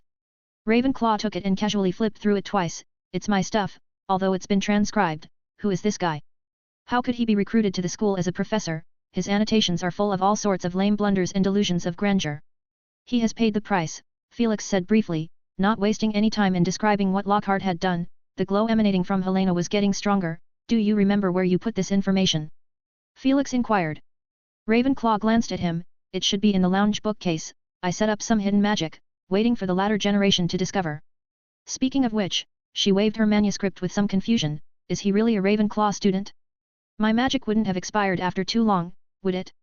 But I set it to automatically draw on Hogwarts' overflowing magic. Ah. This lady is not as daunting as she seems when discussing magic," Felix thought to himself. His eyes went to the diadem. "Lady Ravenclaw, if you don't mind, I will be obliged to take it away and find an opportunity to destroy it." "With your fiend fire curse?" Lady Ravenclaw asked. "It's very effective. But the diadem will be completely ruined." Lady Ravenclaw glanced disgustedly at the large hole in the diary and thought for a moment. "I'll do it." She poked out her hand, let the diadem float in front of her, scrutinized it for a moment, and tossed it out.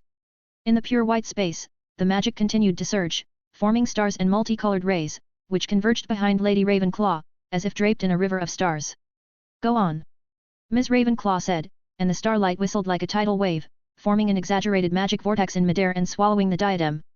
In the vortex, an ice blue and bronze magic began to swirl and poured in the diadem. Wisps of black gas spilled out of it and then were smashed by the surrounding magic. A harsh sound rang out, but Lady Ravenclaw reached out and pointed, and the sound suddenly disappeared. "This?" Felix asked in amazement if he saw it right. "This crude approach is." "I borrowed the magic of the castle to form a vortex that pulls out the souls inside and grinds them apart piece by piece," Ravenclaw said flatly. "Felix. Amazing to have this much magic power." He asked politely, "Won't this damage your diadem?" A diadem that could grant a person wisdom is something he would be interested in studying, but his original intention was to do so after he resolved the Horcrux without harm. "It's already ruined, the nefarious soul tainted the diadem's entire wisdom, and I just don't want to damage its materials," Lady Ravenclaw said. Felix looked at the diadem that kept spilling out black smoke in midair and remained silent. Helena, who had been holding the Lady Ravenclaw, asked, "Felix, don't you have a lot of problems that you don't know how to solve? There's a Grand Master of Magic right here." She winked at Felix and made a gesture. "You're welcome." The Ravenclaw smiled at Helena and Felix's interaction. "Feel free to ask any questions you have, there may not be much time left." She looked over at Helena. The glow in her body could no longer be hidden. Once Helena is freed, her mission would be complete. In the end, she is merely a memory. Lady Ravenclaw held Helena's hand in her backhand, trying to delay the process, and Helena gave her a beautiful smile. Time is limited, and Felix isn't pushing it, hurrying to ask about the thing he is most interested in. "Lady Ravenclaw, my first question is, what is memory?"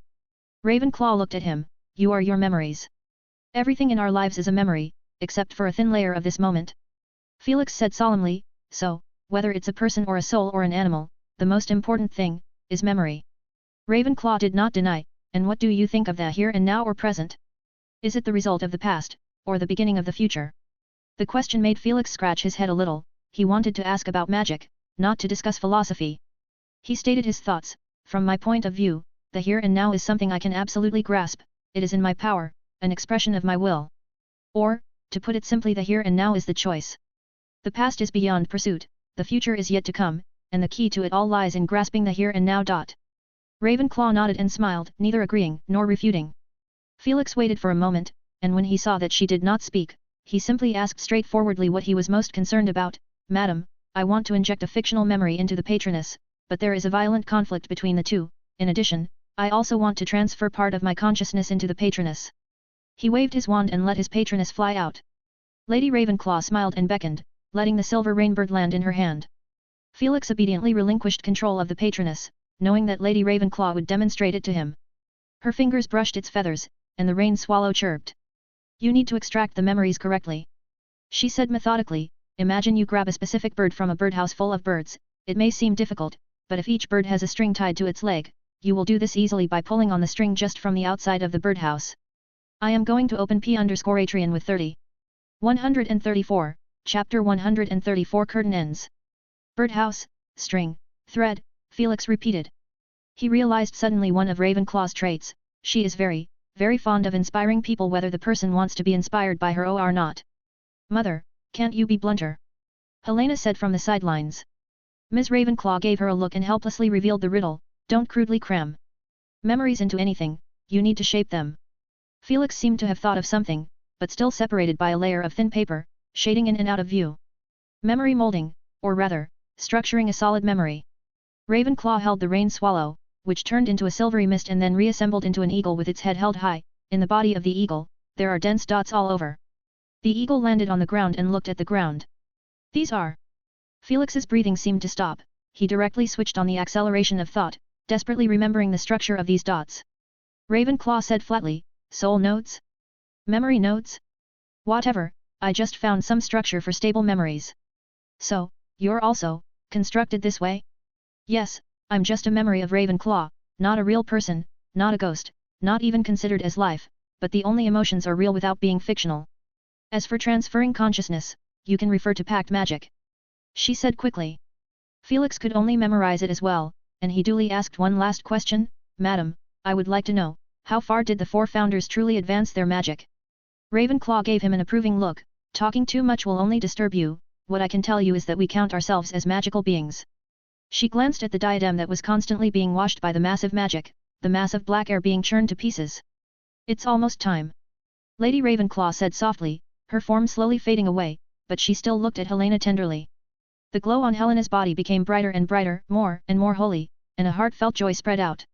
The temporary body constructed by magic had disappeared, and she reverted to the form of a ghost. May I hug you again? She asked.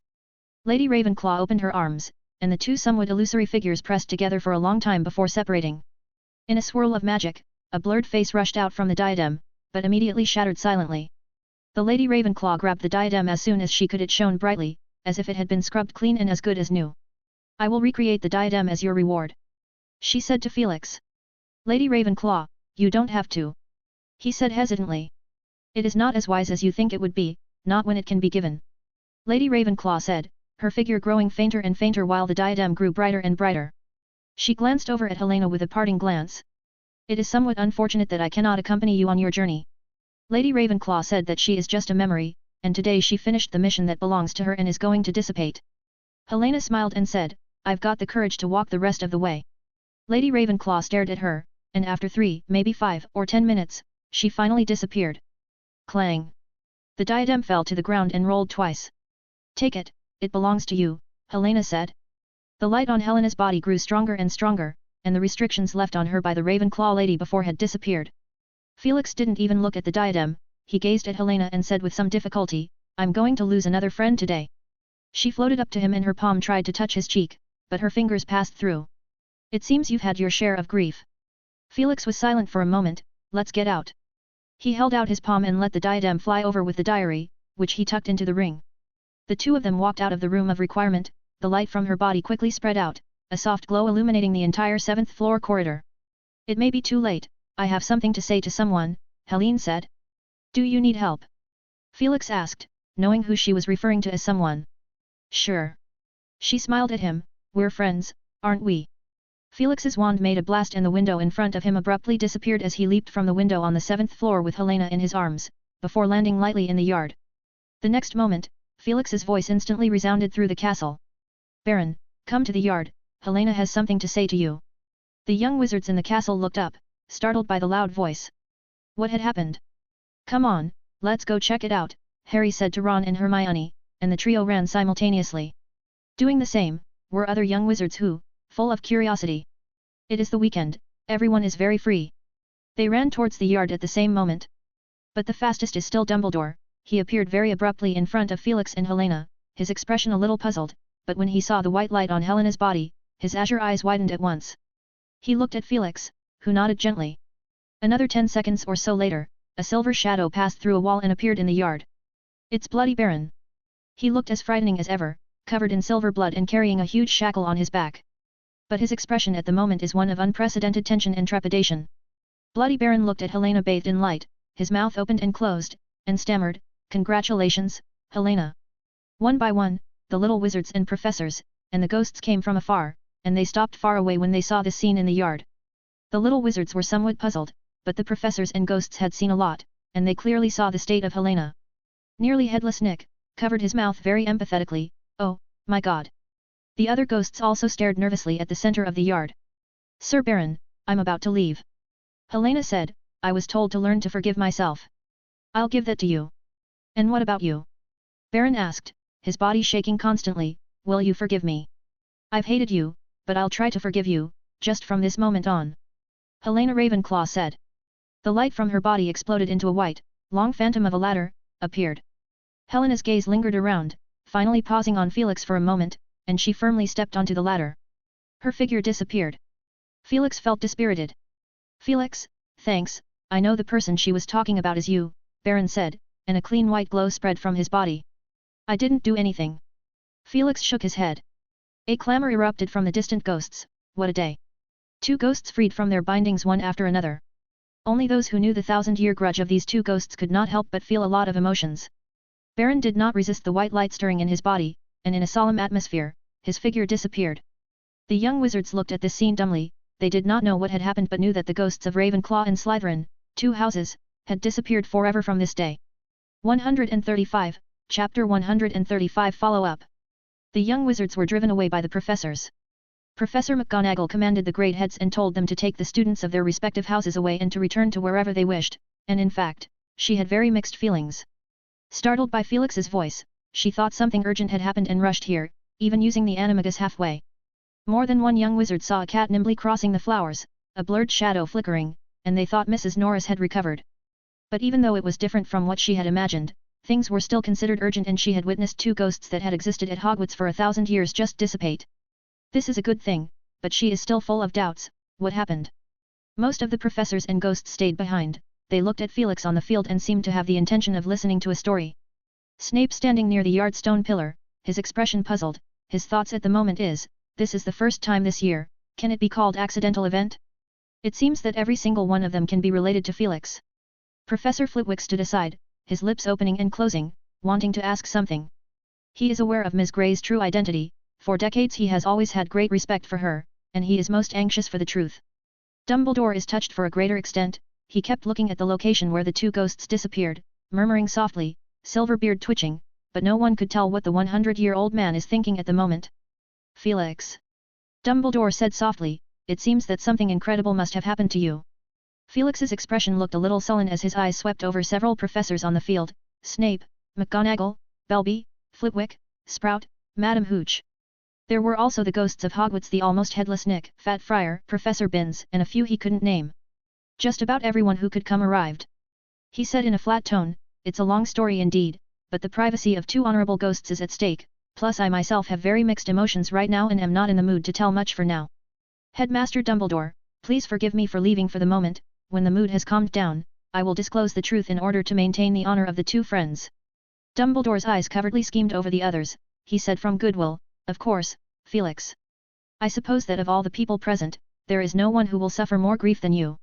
Felix and Dumbledore left one after another, and many professors looked at each other, and the ghosts on the sidelines were also in a similar mood, all scratching their hearts a little, but knowing that they could only wait, they discussed a few things and dispersed. Ancient Rune Office. Felix sat on the chair behind the desk, took out a stack of parchment, and scribbled down all the conversations with Ms. Ravenclaw, and when they slowly took shape in the thinking room, the manuscript in front of Felix silently turned into flying ash. Only when he finished these, Felix leaned back in his chair, with the diary and the brand new diadem in front of him, and fell into a pensive mood. His mood is indeed somewhat low and complicated, but more so because he could not tell the story without loopholes while concealing some key information. For example, the 1,000-year memories of Lady Ravenclaw, such as the diadem, and Horcrux. These, he did not want too many people to know. Many hidden secrets, once leaked to a second person, will no longer be called hidden. But the Horcrux, he did not want to hide it from Dumbledore.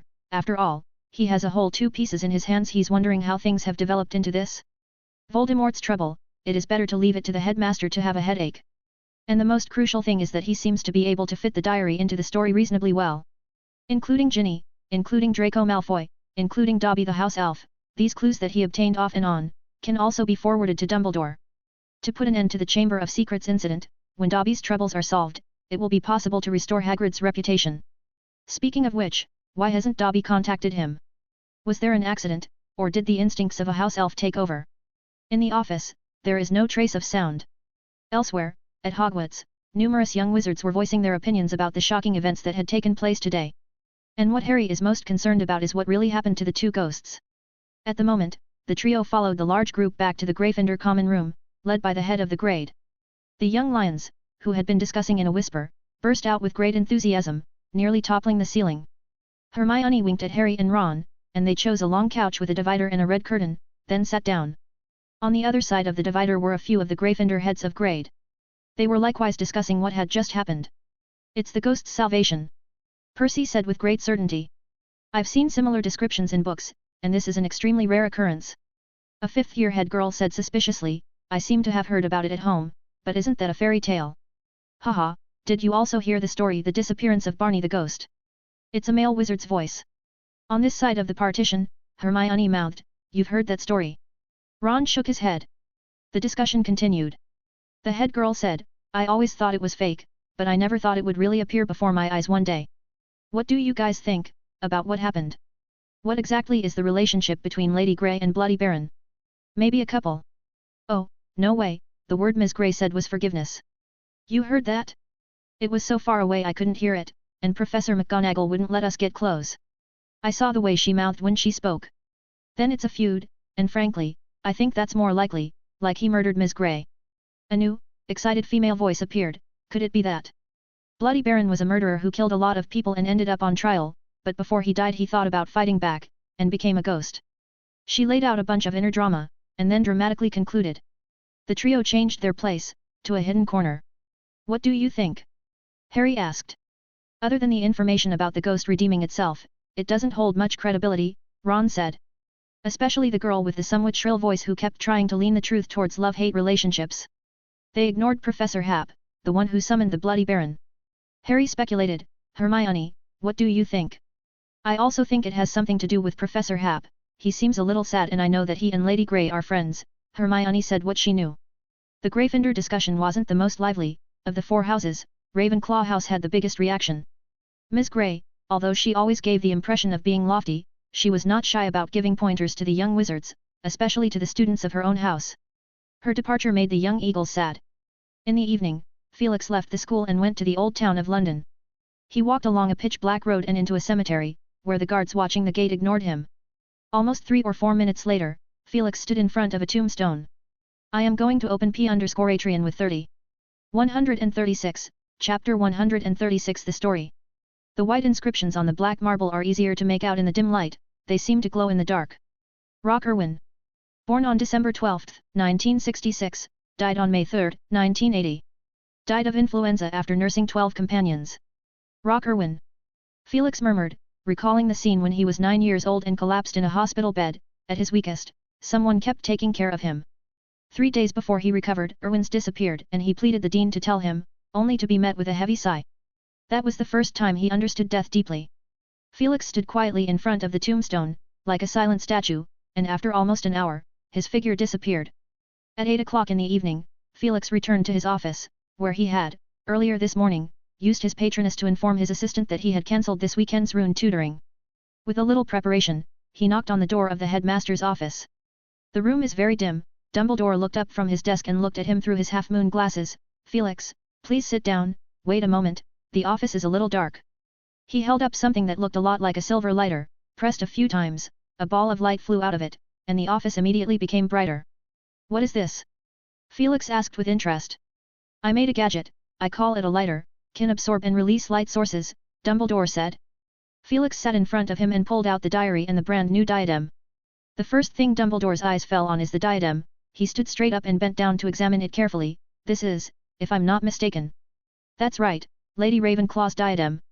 Dumbledore looked at Felix and keenly noted his use of the word lady, few people would use that. He quickly thought of his headmaster's authority being briefly borrowed, and the suspicion that sprang to mind horrified him a little, but he quickly ruled it out. His eyes turned to the diary, an item that was much less eye-catching, looking tattered and torn, with a hole in the middle. Dumbledore stared at it for a longer time, his fingers kept fumbling with the broken hole, a powerful fiend fire curse. He frowned but did not rush to comment, and for a moment his azure eyes widened. So that's it, yes, that's it. After a long time, his eyes moved away from it. Dumbledore said with a soft admiration, "What a surprise to me, I thought, there will not be anything that can make me an old man surprised, it seems that your story will be a big eye-opener for me." Felix began to recount his experience from very early on. The night the Chamber of Secrets adventure ended, I was approached by Draco Malfoy, who appeared terrified, yet very resourceful, bringing with him an evil dark magic item. He nodded to indicate the diary on the table. He spoke of his suspicion that the diary had something to do with the opening of the chamber and tried to talk with it, but there was no trace of feedback. This is not quite consistent with Mr. Malfoy's experience, and I am going to observe it for a while and set up tight magical protection for it. Dumbledore crossed his arms and rested them under his chin, listening quietly.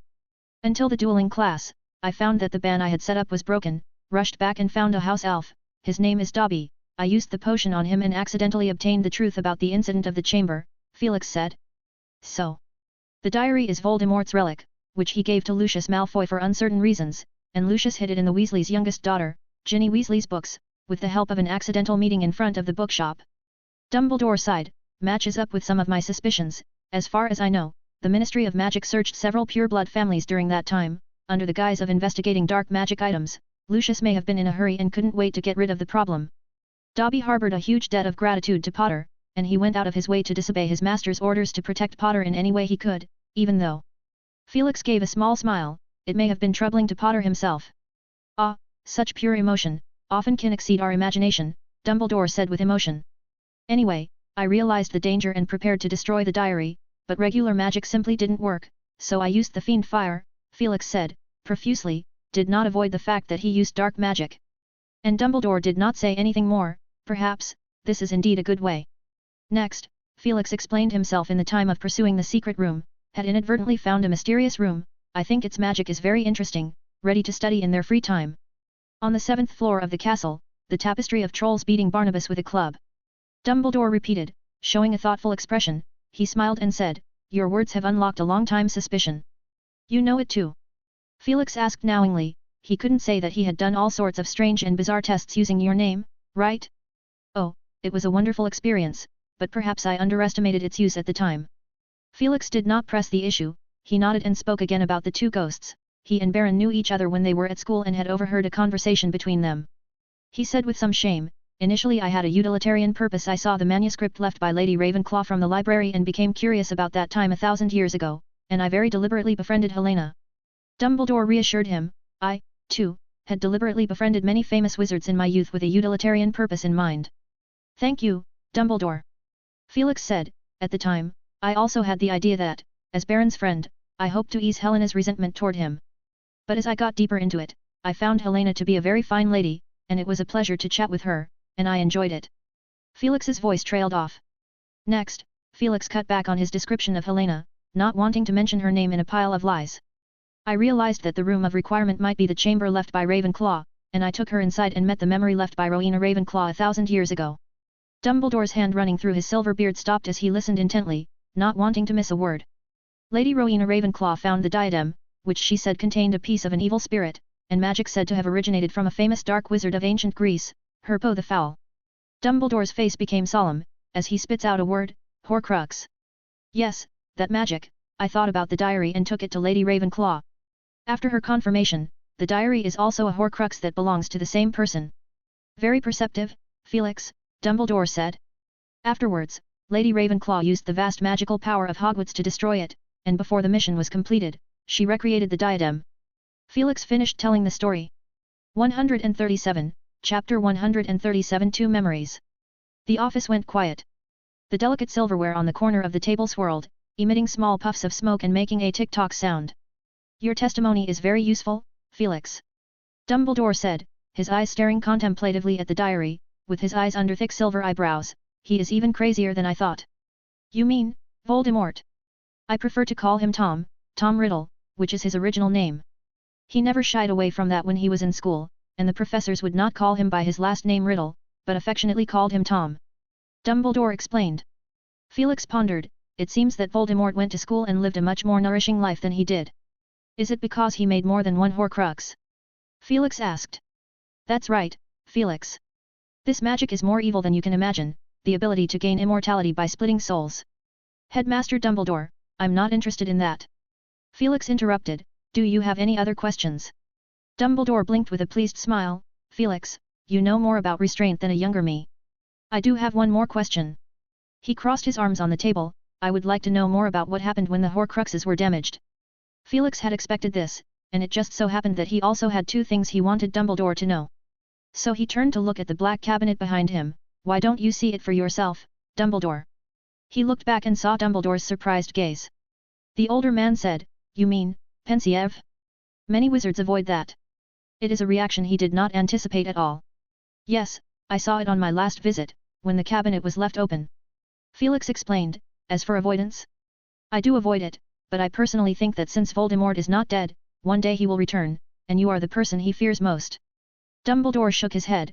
The old face has long been covered with wrinkles. Felix, I am old. He waved his hand. The black cabinet door opened. A shallow stone basin flew out smoothly, and landed on the table in front of the two.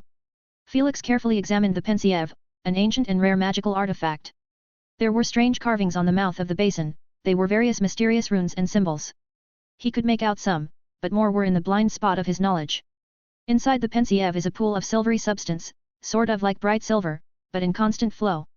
Felix drew his wand and touched it gently with the tip, and the silver light swirled softly. He then placed his wand against his forehead and Dumbledore whispered, Felix, I must thank you for your trust in me. Felix gave a mischievous smile. Oh, Headmaster Dumbledore, I will only show you the most crucial memories. Some private matters I will hide well, you won't get anything out of it even if you stick your nose in. Dumbledore showed a cheerful smile for the first time tonight. A shimmering silver strand was pulled out and added to the Pensieve, and Felix stirred it with his wand, letting the strand melt into the silver light. The two reached out at the same time, and when their fingertips touched the silver light inside the basin, a great attraction pulled, and they did not resist, falling into the Pensieve smoothly. The first memory is very short. An elf fell to the ground, and Felix summoned a long sword of fiend fire pointed straight at the diary. The Horcrux let out a dying cry. No, I can tell you the secret of conquering death. But Felix did not hesitate half a second, controlling the long sword directly through the Horcrux, and the voice ended abruptly. This memory ends here. The two figures reappeared in the office. Dumbledore's expression was very complex, but also with a sense of inexplicable relief. He looked at Felix. I am proud of your choice. In the war years, many famous wizards were easily compelled by him, not to mention his secret of conquering death. Dumbledore didn't even mention why Felix is able to use the fiend fire curse to such an extent. At other times, he might have advised Felix not to go too deep, but now, compared to rejecting the Horcrux, this is simply irrelevant. And this is the first thing that Felix wanted to tell Dumbledore. The next is the second memory. In a pure white space, ice blue and bronze magic intertwined into a huge vortex, constantly tearing the diadem. Wisps of black gas spilled from the diadem.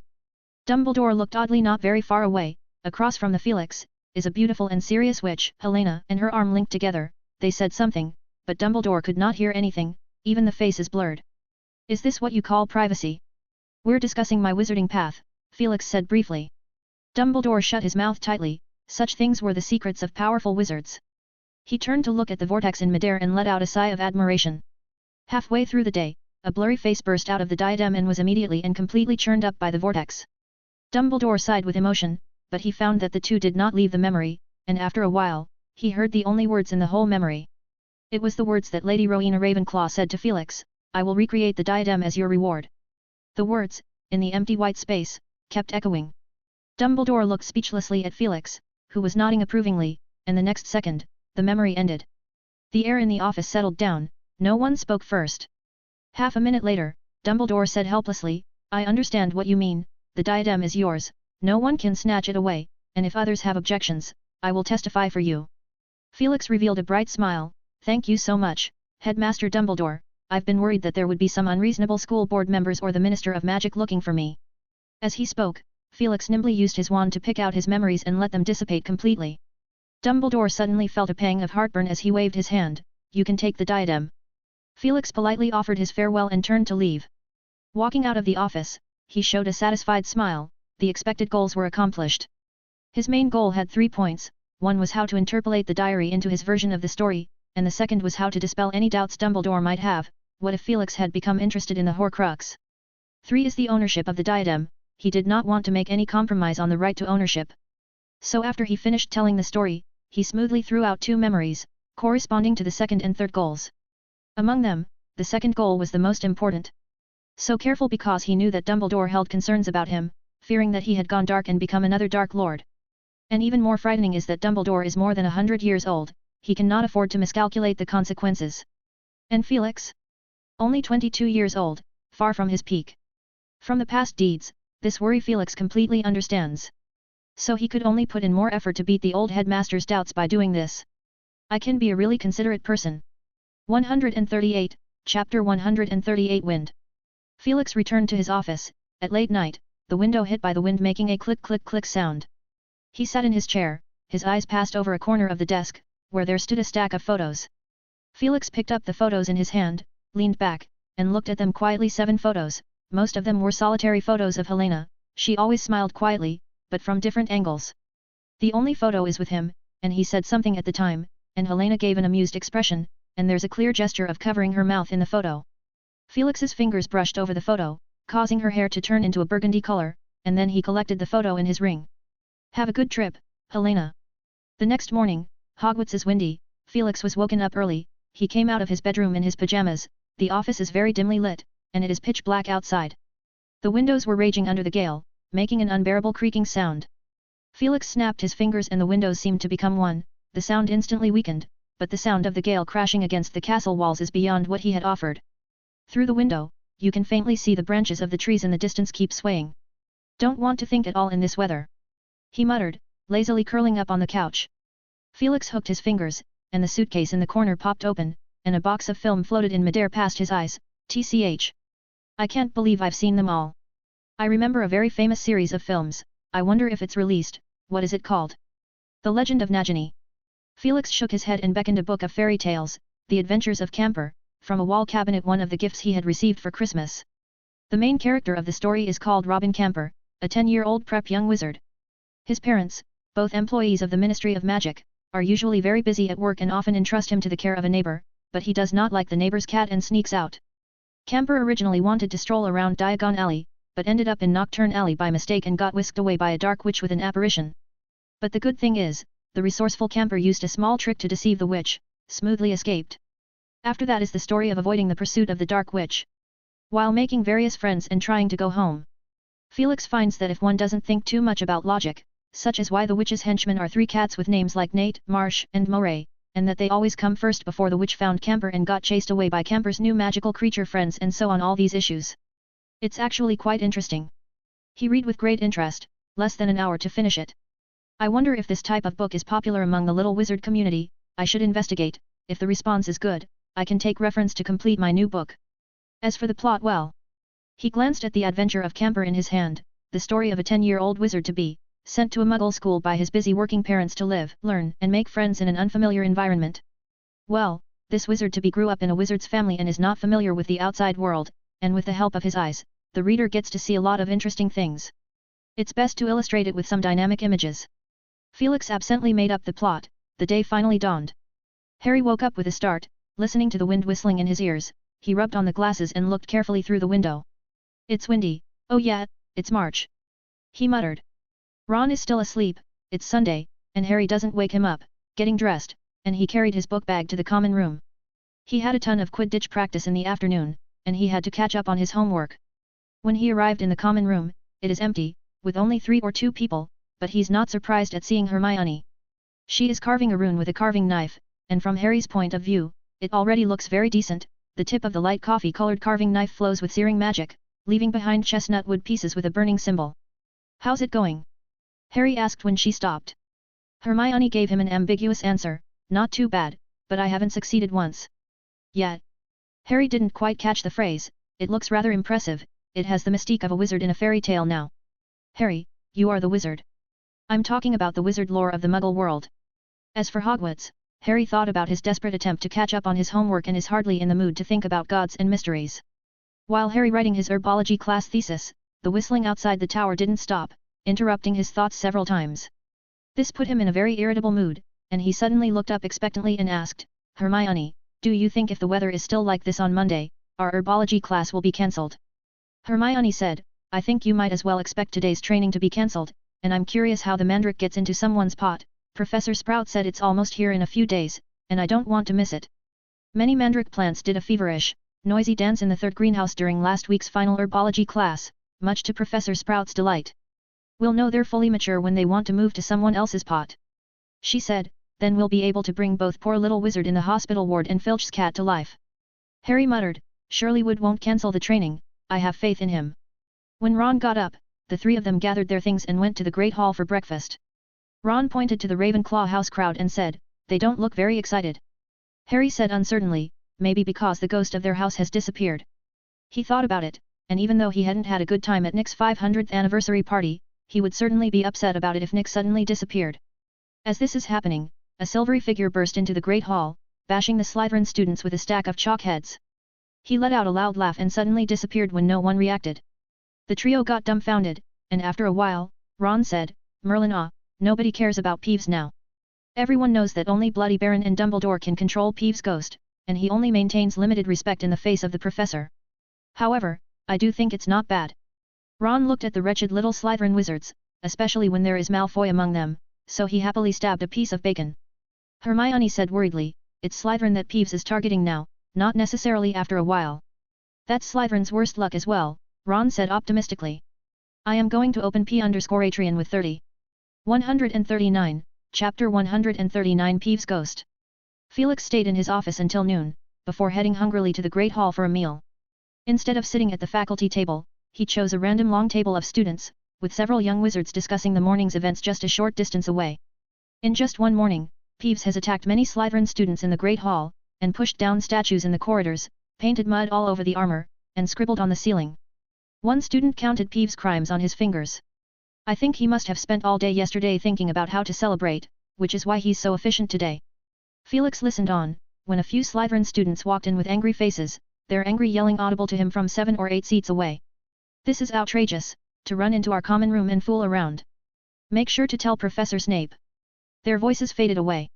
Felix walked out of the Great Hall, intending to pay a visit to Belby, only to see that the door of his office is locked tightly.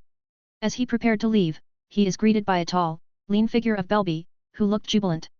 Damocles. Oh, Felix, did you come to meet me?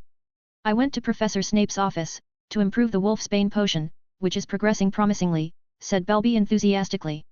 The two exchanged a few pleasantries, and Belby suggested, why don't we go for a drink? Felix readily agreed.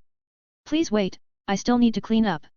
Belby said vaguely, and the two walked into the Defense Against the Dark Arts class office, which had a very different style from when Lockhart was there. Instead, it is somewhat similar to Snape's office. Several large cabinets arranged against the wall, each containing a variety of bottles and jars. On a long table, is a row of glasses and crucibles. One of the crucibles is brewing a potion, it is set under the orange flame, the mouth of the pot emitting steam. Felix shot a couple of glances at the crucible, which consisted of a creamy mass, only the color of it is an uncomfortable dark green. Is this some sort of smear ointment?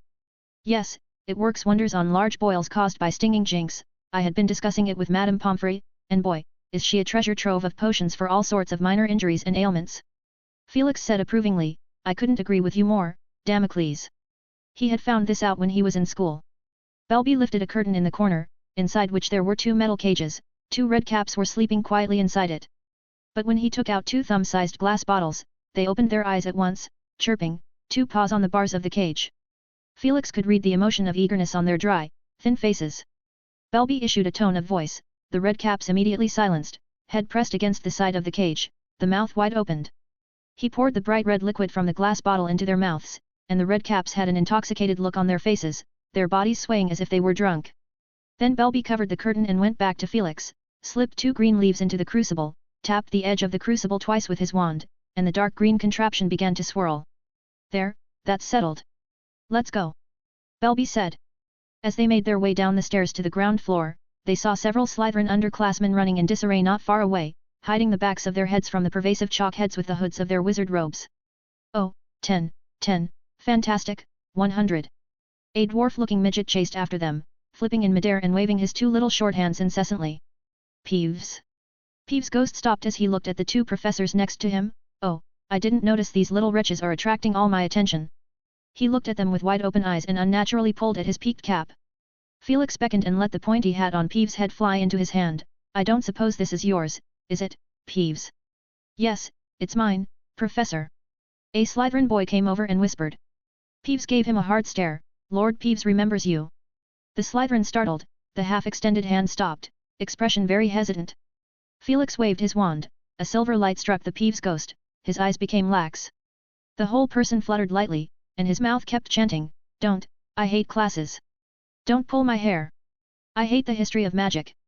Why did he get the highest grade?" The few young Slytherin wizards looked at Felix in awe, and even Belby's eyes went a little straight. He could deal with the Peeves, but causing this effect would be a bit of a head-scratcher. The Peeves seemed to have split into a million minds at once, and from different people. "Don't look at me like that, it's just a simple confusion spell to make it think it's just been born," Felix said. "Any word on that?" Belby asked, though he didn't think it's just a simple confusion spell. Peeves is a special ghost, or maybe it's more appropriate to call him a rowdy ghost, who arrived with the construction of Hogwarts, but didn't take a concrete form until the school enrolled many students, and he took benefit of their playfulness and overflowing magic. The students who had just been chased listened quietly, exchanging excited glances with each other. "He won't always look like this, will he?" Belby asked. "No, it will take a week at most to recover, but the process won't be too pleasant. I thought he would remember how it felt," Felix said regretfully. "Professor, is there any good way?" said the little wizard who had been robbed of his hat.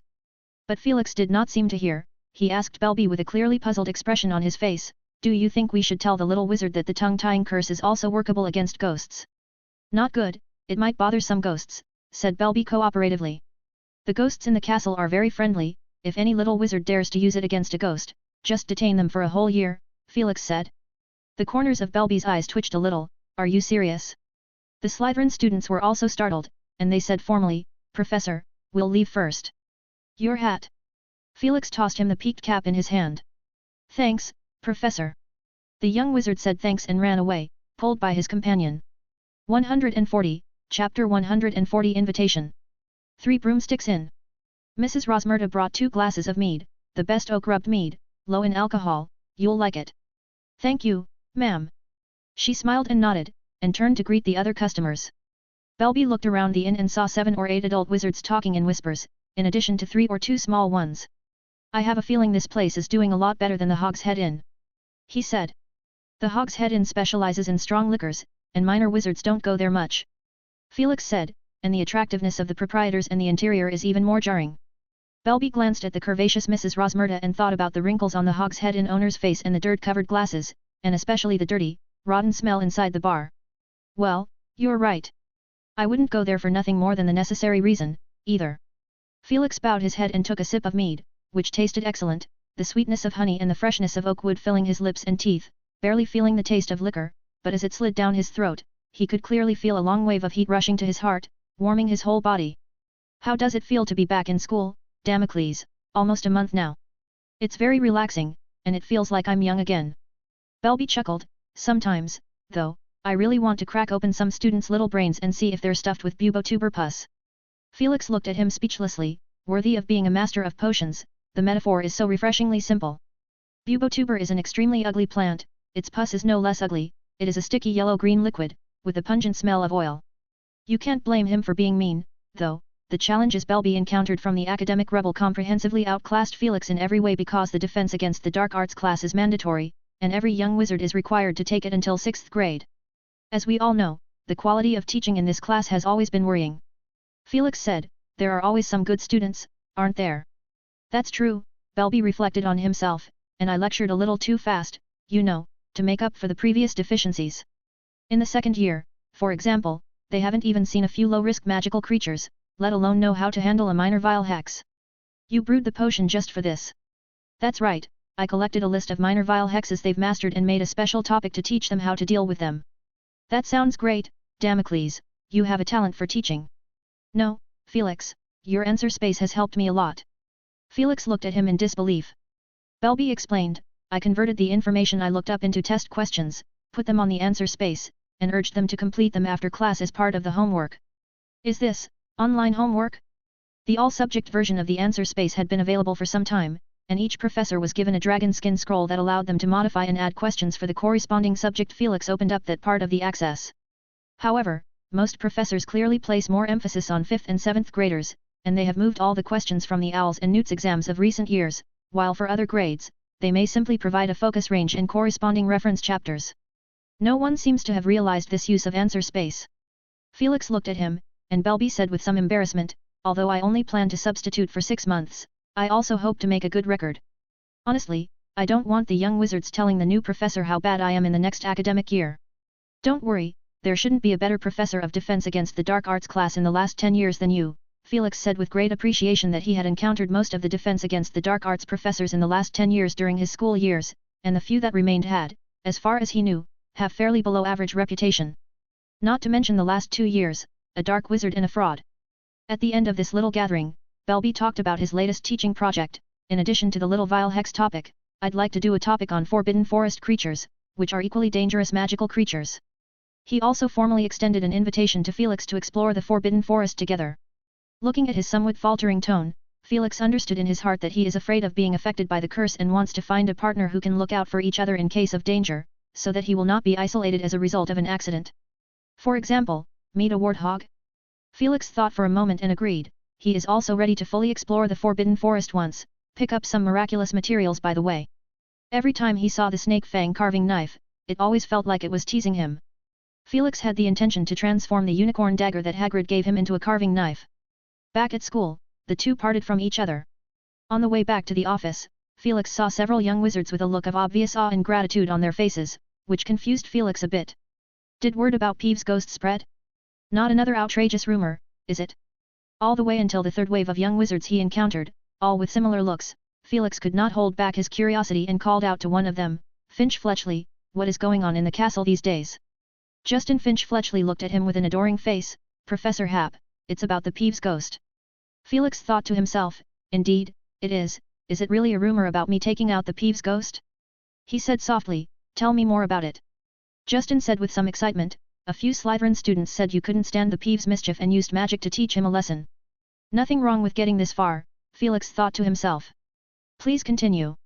Everyone noticed that Peeves' ghost became weird, he seemed to be mimicking different students' speech, and dumbing down. No problem getting here either. And then what? He wanted to know at what point the wording went awry. Then Ron's twin brother noticed something different about Peeves' ghost, and they conjured up a big fan and fanned Peeves around the castle for exhibition. Felix, very creative idea, did they get into any trouble? Does attracting many ghosts count? Ghosts. Yeah, they clapped their hands on the sidelines, especially a short, chubby ghost with a big pair of glasses, she was just overjoyed. Justine Finch Fletchley said. Was it Moaning Myrtle? Felix guessed. Where are they now? He intended to go over and see. Oh, they were in the yard. They were going to throw an impromptu party, and then Professor McGonagall took them away. She looks pretty upset, Justine added. I am going to open P_Atrian with 30. 141, Chapter 141 Testing Diadem. Felix waved Justine away and returned to his office. He had never thought before that he would ever meet people like the Weasley twins, they simply spent all their passion on pranks and weirdness. It was no wonder that when he was hired, Professor McGonagall had a stifled look on her face when she mentioned the twins. I wonder how the beggar version of the wizard phone they were researching is going. Felix thought in his heart. In fact, although the wizarding world as a whole has a trend of rejecting scientific and technological items, you can still vaguely see their shadows. For example, the Hogwarts Express, the night bus, the magic radio, these are things recognized by the Ministry of Magic and can be used legally, only they need to be subject to reasonable regulation. The Ministry of Magic has a special department, the Division for the Prohibition of the Misuse of Muggle Artifacts, which is responsible for dealing with these affairs. The word misuse already speaks volumes. Most of the violators, all converted Muggle items with a magic twist, after which they strayed back into the hands of ordinary people, causing all kinds of incidents related to magic. And for Felix, if he wants to modify the base of the existing cell phone, it's not really difficult. The easiest way is to add a rune to it, shielding it from Hogwarts influence, just like he did with the mini-movie projector. But what good would that do? He's looking forward to seeing the wizarding world show more possibilities, more healthy changes in its development, not convincing wizards to have a cell phone in their hands. If he had expectations of the twins, this is indeed undeniable. These scattered thoughts flashed through his mind one by one and soon fell silent. Felix waved his wand, locked the doors and windows tightly, and applied a burglar sensing ward with magic. The caster would get a message when someone entered the range of the ward. He took the diadem out of the ring, and after being restored by the Ravenclaw lady, it's no longer a tattered, rusty shape, but a jeweled, glittering crown. The overall design of the diadem is an eagle, the breast is inlaid with a sky sapphire, and the two spread wings are symmetrically decorated with rows of carefully dotted pearls. Felix put on the diadem. Nothing has changed. After 2 minutes of silent experience, Felix made a note on a piece of parchment. No significant change while wearing it. Next, Felix picked up a stack of parchments, which he had got from Lockhart, but in fact the hidden legacy as she called it's a surprise that Lady Ravenclaw had left for her house students. Felix forced himself to forget the existence of the diadem for a while, and studied the magic on it carefully. He had memorized it long ago, and even the ancient spells on it were barely mastered. This time, he felt the difference. His mind became more active, like countless fine bubbles on the surface of the water that is about to boil, and it became easier for him to access the existing knowledge. Digesting new knowledge is actually a process of continuous internalization, taking something that's unfamiliar and forming connections with his own original perception system. And this process requires constant mobilization of existing knowledge, using the known to understand the unknown. The diadem clearly accelerated this process. When he tried to think about memory magic, the relevant memories were clearly activated, in a state of extreme liveliness, as if shouting at him, "I can hook up with this, look at me." Felix recorded on parchment that the same type of knowledge is more easily mobilized when worn. After thinking about it, he added, more dependent on his own knowledge base and unable to provide knowledge directly. To verify this conclusion, Felix rummaged through his own collection of books and found a copy of A New Theory of the Political Properties of Power, which also served as one of Professor Snape's alternative Christmas gifts at the time, and which he picked because the handwriting on it is small and dense, and the content is so dry that it can simply make one's head go bald. He read a dozen pages with patience, feeling his stomach churning. He wrote a line on the parchment. The help for completely unfamiliar areas, blind areas of knowledge, is close to none. Then he did 7 or 8 more tests one after another, recording them continuously on the parchment. It became dark before he knew it. Felix looked at the entries listed on the parchment and mentally compared them with the thinking room, the thinking acceleration, and the Baraffio's brain elixir. Of these 3, thinking acceleration focused on improving reflexes and is in fact dueling magic. The other 2, thinking room, is to speed up the operation of the mind and play the illusion of lengthening time. In other words, it is to take the conclusion you reached in 3 hours of thinking in reality and finish it in 1 hour. And it is not connected to reality. After all, people cannot improve their actual ability through thinking. As for Baraffio's brain elixir, it is not so harsh. It can significantly enhance brain power, and since it is a potion used in reality, it is effective in reciting knowledge and magic practice, but it actually focuses more on the memorization of knowledge, and many young wizards look forward to using it temporarily before exams. Sure enough, it's still more helpful to have a diadem. The mere advantage of being able to stimulate specific knowledge areas and accelerate the absorption of new knowledge of the same type is enough to make people swoon. Moreover, almost 6 or 7 hours had passed since the start of the research, and Felix had no after effects other than being a little hungry. To be cautious, Felix pulled out the long unused psychometric table, revised and modified, ready to record a month. He didn't worry about Lady Ravenclaw harming him, but rather about the existence of any unknown effects. Felix took off the diadem and looked at it quietly. Apart from the shape being a bit feminine, there are no other obvious flaws. In fact, if you look closely, it is just a little slender and handy, not necessarily exclusive to women. Lady Ravenclaw is very majestic. After 10 o'clock in the night, Felix prepared to rest, but a copper coin in his pocket suddenly became hot. Finally, Felix gripped the fever coin which matched the one he had given to Dobby tightly, and he injected magic into the coin to give a response.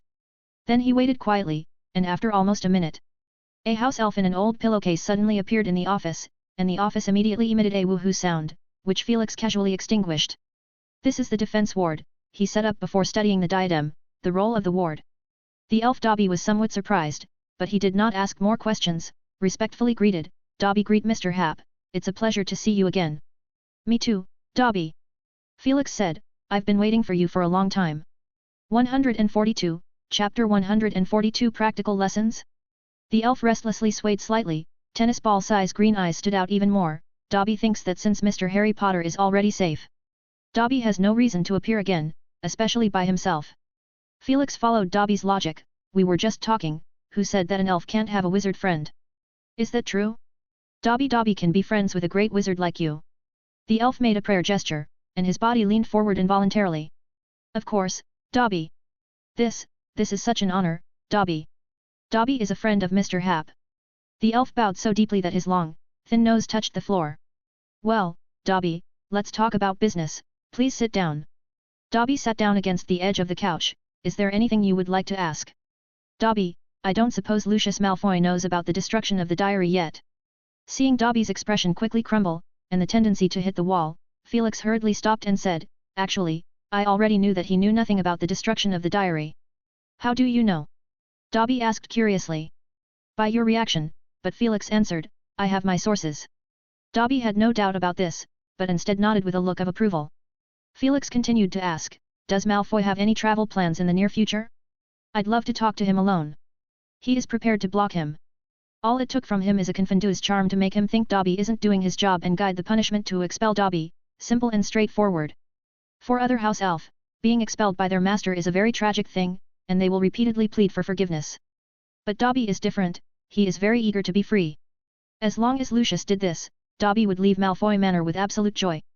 Of course, all this must be hidden from Dobby, lest the instinct of obedience engraved in his bones to make him produce a strong resistance to this behavior, and things will be directed in an uncontrollable direction. But Dobby said shoddily, Dobby does not know the master's whereabouts, and Dobby should not reveal. Felix had a bit of a headache, he couldn't stalk him or break into Malfoy Manor, could he? He played his old trick and said in a tone full of certainty, Dobby, I actually know, I don't have to go looking for him, Malfoy himself will show up at the door. How did Mr. Happ know that the master would come to Hogwarts? Dobby asked in surprise. So, he would come to Hogwarts? Come to do what, find Dumbledore? Of course I knew that he had to come, on that very day.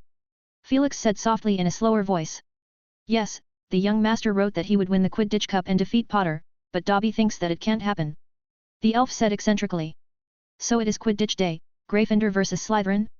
Having got the message he wanted, Felix didn't jump to change the subject. I think so too, Potter has an extraordinary talent for Quidditch. Exactly.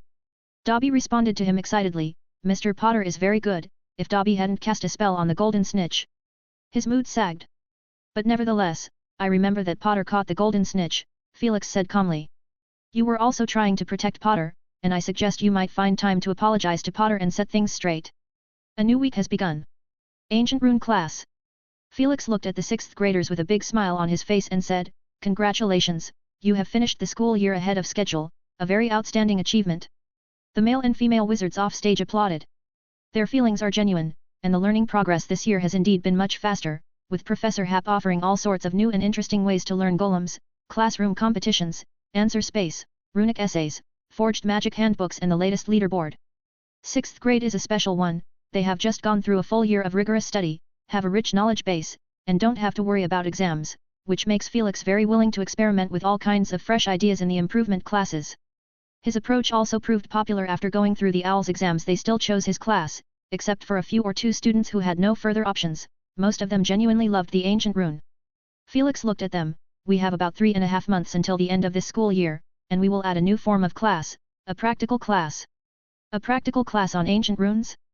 That is quite a fresh statement. Before Professor Happ came, this class had been treated as a theoretical course. Only after he came did the crowd realize that there were many practical uses to runes as well. But Professor Happ himself had said that practical runes were meant to increase students' interest and would not become the mainstream of the course. Professor, are you trying to add a part about making golems? A witch with long curly hair raised her hand and asked a question. Miss Clearwater, have you completely repaired your golem? Felix raised his eyebrows. Not yet, Professor. Then that's it. When I say practical, I am extracting the most vivid and interesting parts from your possible future careers. The 36 students in the classroom looked at each other, Felix's words touching a blind spot in their knowledge. Grab your wands and book bags and follow me. Felix led them to a closed classroom, his finger tapped on the doorknob, and several patterns of runes appeared from thin air with sparks, then quickly disappeared again. Click. The door opened with a crack. Adding a few runes subtly to a locking spell can effectively resist a regular unlocking charm, Felix told them a little trick. Of course, there's nothing to be done if it's violently broken. He pushed open the door, and the student who followed closely behind him peered inside. The room is pitch black, as if all light has been swallowed up, and they are about to take a closer look when a cold wind blows from inside, sending a jolt through their bodies. As the wind blew by, there were a few faint cries of crows. Professor, this is... A male wizard asked with some fear, how can this room be so creepy? The room is not a lair of some dark wizard, right? Professor Happ's calm voice heard, in 1842, the Ministry of Magic found an ancient wizard's secret house in a swamp. Because time had passed too long, the wards expired, and the house manifested by itself. At that time, the Ministry of Magic organized a group of people to explore the house and its surroundings, and eventually brought back a number of grimoires. The students listened quietly, and then they heard Professor Happ say rather proudly, I looked up a lot of information, and through descriptions and photos, I reproduced the scene at that time. This is where we will have our practical lesson, and I hope you will enjoy it. 143, Chapter 143 Practical Lessons, 1. The ordinary classroom door seems to separate two worlds. On one side is a warm and peaceful school, and on the other side is a dark, unknown world with a bitter wind blowing through it now and then. The students gazed slightly hesitantly at Professor Happ's face, as if trying to read something, but Felix just looked at them with an encouraging gaze. Penelope couldn't help but take a gulp. That sound is quite clear, and Percy, who sat 2 seats away from her, asked, Professor? There's no danger, is there? What? Oh, of course not. Why do you think so? Felix looked at him with surprise as his eyes schemed over the faces of the rest.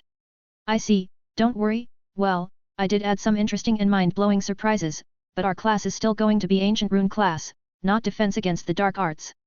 Go ahead, I'll be at the end of the room.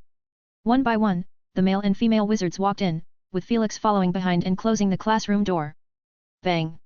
In this mysterious space, the light is very dim, which makes it impossible for them to judge the exact size of the space. Some tiny sounds broke into their ears, the sound of the wind, crows, insects, and some rustling odd rhymes. More than 30 students cowered together like quails, standing unsure of what to do, seemingly waiting for the professor's instructions, with only 7 or 8 raising their wands and chanting lumos, surveying their surroundings with the aid of the light of their magic. Felix shook his head, and the next second his voice came from the ceiling above. Little wizards, you are now the staff of the Ministry of Magic 150 years ago, adept at magic runes. The command you received is to examine the surrounding area, remove any danger and bring back any valuable manuscripts. You should act like professionals, being cautious, but also never miss a trace. Magic manuscripts don't just swagger in front of you, there is no single carrier for knowledge. Believe me, there is much here for you to explore. Now, take out your wands and, if necessary, take out the parchment and make a record. I will be watching you all the time. Then the voice disappeared. After a short silence. Ahem. Percy cleared his throat as he raised his wand to attract the attention of the rest of the group. I think this is the professor's test for us, and we should provide a satisfactory result, and as a great head, I am willing to lead the group. There's more than one head of the grade here. A Slytherin student chorused, and in the chaotic chatter, the students quickly divided themselves into 4 teams according to the house. 12 in Ravenclaw, 7 in Gryffindor, 5 in Slytherin, and 9 in Hufflepuff. The 3 other houses had great heads, so Hufflepuff selected a male wizard of some prestige, and they gathered around a rock to discuss exactly what to do. We should explore the boundaries of this place. It's obvious that the professor has applied an undetectable extension charm. This place can't be this big. If I may add, I think we should find the safe house that the professor was talking about and get the manuscript as soon as possible. I don't want to stay here 1 second longer. You want to split up? No. Guys, we'd better move together. Percy advocated exploring the surroundings first and making a clear division of labor and each doing their own job, while the Slytherin head of the grade objected, strongly urging them to find the safe house as fast as possible. This is the key information provided by the professor. The other 2 houses' heads, Penelope, supported Percy, while Hufflepuff suggested that everyone should act together. 10 minutes passed quietly. But opinions were never unified, and finally, everyone decided that it would be better to act as a group by houses, and leave one person behind to release a red spark towards the sky every 10 breaths, and so on 10 times before releasing a green spark, and everyone who saw it quickly returns to share their respective intelligence. Gryffindor and Ravenclaw went together, and to keep the balance in numbers, Slytherin and Hufflepuff moved together. Everyone, chant with me, Lumos. Percy said. A light illuminated in the darkness and not far from a similarly bright light that lit up like stars. Both sides felt slightly reassured. They chose a random direction, sullenly moving forward, and they were still cautiously moving at a steady pace, but now and then a crow flew up around them, making a gaga sound, making them feel a little hairy. They can't help but speed up their pace. Percy with a little trembling voice asked, we are still students, certainly will not encounter anything extraordinarily dangerous, at most some small traps or something. Penelope's calm voice remarked, we're just having a special practical class, which won't take more than 2 hours maximum. The mood of the male and female wizards relaxed slightly. Wait. What's that over there? Quidditch Captain Wood asked, pointing up ahead. Is that a mound of rocks? Percy squinted his eyes to look further ahead. No, it's a tombstone. Wood's words trailed off. In the shadows, rows of tombstones that were even darker than the night stood tall. After a brief panic, they pushed out 5 people, to go over and take a look. Don't worry, there's no danger, Percy said in a very unconvincing tone. The group of 5 carefully explored toward the cluster of gravestones, their feet trod on the loose dirt, occasionally making the sound of snapping branches, and in the silence, Percy suddenly blurted out, Penelope, you should have stayed behind. I'm the head girl. Penelope retorted. But... Oh, come on, you two, the lanky wood snapped back, you have to pick your time to have a lover's quarrel, and we're in the middle of something. Who said we are a couple? The two stared at him with jaws agape. I'm not dumb, Wood muttered. Percy and Penelope instantly quieted down, and even the sudden sound of frogs didn't seem so intimidating. In a slightly awkward atmosphere, they walked into this cluster of tombstones. Look here. Wood pointed to a tombstone and said, there is some rune on it that seems to say. His voice trembled. What is it? Percy held up his wand and looked over. We're waiting for you here, Wood swallowed. Gulp. Right at that moment, they heard a strange noise, and something poked out of the dirt in front of the tombstone where Wood stood by. Percy's eyes widened, it is a hand. Run, Wood. He raised his hand to make a smashing spell. Wood jumped swiftly out of the way with a crunching sound behind him, and when he looked back, a white bone arm scattered into pieces. Ah! Penelope let out a shriek as something grabbed her ankle and she struggled to break free, a ghastly white hand dangling around her ankle. Penelope! Percy shouted, and then dumbfounded to see, Penelope ran away a few steps, gritted her teeth, and released a series of eradication spell, incendio in a direction. The intense light illuminated a corner of the tombstone cluster. Under the effect of the magic spell, the ground exploded with a big crater. After almost 30 seconds, a group of people came panting, looking at the scene in confusion, Percy and Penelope kissing, the other two wizards looking away awkwardly, and Wood kicking a skeleton with a disgusted face further away with an arm missing. The skeleton also looked strange, about half a man high, short limbs, but the head is particularly large, nearly occupying half of the body. The big-headed skeleton's mouth is grinning exaggeratedly, anthropomorphically emitting a woo-woo-woo-woo sound, clumsily trying to get up from the ground. I am going to open P_Atrian with 30. 144, Chapter 144 Practical Lessons, 2, 9 Squares Jigsaw Puzzle. Penelope's face flushed as Percy grinned and smirked. The Gryffindors were buzzing with excitement, a few male wizards from Ravenclaw looked at Percy with unkind eyes, as if he had taken a prized treasure from them, and a few girls whispered on the other side. Wood, what's this? A Gryffindor student pointed at the small skeleton wobbling and struggling to get up from the ground. It certainly is not intimidating at all. A surprise, as Professor Happ calls it. Wood said, a little depressed that he had been scared. The freckled male wizard next to him added, they don't have any offensive power, except the way they appear is a bit scary. As he spoke, a Ravenclaw girl looked down and saw a ghastly white bony hand fondling her shoe. She let out an exaggerated scream as Wood stepped forward and crushed the bone with one foot. He shrugged and said to the rest, look, it's this sort of thing. He then looked at the girl, you're standing a little to the side, and that area doesn't seem to have been cleared. The girl thanked him with a red face. Besides these funny little skeletons, did anyone else find something? Someone asked. The tombstone, Percy said, playing it cool, has a magic rune on it, which I think is an important clue. Someone suggested, why don't we start by deciphering the magic rune here? Good idea. A dozen young wizards spread out, each responsible for 2 or 3 tombstones, and they took out the parchment from their book bags and transcribed the magic rune on them. During that period, the little skeletons buried in the dirt sensed the approach of the strangers and poked their hands out of the ground to try to intimidate them. But this time the students were already prepared and easily avoided their attacks. A few bold ones simply let the little skeletons crawl out and let them scratch their thighs with their slender bones, while freely transcribing the magic rune on the tombstones. During this process, every minute or two, a fiery red spark would rise in the distance. Percy, Penelope, and the rest finished their tasks early, and they looked over each other's deciphered runes and compared them to the patterns on the tombstones. Look here. Penelope pointed to the numbers on the 2 black stone tombstones one after the other nearby. These 2 are adjacent numbers. The first one says visitors found that the safe room to be tightly protected by 4 enchanted barriers. And this one reads, in the direction directly to the south, there exist numerous shadowy deceased. She said enthusiastically, the shadowy deceased would correspond to the cluster of tombstones we're in, and all we have to do is head north to find the safe room. Penelope, you're always so smart. Percy complimented. Penelope grunted, it looks like Professor Happ has taken a whole story apart and put it on each tombstone, all we have to do is put it together. Hey, guys! Don't forget to copy the tombstone numbers, they're going to be of great use. Percy turned around and shouted. Finally, a green spark appeared in the distance, halfway up in the air. We're going back the way we came, have you all copied it? After receiving an affirmative response, they hurriedly headed back. This time, it took them almost 2 minutes to return to their original location. The male wizard who stayed behind looked a little pale. You guys finally came back, I kept feeling someone blowing at my neck from behind. Tough job, dealies. After another half-minute, the Slytherin and Hufflepuff students returned, and the Slytherin grade head said condescendingly, we found the safe room, and if it weren't for time constraints, we would have cracked the enchantment on it. We made an important discovery, too, Percy argued. But those are irrelevant, aren't they? Percy turned red and tried to say something, but Penelope pulled him back in a hurry, and Percy said angrily, "Look what he said." Wood pulled over a Hufflepuff student. "Grover, what's going on?" Grover said, "It took us almost 3 minutes to find the safe room, but it is blocked by the magic at the door." "What kind of magic?" "Puzzle." Grover said, "The Slytherin students were all wide-eyed and had absolutely no idea how to play. So the group moved to the safe room.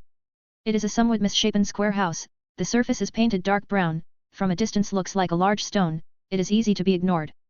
The Gryffindor and the Ravenclaw wizards came forward, and on each of the 4 walls of the house, there were 4 9-sheet grids, with the last spot being empty. "If you tap on it with your wands, like this, the grid will move." Grover introduced to the others, "There is a magic rune in each grid, and it looks like we are told to form the proper order to connect it into a sentence." "Wouldn't that be easy? It's just 8 runes in total?" Percy asked. "No, Percy, see for yourself," the Hufflepuff student said. Percy carefully discerned, and he suddenly found that he did not recognize any of them.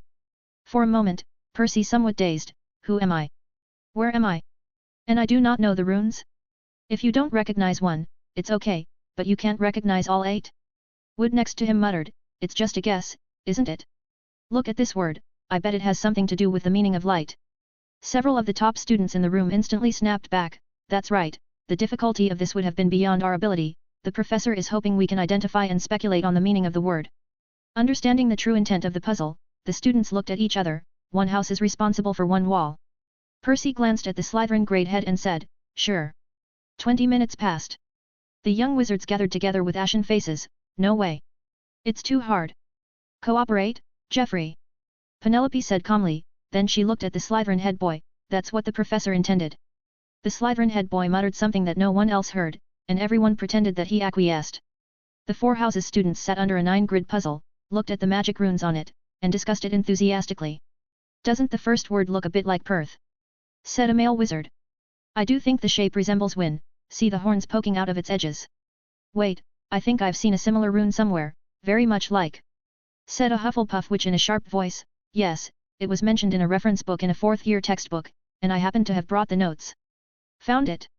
She quickly flipped through her notes, then looked up and spoke dramatically as everyone watched. "The word is quite old, and it's synonymous with wisdom." Even though they had only deciphered an eighth of the first 9th grid, they couldn't help but get excited. Next, with a similar train of thought, 8 runes were deciphered in succession. Penelope snapped her fingers and said, "Wisdom, excellence without equal, equal or similar, extreme or ultimate, exaggerated, wealthy or plentiful, possessed or contained." She looked up. "What do you think it is?" 145, Chapter 145 Practical Lessons, 3, Key. All the Ravenclaw students laughed. One of the girls said, without thinking, "Wit beyond measure is man's greatest treasure."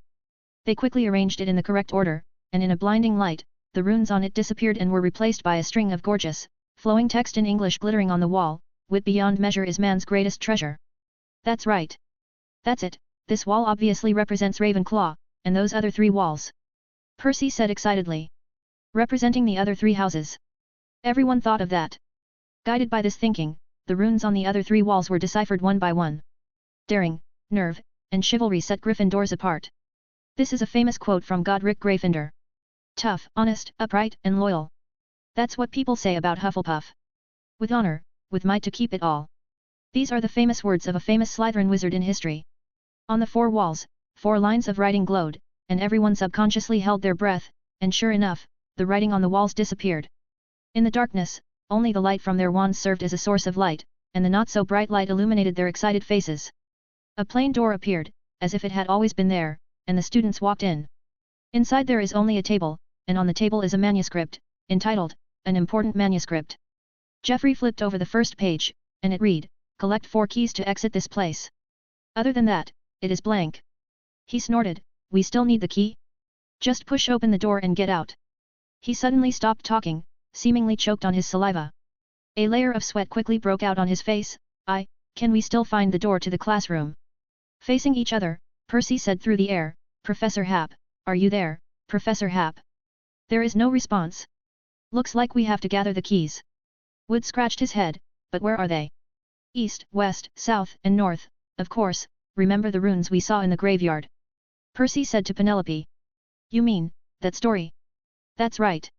Percy said aloud, the tip of his nose slightly red from excitement. The runes on the tombstones recorded information about this place, but there was actually one more thing, which is about keys. With that, the Gryffindor and Ravenclaw students took out the parchments they had recorded earlier and arranged them as required. I have 3-1 here, who has 3-2 in their hands? I'm ahead of you in line, I'm 1-7. They glued the parchments to the wall in order and carefully examined them. Obviously, 10 is one group, 4 groups in total. The first group gives the background of that operation in 1842, pretty much the same as Professor Happ said. It doesn't matter, Geoffrey said. Percy rolled his eyes and continued, the second group described the topography of the place, a very simple southeast-northwest section, plus a central safe house. The third and fourth groups were problems the Ministry of Magic staff encountered at the time. Oh, and although the concealment ward failed, the other wards were still in operation. See here, one of the defenses was a horde of shadowy deceased bodies, the little skeletons we met. That's wicked. How come the Ministry of Magic at that time didn't arrest him? Oh, I think it might be because they haven't even had a chance to set up the Ministry of Magic at the time. What were the other defenses? Lethofold, gargoyles, and a devil's snare, Percy said as he pointed at the runes on it. Good, it looks like we're dealing with similar stuff, Wood said. The corpse corresponds to a small skeleton, and it looks like there are similar alternatives elsewhere, but what I'm wondering is, what's a lethofold? Fairly rare magical creature that looks like a black cloak, glides close to the ground and hunts at night. Some say they're close relatives to Dementors, and in addition to their similarity in looks, they're both restrained by Patronus charm. Percy said. Is there anyone here who knows the Patronus charm? Wood asked. No one raised their hands. Percy told the half-truth, that's not part of the test, Wood. No one would go the extra mile and spend a lot of time learning a powerful spell they can't use. Penelope recalled, Dean Thomas mentioned this spell in class, and I tried it a few times, and there was just some white mist come from the wand. If someone instructs. But the lethofold is quite a dangerous creature, the professor won't let us deal with it, and I guess we'll bump into the crow's lair then.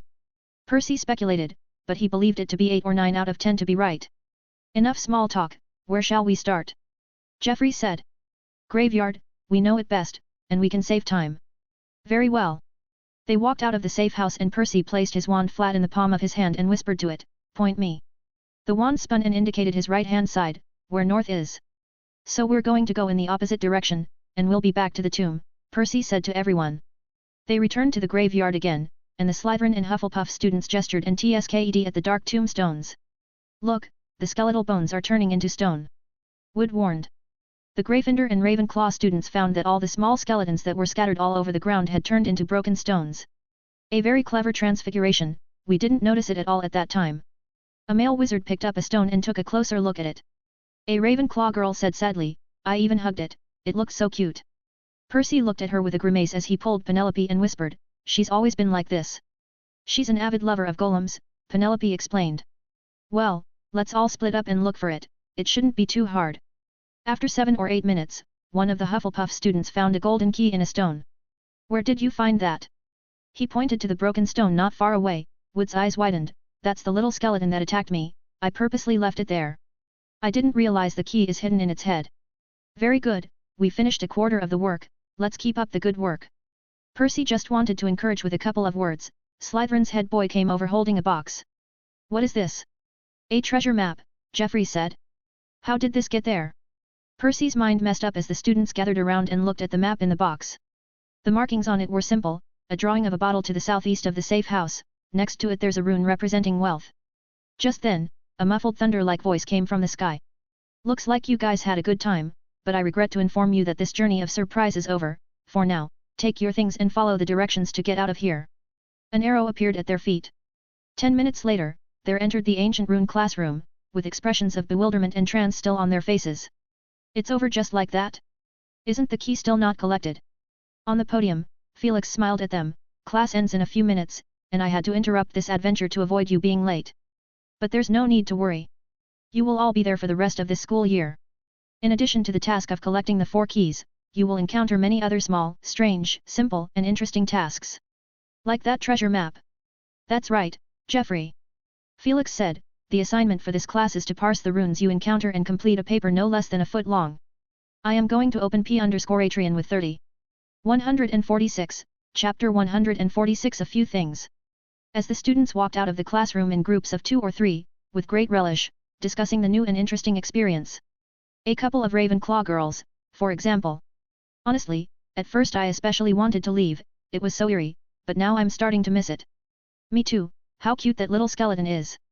When's the next Rune class is? Let's see, it's Friday. So long to wait. I'd say we're pretty lucky, if you think about it, only 6th years have practical classes. Haha, who let us have no lack of time and knowledge, I must tell the other year students. Their voices faded away. Percy and Penelope avoided the crowd, their faces had mixed expressions as their originally hidden relationship came to light. Percy, in particular, kept frowning. If they find out, what's the big deal? Penelope said as she looked at him. Penelope, if you had 3 brothers and a sister at school, any gossip would reach your parents' ears. Percy said, especially Fred and George, they'd be happy to help with that. Percy seems to have a headache, although he also often writes letters to snitch. There are legitimate reasons, such as the most recent one. Mom, Fred and George fanned the school ghost on parade with a fan, got 50 points deducted plus 3 weeks of detention. He could imagine how his twin brothers would playfully speak to him. Oh, Percy, our model student, finally got the hang of it. Gotta tell Mom the happy news. And Bill and Charlie, you got ahead of them. And how can you beat little Ronnie and Ginny? Penelope had a horrified look on her face as she stammered, your parents, will know. Don't worry, Percy muttered, they'll at best get you gifts for the holidays and invite you over for a visit. Penelope's eyes widened. During the meal in the Great Hall at noon, Felix talked with the loudmouth Professor Kettleben and the nearly headless Nick, only to explain that he and the 2 ghosts were friends, and he helped to clear up some misunderstandings and put the finishing touches on the public opinion of the ghost salvation practice. In a short time, these words will spread throughout Hogwarts, and eventually, the heat will pass, the attention will be less and less, everything like the tide fades. The truth of the matter will also be submerged in time, occasionally flooded with a similar pattern of blossoms. The time that followed flew by. Hogwarts is like a well-organized machine moving forward, the professors and students are a part of the whole behemoth, being pushed forward, no unexpected breakdown in the process. Until the Easter holidays, there were only so many things that could leave an impression on Felix's mind. He hinted to Dumbledore about Dobby's awkward situation, and the old man picked up on his subtext and did not rush to turn over the case for Hagrid, the diary that still had a strong dark aura locked up in the headmaster's office. Felix, you're doing the right thing. The old man said unfortunately, he did not know that Felix intended to cast a conf undo on Lucius. The fact that his assistant had completed the first set of rune circuits, but still trudged along the path of repairing the beaded pouch. The snakeskin of the basilisk was constantly tanned with magic, a process that was extremely slow, and Felix did not want to settle for anything less than a runic enchanted cape, plus an inner armor, to be made from the skin of the basilisk and the fire dragon. The skin of the snake had finally returned to normal, as he had been told, because Felix had not been able to contact with the skin of the basilisk lately. Belby told him in one of his casual conversations that he and Professor Snape had completed the first round of improvements to the Wolfsbane potion, reducing the cost to a third of the original and, of course, making it taste more than 3 times worse. Sounds good, maybe you'll share an order of Merlin together. I don't think so, look at the newspapers in recent times.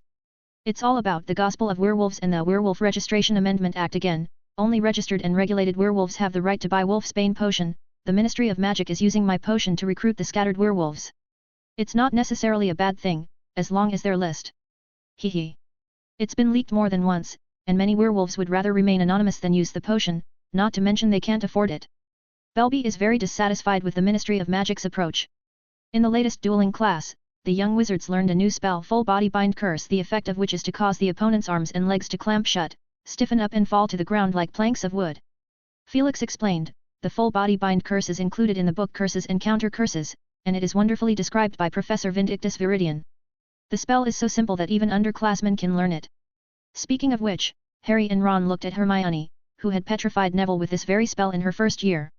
Of course, as far as I personally believe, its effect is not as direct and effective as the stunning spell, and its might is not as potent. For example, at your level, holding a wand and casting this spell at me, I might just stiffen slightly. But, it's enough to deal with the trouble at school, it's perfectly adequate. Felix and Snape cooperated in the Great Hall to conjure up hundreds of mats for the students to prevent injuries when they practice. Ron. You should have fallen on the mat. Hermione said to Ron, who stiffly smashed on the floor. Ron grimaced after making contact with the spell and said, easy for you to say, can you still adjust your fall when you're hit? Hermione panicked and changed the subject. Felix and Snape watched the young wizards practice, the two discussing with each other.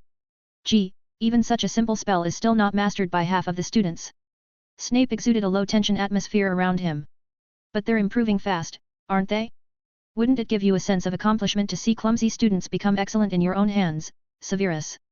Snape gave him a stern glare. Felix counted off on wagging his fingers, disarming charm, shield charm, tongue-tying curse, full-body bind curse, and Belby also taught the supersensory charm and expulso curse in his defense against the dark arts class. Add to the list their own mastery of prank spells, and the number is already quite large.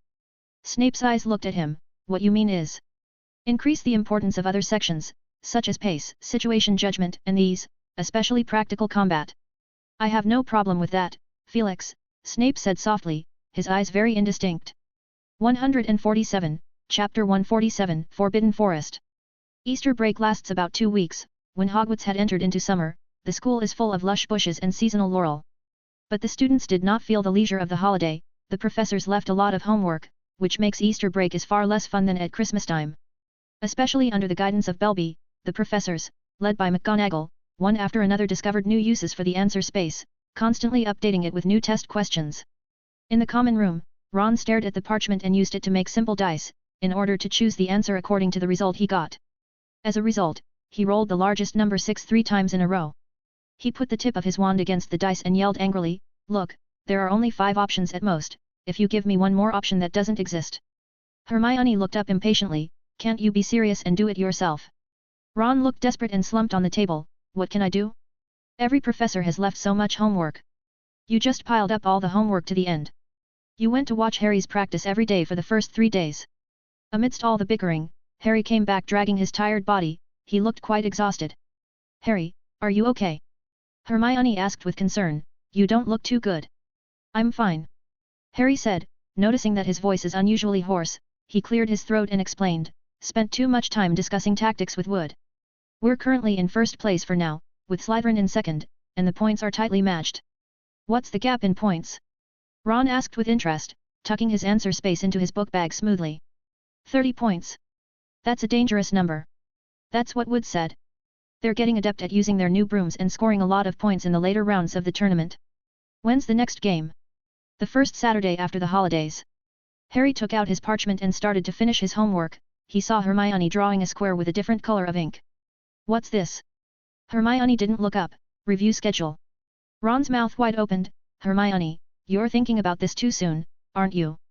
"I have to remind you." Hermione looked up at them with a serious expression. "We only have 6 weeks until the exam." Deep in the Forbidden Forest, Felix and Belby traveled through the knee-high grass, where there were no more paths, and everywhere you looked there were tall trees and low shrubs, and herbs that grew unchecked. A thin layer of fog coated the Forbidden Forest with a hazy color. During the Easter holidays, Felix and Belby agreed to explore the Forbidden Forest together. Belby wanted to explore the Forbidden Forest for the purpose of creating a topic on Forbidden Forest creatures for the defense against the dark arts class, while Felix simply wanted to see some new and interesting flora and fauna, and pick up some materials for experiments along the way. "Belby, wait!" Felix squatted down, plucked a shrub, carefully with the roots and leaves, and picked off a plant with black roots and white flowers. Belby took a look at it and said excitedly, "It's moly, right? It's quite rare. What are you going to do with it?" "Brew a potion. I found a recipe in the library that can neutralize the cold properties of magical biological substances." Belby said thoughtfully, "I'm not sure about that. I only know that after taking moly it can counteract enchantments." "The effect is that exaggerated?" Felix looked at the black plant in his hand with some surprise. "I can only say that it is somewhat effective. Actually it is better to make it into a potion, and it has a miraculous effect on all kinds of dark magic damage." Belby is an expert in this area. Felix transplanted the moly in a copper vessel, and Belby took a thumb-sized clear glass tube out of his robe and carefully put 2 drops of potion on it. "There, it should last through the transplanting period if you want to keep it." "I need its flowers. Which part do you need?" "The roots," Belby said without thinking. The two looked at each other with a silent smile. This is the 3rd day of the Forbidden Forest expedition. They know each other's attitude and habits well. There is a heavy footstep in the distance. Both of them pointed their wands in that direction at the same time. The Forbidden Forest is also known as the Dark Forest, just because the dense, tall trees block out the sunlight. The bushes ahead shifted violently, and with the dim light, Belby shouted nervously, "Who's there?" "Woof! Woof!" A huge black hound emerged from the dense foliage, followed by a burly figure. He stood so oppressively tall that he looked like a giant, and his long, tangled black hair and whiskers almost covered most of his face. Hello, Hagrid. Felix greeted. Hagrid, carrying a large bucket in his hand, gave Belby a wary look before seeing Felix behind him and relaxing his expression. Hello, Felix. Hagrid asked hoarsely, what are you doing here? Looking for some magical materials. Felix raised the copper vessel in his hand. He then put the moly into a specific area in the ring. Belby said, I came to meet the Forbidden Forest creatures and pick some for the young wizard's lessons. Yes. Hagrid asked with interest, any targets? Some dark creatures, Belby said, regular magical creatures, are not in the scope of the defense against the dark arts class. Felix suddenly spoke up, Hagrid, I heard that Professor Ketlaban decided to retire, and he recommended you to Dumbledore. Hagrid's face turned red. Yeah, I didn't mention it to anyone, I always thought it would be somewhat suspenseful, but Dumbledore promised to solve my status problem, and he always does what he says. Next, Hagrid led them around the vicinity. He easily found the traces left by various magical creatures as always. He pointed to an indentation on the ground and said, some of these look like porcupine walk marks, or maybe it's a Tiba warthog, I've seen it a few times. Walking forward some distance, Hagrid said to them, up ahead is the territory of the unicorns, but they just gave birth and were extra vigilant. Hagrid placed the large vat in a clearing and stepped back a short distance, whistling under his breath. 2 or 3 minutes later, a tall, athletic male unicorn came out, covered in snowy white fur, and it stared warily at Felix and Belby. Lupe, these two are my friends. Hagrid said from afar, turning his head to the two and explaining, I brought some nourishment with them, it's good for the female unicorns after they give birth. The unicorn nodded at Hagrid and left with the vat in its mouth. Belby asked with interest, are they always this proud? Hagrid said gruffly, actually, not really, consider an animal like a human, we are also quite strange in the eyes of some creatures, do not even eat raw meat. It's all habit, isn't it, you know. Very interesting point, Hagrid. 148, Chapter 148 Fantastic Beasts. It didn't take long for the male unicorn to return, and it gracefully walked up to the trio, lowering its head and putting down the empty bucket. Up close, Felix noticed that its mane shone so white as a pearl that even the grimy Forbidden Forest couldn't cover the light that pulsed from it. High up on the brown slope, a slender unicorn watched them from afar, and next to it stood a small unicorn with golden fluff. Look, look, look, Hagrid said, rubbing his hands together in fascination, that's your baby, isn't it, Lupe? The unicorn named Lupe rubbed Hagrid's hand affectionately. Soon, Lupe leaped up to the slope with a few steps, taking his family away. The dappled silvery white light followed them until they disappeared completely. I'll show you around, Hagrid said, I don't have much to do anyway. He looked at the hound. Fang, you go home first. Fang bared his white teeth and let out a whine. Go on, don't worry, I'll be back in a little while. Hagrid's big hand stroked its head. Only when Fang's figure disappeared, Hagrid realized that he's still carrying a bucket in his hand. I should have asked Fang to bring the bucket back, he said with remorse. Felix used his wand and tapped on it, making it transform into a silver cane. Hagrid waved it twice with some excitement. The cane slashed out a dense silver light, emitting a swoosh whistling sound, almost hitting Belby's head. Watch out, Hagrid. Sorry, I'm a little excited, your babe, right? Belby, Damocles Belby. Oh, well, Professor Belby. In the dense jungle, Hagrid walked ahead, with Felix and Belby following behind him. As they walked and chatted. Hagrid, I heard that there are werewolves in the Forbidden Forest, and trolls too. Is that true? Felix asked with interest, skeptical, at least he had never encountered them during his nights out during school with the disillusionment charm. You mean that one, Hagrid muttered, there is indeed, but it's on the other side of the Forbidden Forest, not next to us. Belby, who had delved into the werewolves as a group because of his wolfsbane potion making, couldn't help but ask, why would there be werewolves living in the Forbidden Forest? Hagrid's eyes widened, and he stopped to think for a while, and finally, he waved his big hand and said, don't ask me, I'm not sure. Most of the werewolves live away from the pack, and I know of some that live with a pack, I think, they're probably heartbroken. They skipped the topic, and Felix inquired, Hagrid, are there any interesting magical creatures in the Forbidden Forest? This question hit Hagrid's buttons, and he named a string of names as if he were a family man, a Cromantula, Hippogriff, Flobberworm, Piebald Horse, Three-Headed Dog Fluffy, Tiba Warthog, Bowtruckle, Hinky Punk, Manticore. Belby quickly jotted down, some names are dangerous just by the sound of it. There are also quite a few humanoid creatures, in addition to centaur, some gargoyles and werewolves, and I remember seeing a group of flower fairies. Hagrid said, of course, they just look a lot like humans, the winged kind. Felix had learned about such creatures, fairies or flower fairies as they are called, generally, 1 to 5 inches and look very similar to humans except for a pair of insect wings on their backs. They are generally divided into groups according to the type of wings, ranging from transparent to colorful. Unlike the common, wise fairy figures in Muggle fairy tales, the creatures are generally not very intelligent, like to argue, and cannot speak human language. But that's not the point here for Felix. Three-headed dog Fluffy? I seem to have heard that name somewhere. Ahem. Hagrid coughed violently as he explained in a panic, I think you misheard it, did I mention it to you? Felix looked at him with a calm gaze. Somehow, Hagrid suddenly felt his gaze was somewhat similar to Dumbledore's. He unnaturally scratched his cheek. Well, I admit, I let Fluffy loose in the Forbidden Forest, that is a three-headed dog I have, the details are complicated. Hagrid, Felix said softly, as far as I know, the three-headed dog is more dangerous than a troll that travels alone. Ah, that. Hagrid stammered for a while, and finally hung his head and said, your words make sense, Felix. So I drove it deeper into the Forbidden Forest, further away from the school than this place. I go to see him once a month, poor Fluffy, he is still so small. He huffed sadly, tears glistening in his eyes.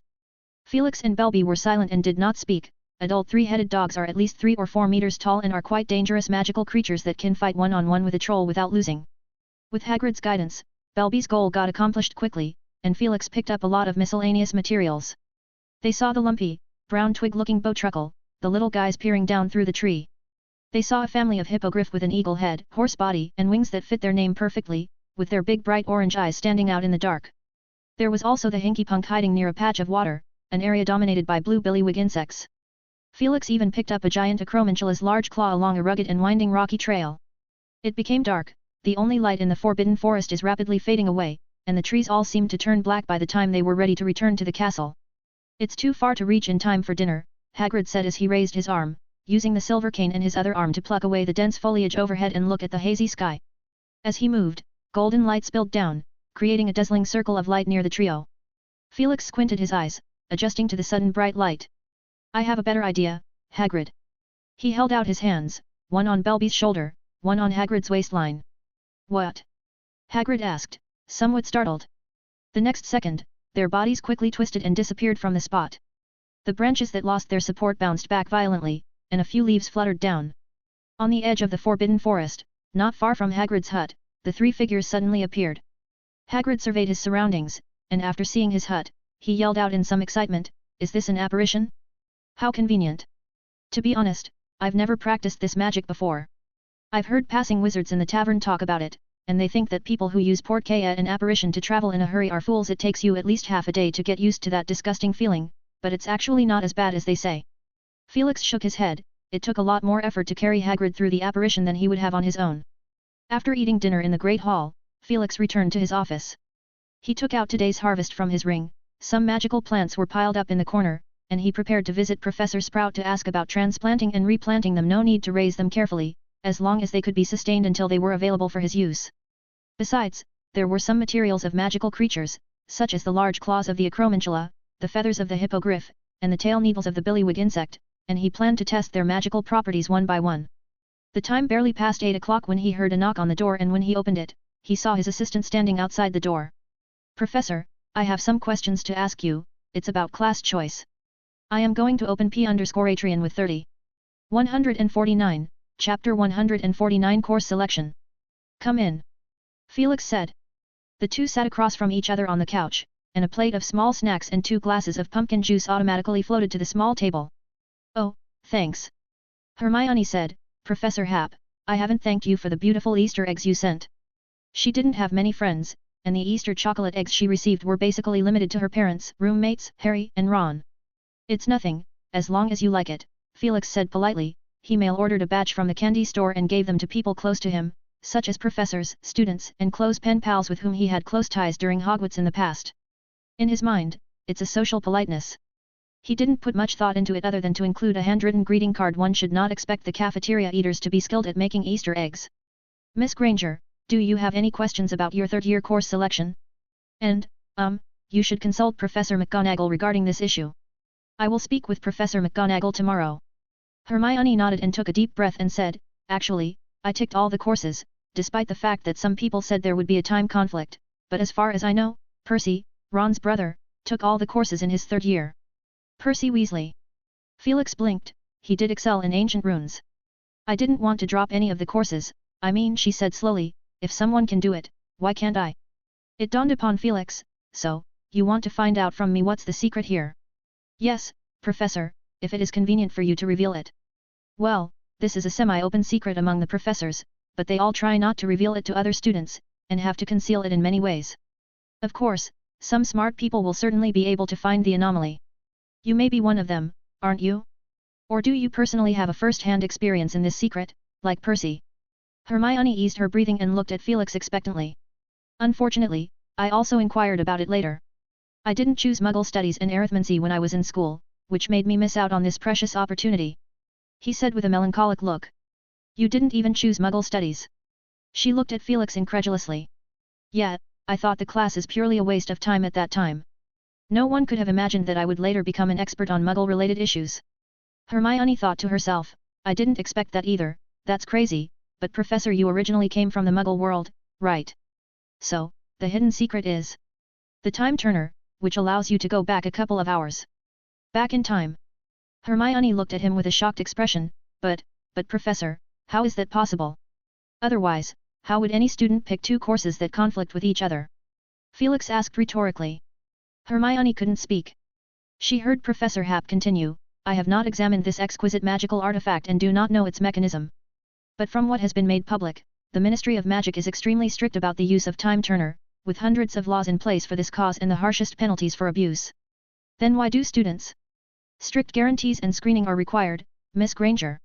Out of sight, and unseen by others, with successive headmasters of Hogwarts now Dumbledore vouch for it on their name, while Professor McGonagall has to write various kinds of letters proving that the user is an absolutely model student to guarantee that it won't be used for anything other than studies.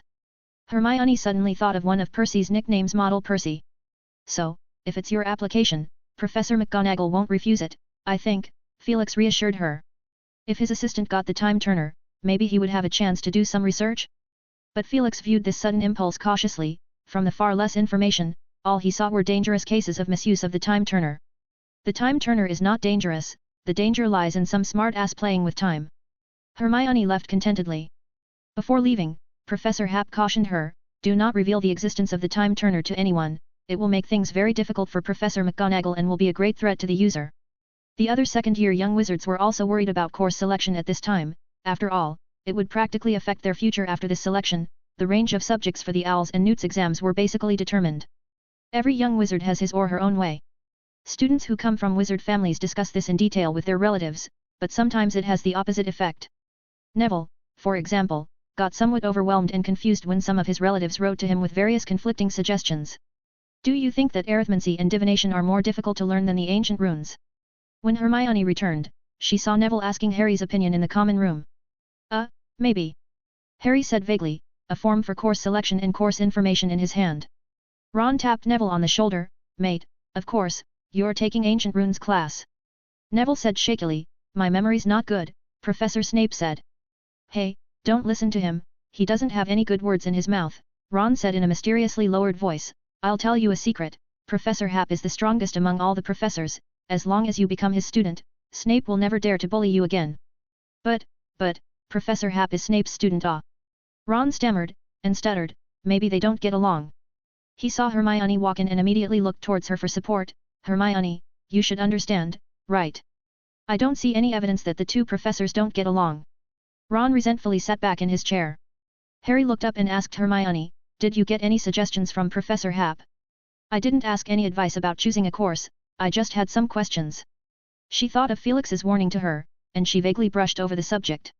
Percy is more willing to give advice to the underclassmen, and his voice reaches their ears as he is surrounded by a group of people. It has to do with your plans for the future. If you love the outdoors, you can boldly choose the Care of Magical Creatures class. If you are keen on calculating and solving puzzles, you can choose arithmancy and divination. Personally, I highly recommend Ancient Runes class. Professor Hap has brought this course a whole new meaning to it. The young wizards were all in agreement. The golems all over the school made them envious. Some people will tell you that Muggle studies is idiotic, but personally, I think wizards should have a thorough understanding of non-magical societies, especially since you aren't sure if you'll be working in a job that is closely tied to Muggles. As an extra note, Professor Hap is also an expert in this area. As for the divination class, I also highly recommend you take it for a very simple reason. If you have the gift for prophecy, This class will change your life, even if you don't, divination class is the easiest subject to pass. The young wizards left thoughtfully. Harry also experienced something, he is pondering a question at this moment, what do I want to do in the future? If it came to what he is best at, it is undoubtedly Quidditch, but he is not sure that he would become a professional Quidditch player. In the end, after discussing it with Ron, he picked the usual classes care of magical creatures, divination, and ancient runes as his new classes. He figured that if these classes proved taxing to learn, at least there would be someone willing to be helpful and friendly there. Dean, who also grew up around Muggles, told the two of them, I chose it with my eyes closed, except for ancient runes. The other students also tend to put ancient runes as their first choice because of Felix's wide influence. There will be a huge surprise waiting for him at the beginning of the next academic year. 150, Chapter 156th Metamorphosis. With less than a week left of the Easter holidays, Felix dropped all activities and hid in the room of requirement to practice memory magic and patroness charm. He had a feeling that this magic is going to undergo a qualitative change. It is a very strange feeling, the state of both fluidity and rawness appearing in him at the same time. As time passed, day by day, even the students who happened to meet in the hallway noticed that Felix's state is off. Professor? Are you not feeling well? Hermione looked into his silvery eyes and asked cautiously. When Professor Hap looked over, she had the feeling that her thoughts were easily seen through. Felix turned his head away slightly and said gently, it's nothing, it's just some progress in magic, it'll be fine after a while. On the last day of the Easter holidays, the room of requirement. At the moment, he seated in a wide bronze armchair, his body leaned forward, his slender fingers supporting his chin, seemingly lost in eternal thought. Felix's heart rippled as memories of using patroness charm in the past kept pouring back into his mind. From the first successful manifestation of the patroness form in the 5th year, to the company during the night tour in the Forbidden Forest, the battle with the Lethafold during the graduation tour, and the countless times of practicing day in and day out.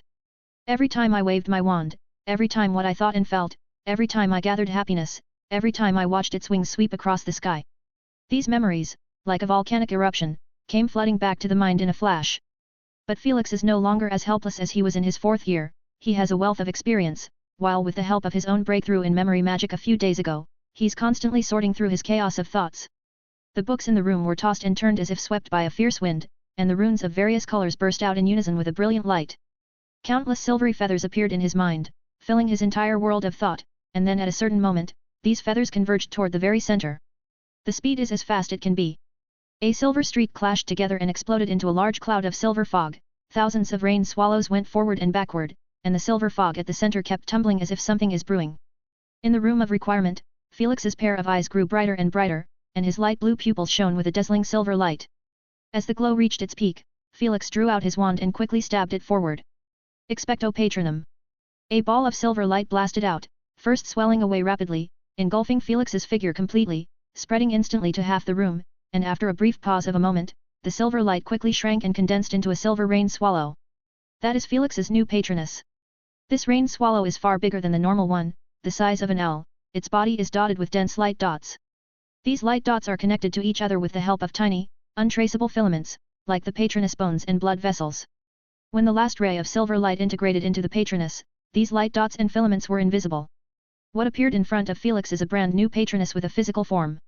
A level 6 patroness charm. He and the silver rain swallow looked at each other, and it seemed to sense his thoughts as it unfolded its scythe-like wings and weaved through the room like a lightning bolt, and as far as the eye could see, it appeared as a continuous silver trail. Your speed has become faster again, Felix said admiringly. Rain swallow appeared abruptly in front of him, floating in midair, giving a short cry to express its inner joy to Felix. Felix reached out his index finger and gently touched its head, it felt like a smooth texture, if he didn't look at the silver light on its body, he would have thought it is a large mutated bird. Rain swallow rubbed against his finger, conveying the emotion of inner joy. Felix also showed a satisfied smile. On the eve of the end of Easter, he finally turned the accumulation of the recent period into reality. Occlumency 6th Metamorphosis. Legilimency 6 Metamorphoses. Memory Charm 6th Metamorphosis. Patroness Charm 6th Metamorphosis. The breakthroughs of the first 3 magics were so well developed that they had already reached the top of the 5th level, and in less than a year after returning to Hogwarts, the depth of magic had deepened because of some experiences. From the development and practice of thinking room magic to the communication with Snape about memory magic to the Lockhart's magic handbook, until in the room of requirement, meeting Lady Rowena Ravenclaw's 1000-year-old memory, showing him the finest memory magic. Together with the help of the diadem, all together, caused his memory magic to undergo a logical qualitative metamorphosis. And when the memory magic metamorphosed, the breakthrough of the patroness charm just happened as a matter of course. After all, he did not have any barriers. Lady Ravenclaw directly showed him the existence and location of the memory nodes, saving him countless hours. It is only limited by the lack of ability to manipulate memory magic. It seems to be a slight struggle. The silver swallow landed on his shoulder and gently nuzzled at his ear. Felix's thoughts fluttered as he once again pondered a question that had plagued him for a long time: his golden fingers. In the end, what is his golden finger? Or rather, did Goldfinger really exist? No panels, no hints, no sudden appearance of other people's opinions. There is only tireless practice and transformation, and Felix also named his own spell as level 1 and level 2 according to the number of transformations. Perhaps this is the essence of his golden finger. An innate talent for magic? The wizarding world is never short of gifted people, such as the Parseltongue and the Metamorphmagus. There are also talents that are specific to one field, such as flight, superior transfiguration, potions, or even simply having a superior mastery in particular magic. Such examples are common throughout history, but how many of them can bring their talents to the extreme? And Felix did it. His own perseverance and wisdom, and the unique magic talent, together made the current him. Well, does it matter if it's a golden finger or not? Felix smiled, looked at the silver rain swallow on his shoulder, and walked out of the room of requirement. In front of a window, Felix gently tapped the patroness' forehead. Go ahead and bring me a moondew flower from the Forbidden Forest. The rain swallow spread its wings and turned into a silver stream of light that quickly disappeared into the night sky. Felix looked at the silver trace it trailed, and suddenly remembered the ancient poem he saw in the Ravenclaw manuscript. The stone became a bird, twittering and chirping. Crossing mountains and rivers, it brought back the daisy flowers of the Red Plains. I am going to open P_Atrian with 30. 151.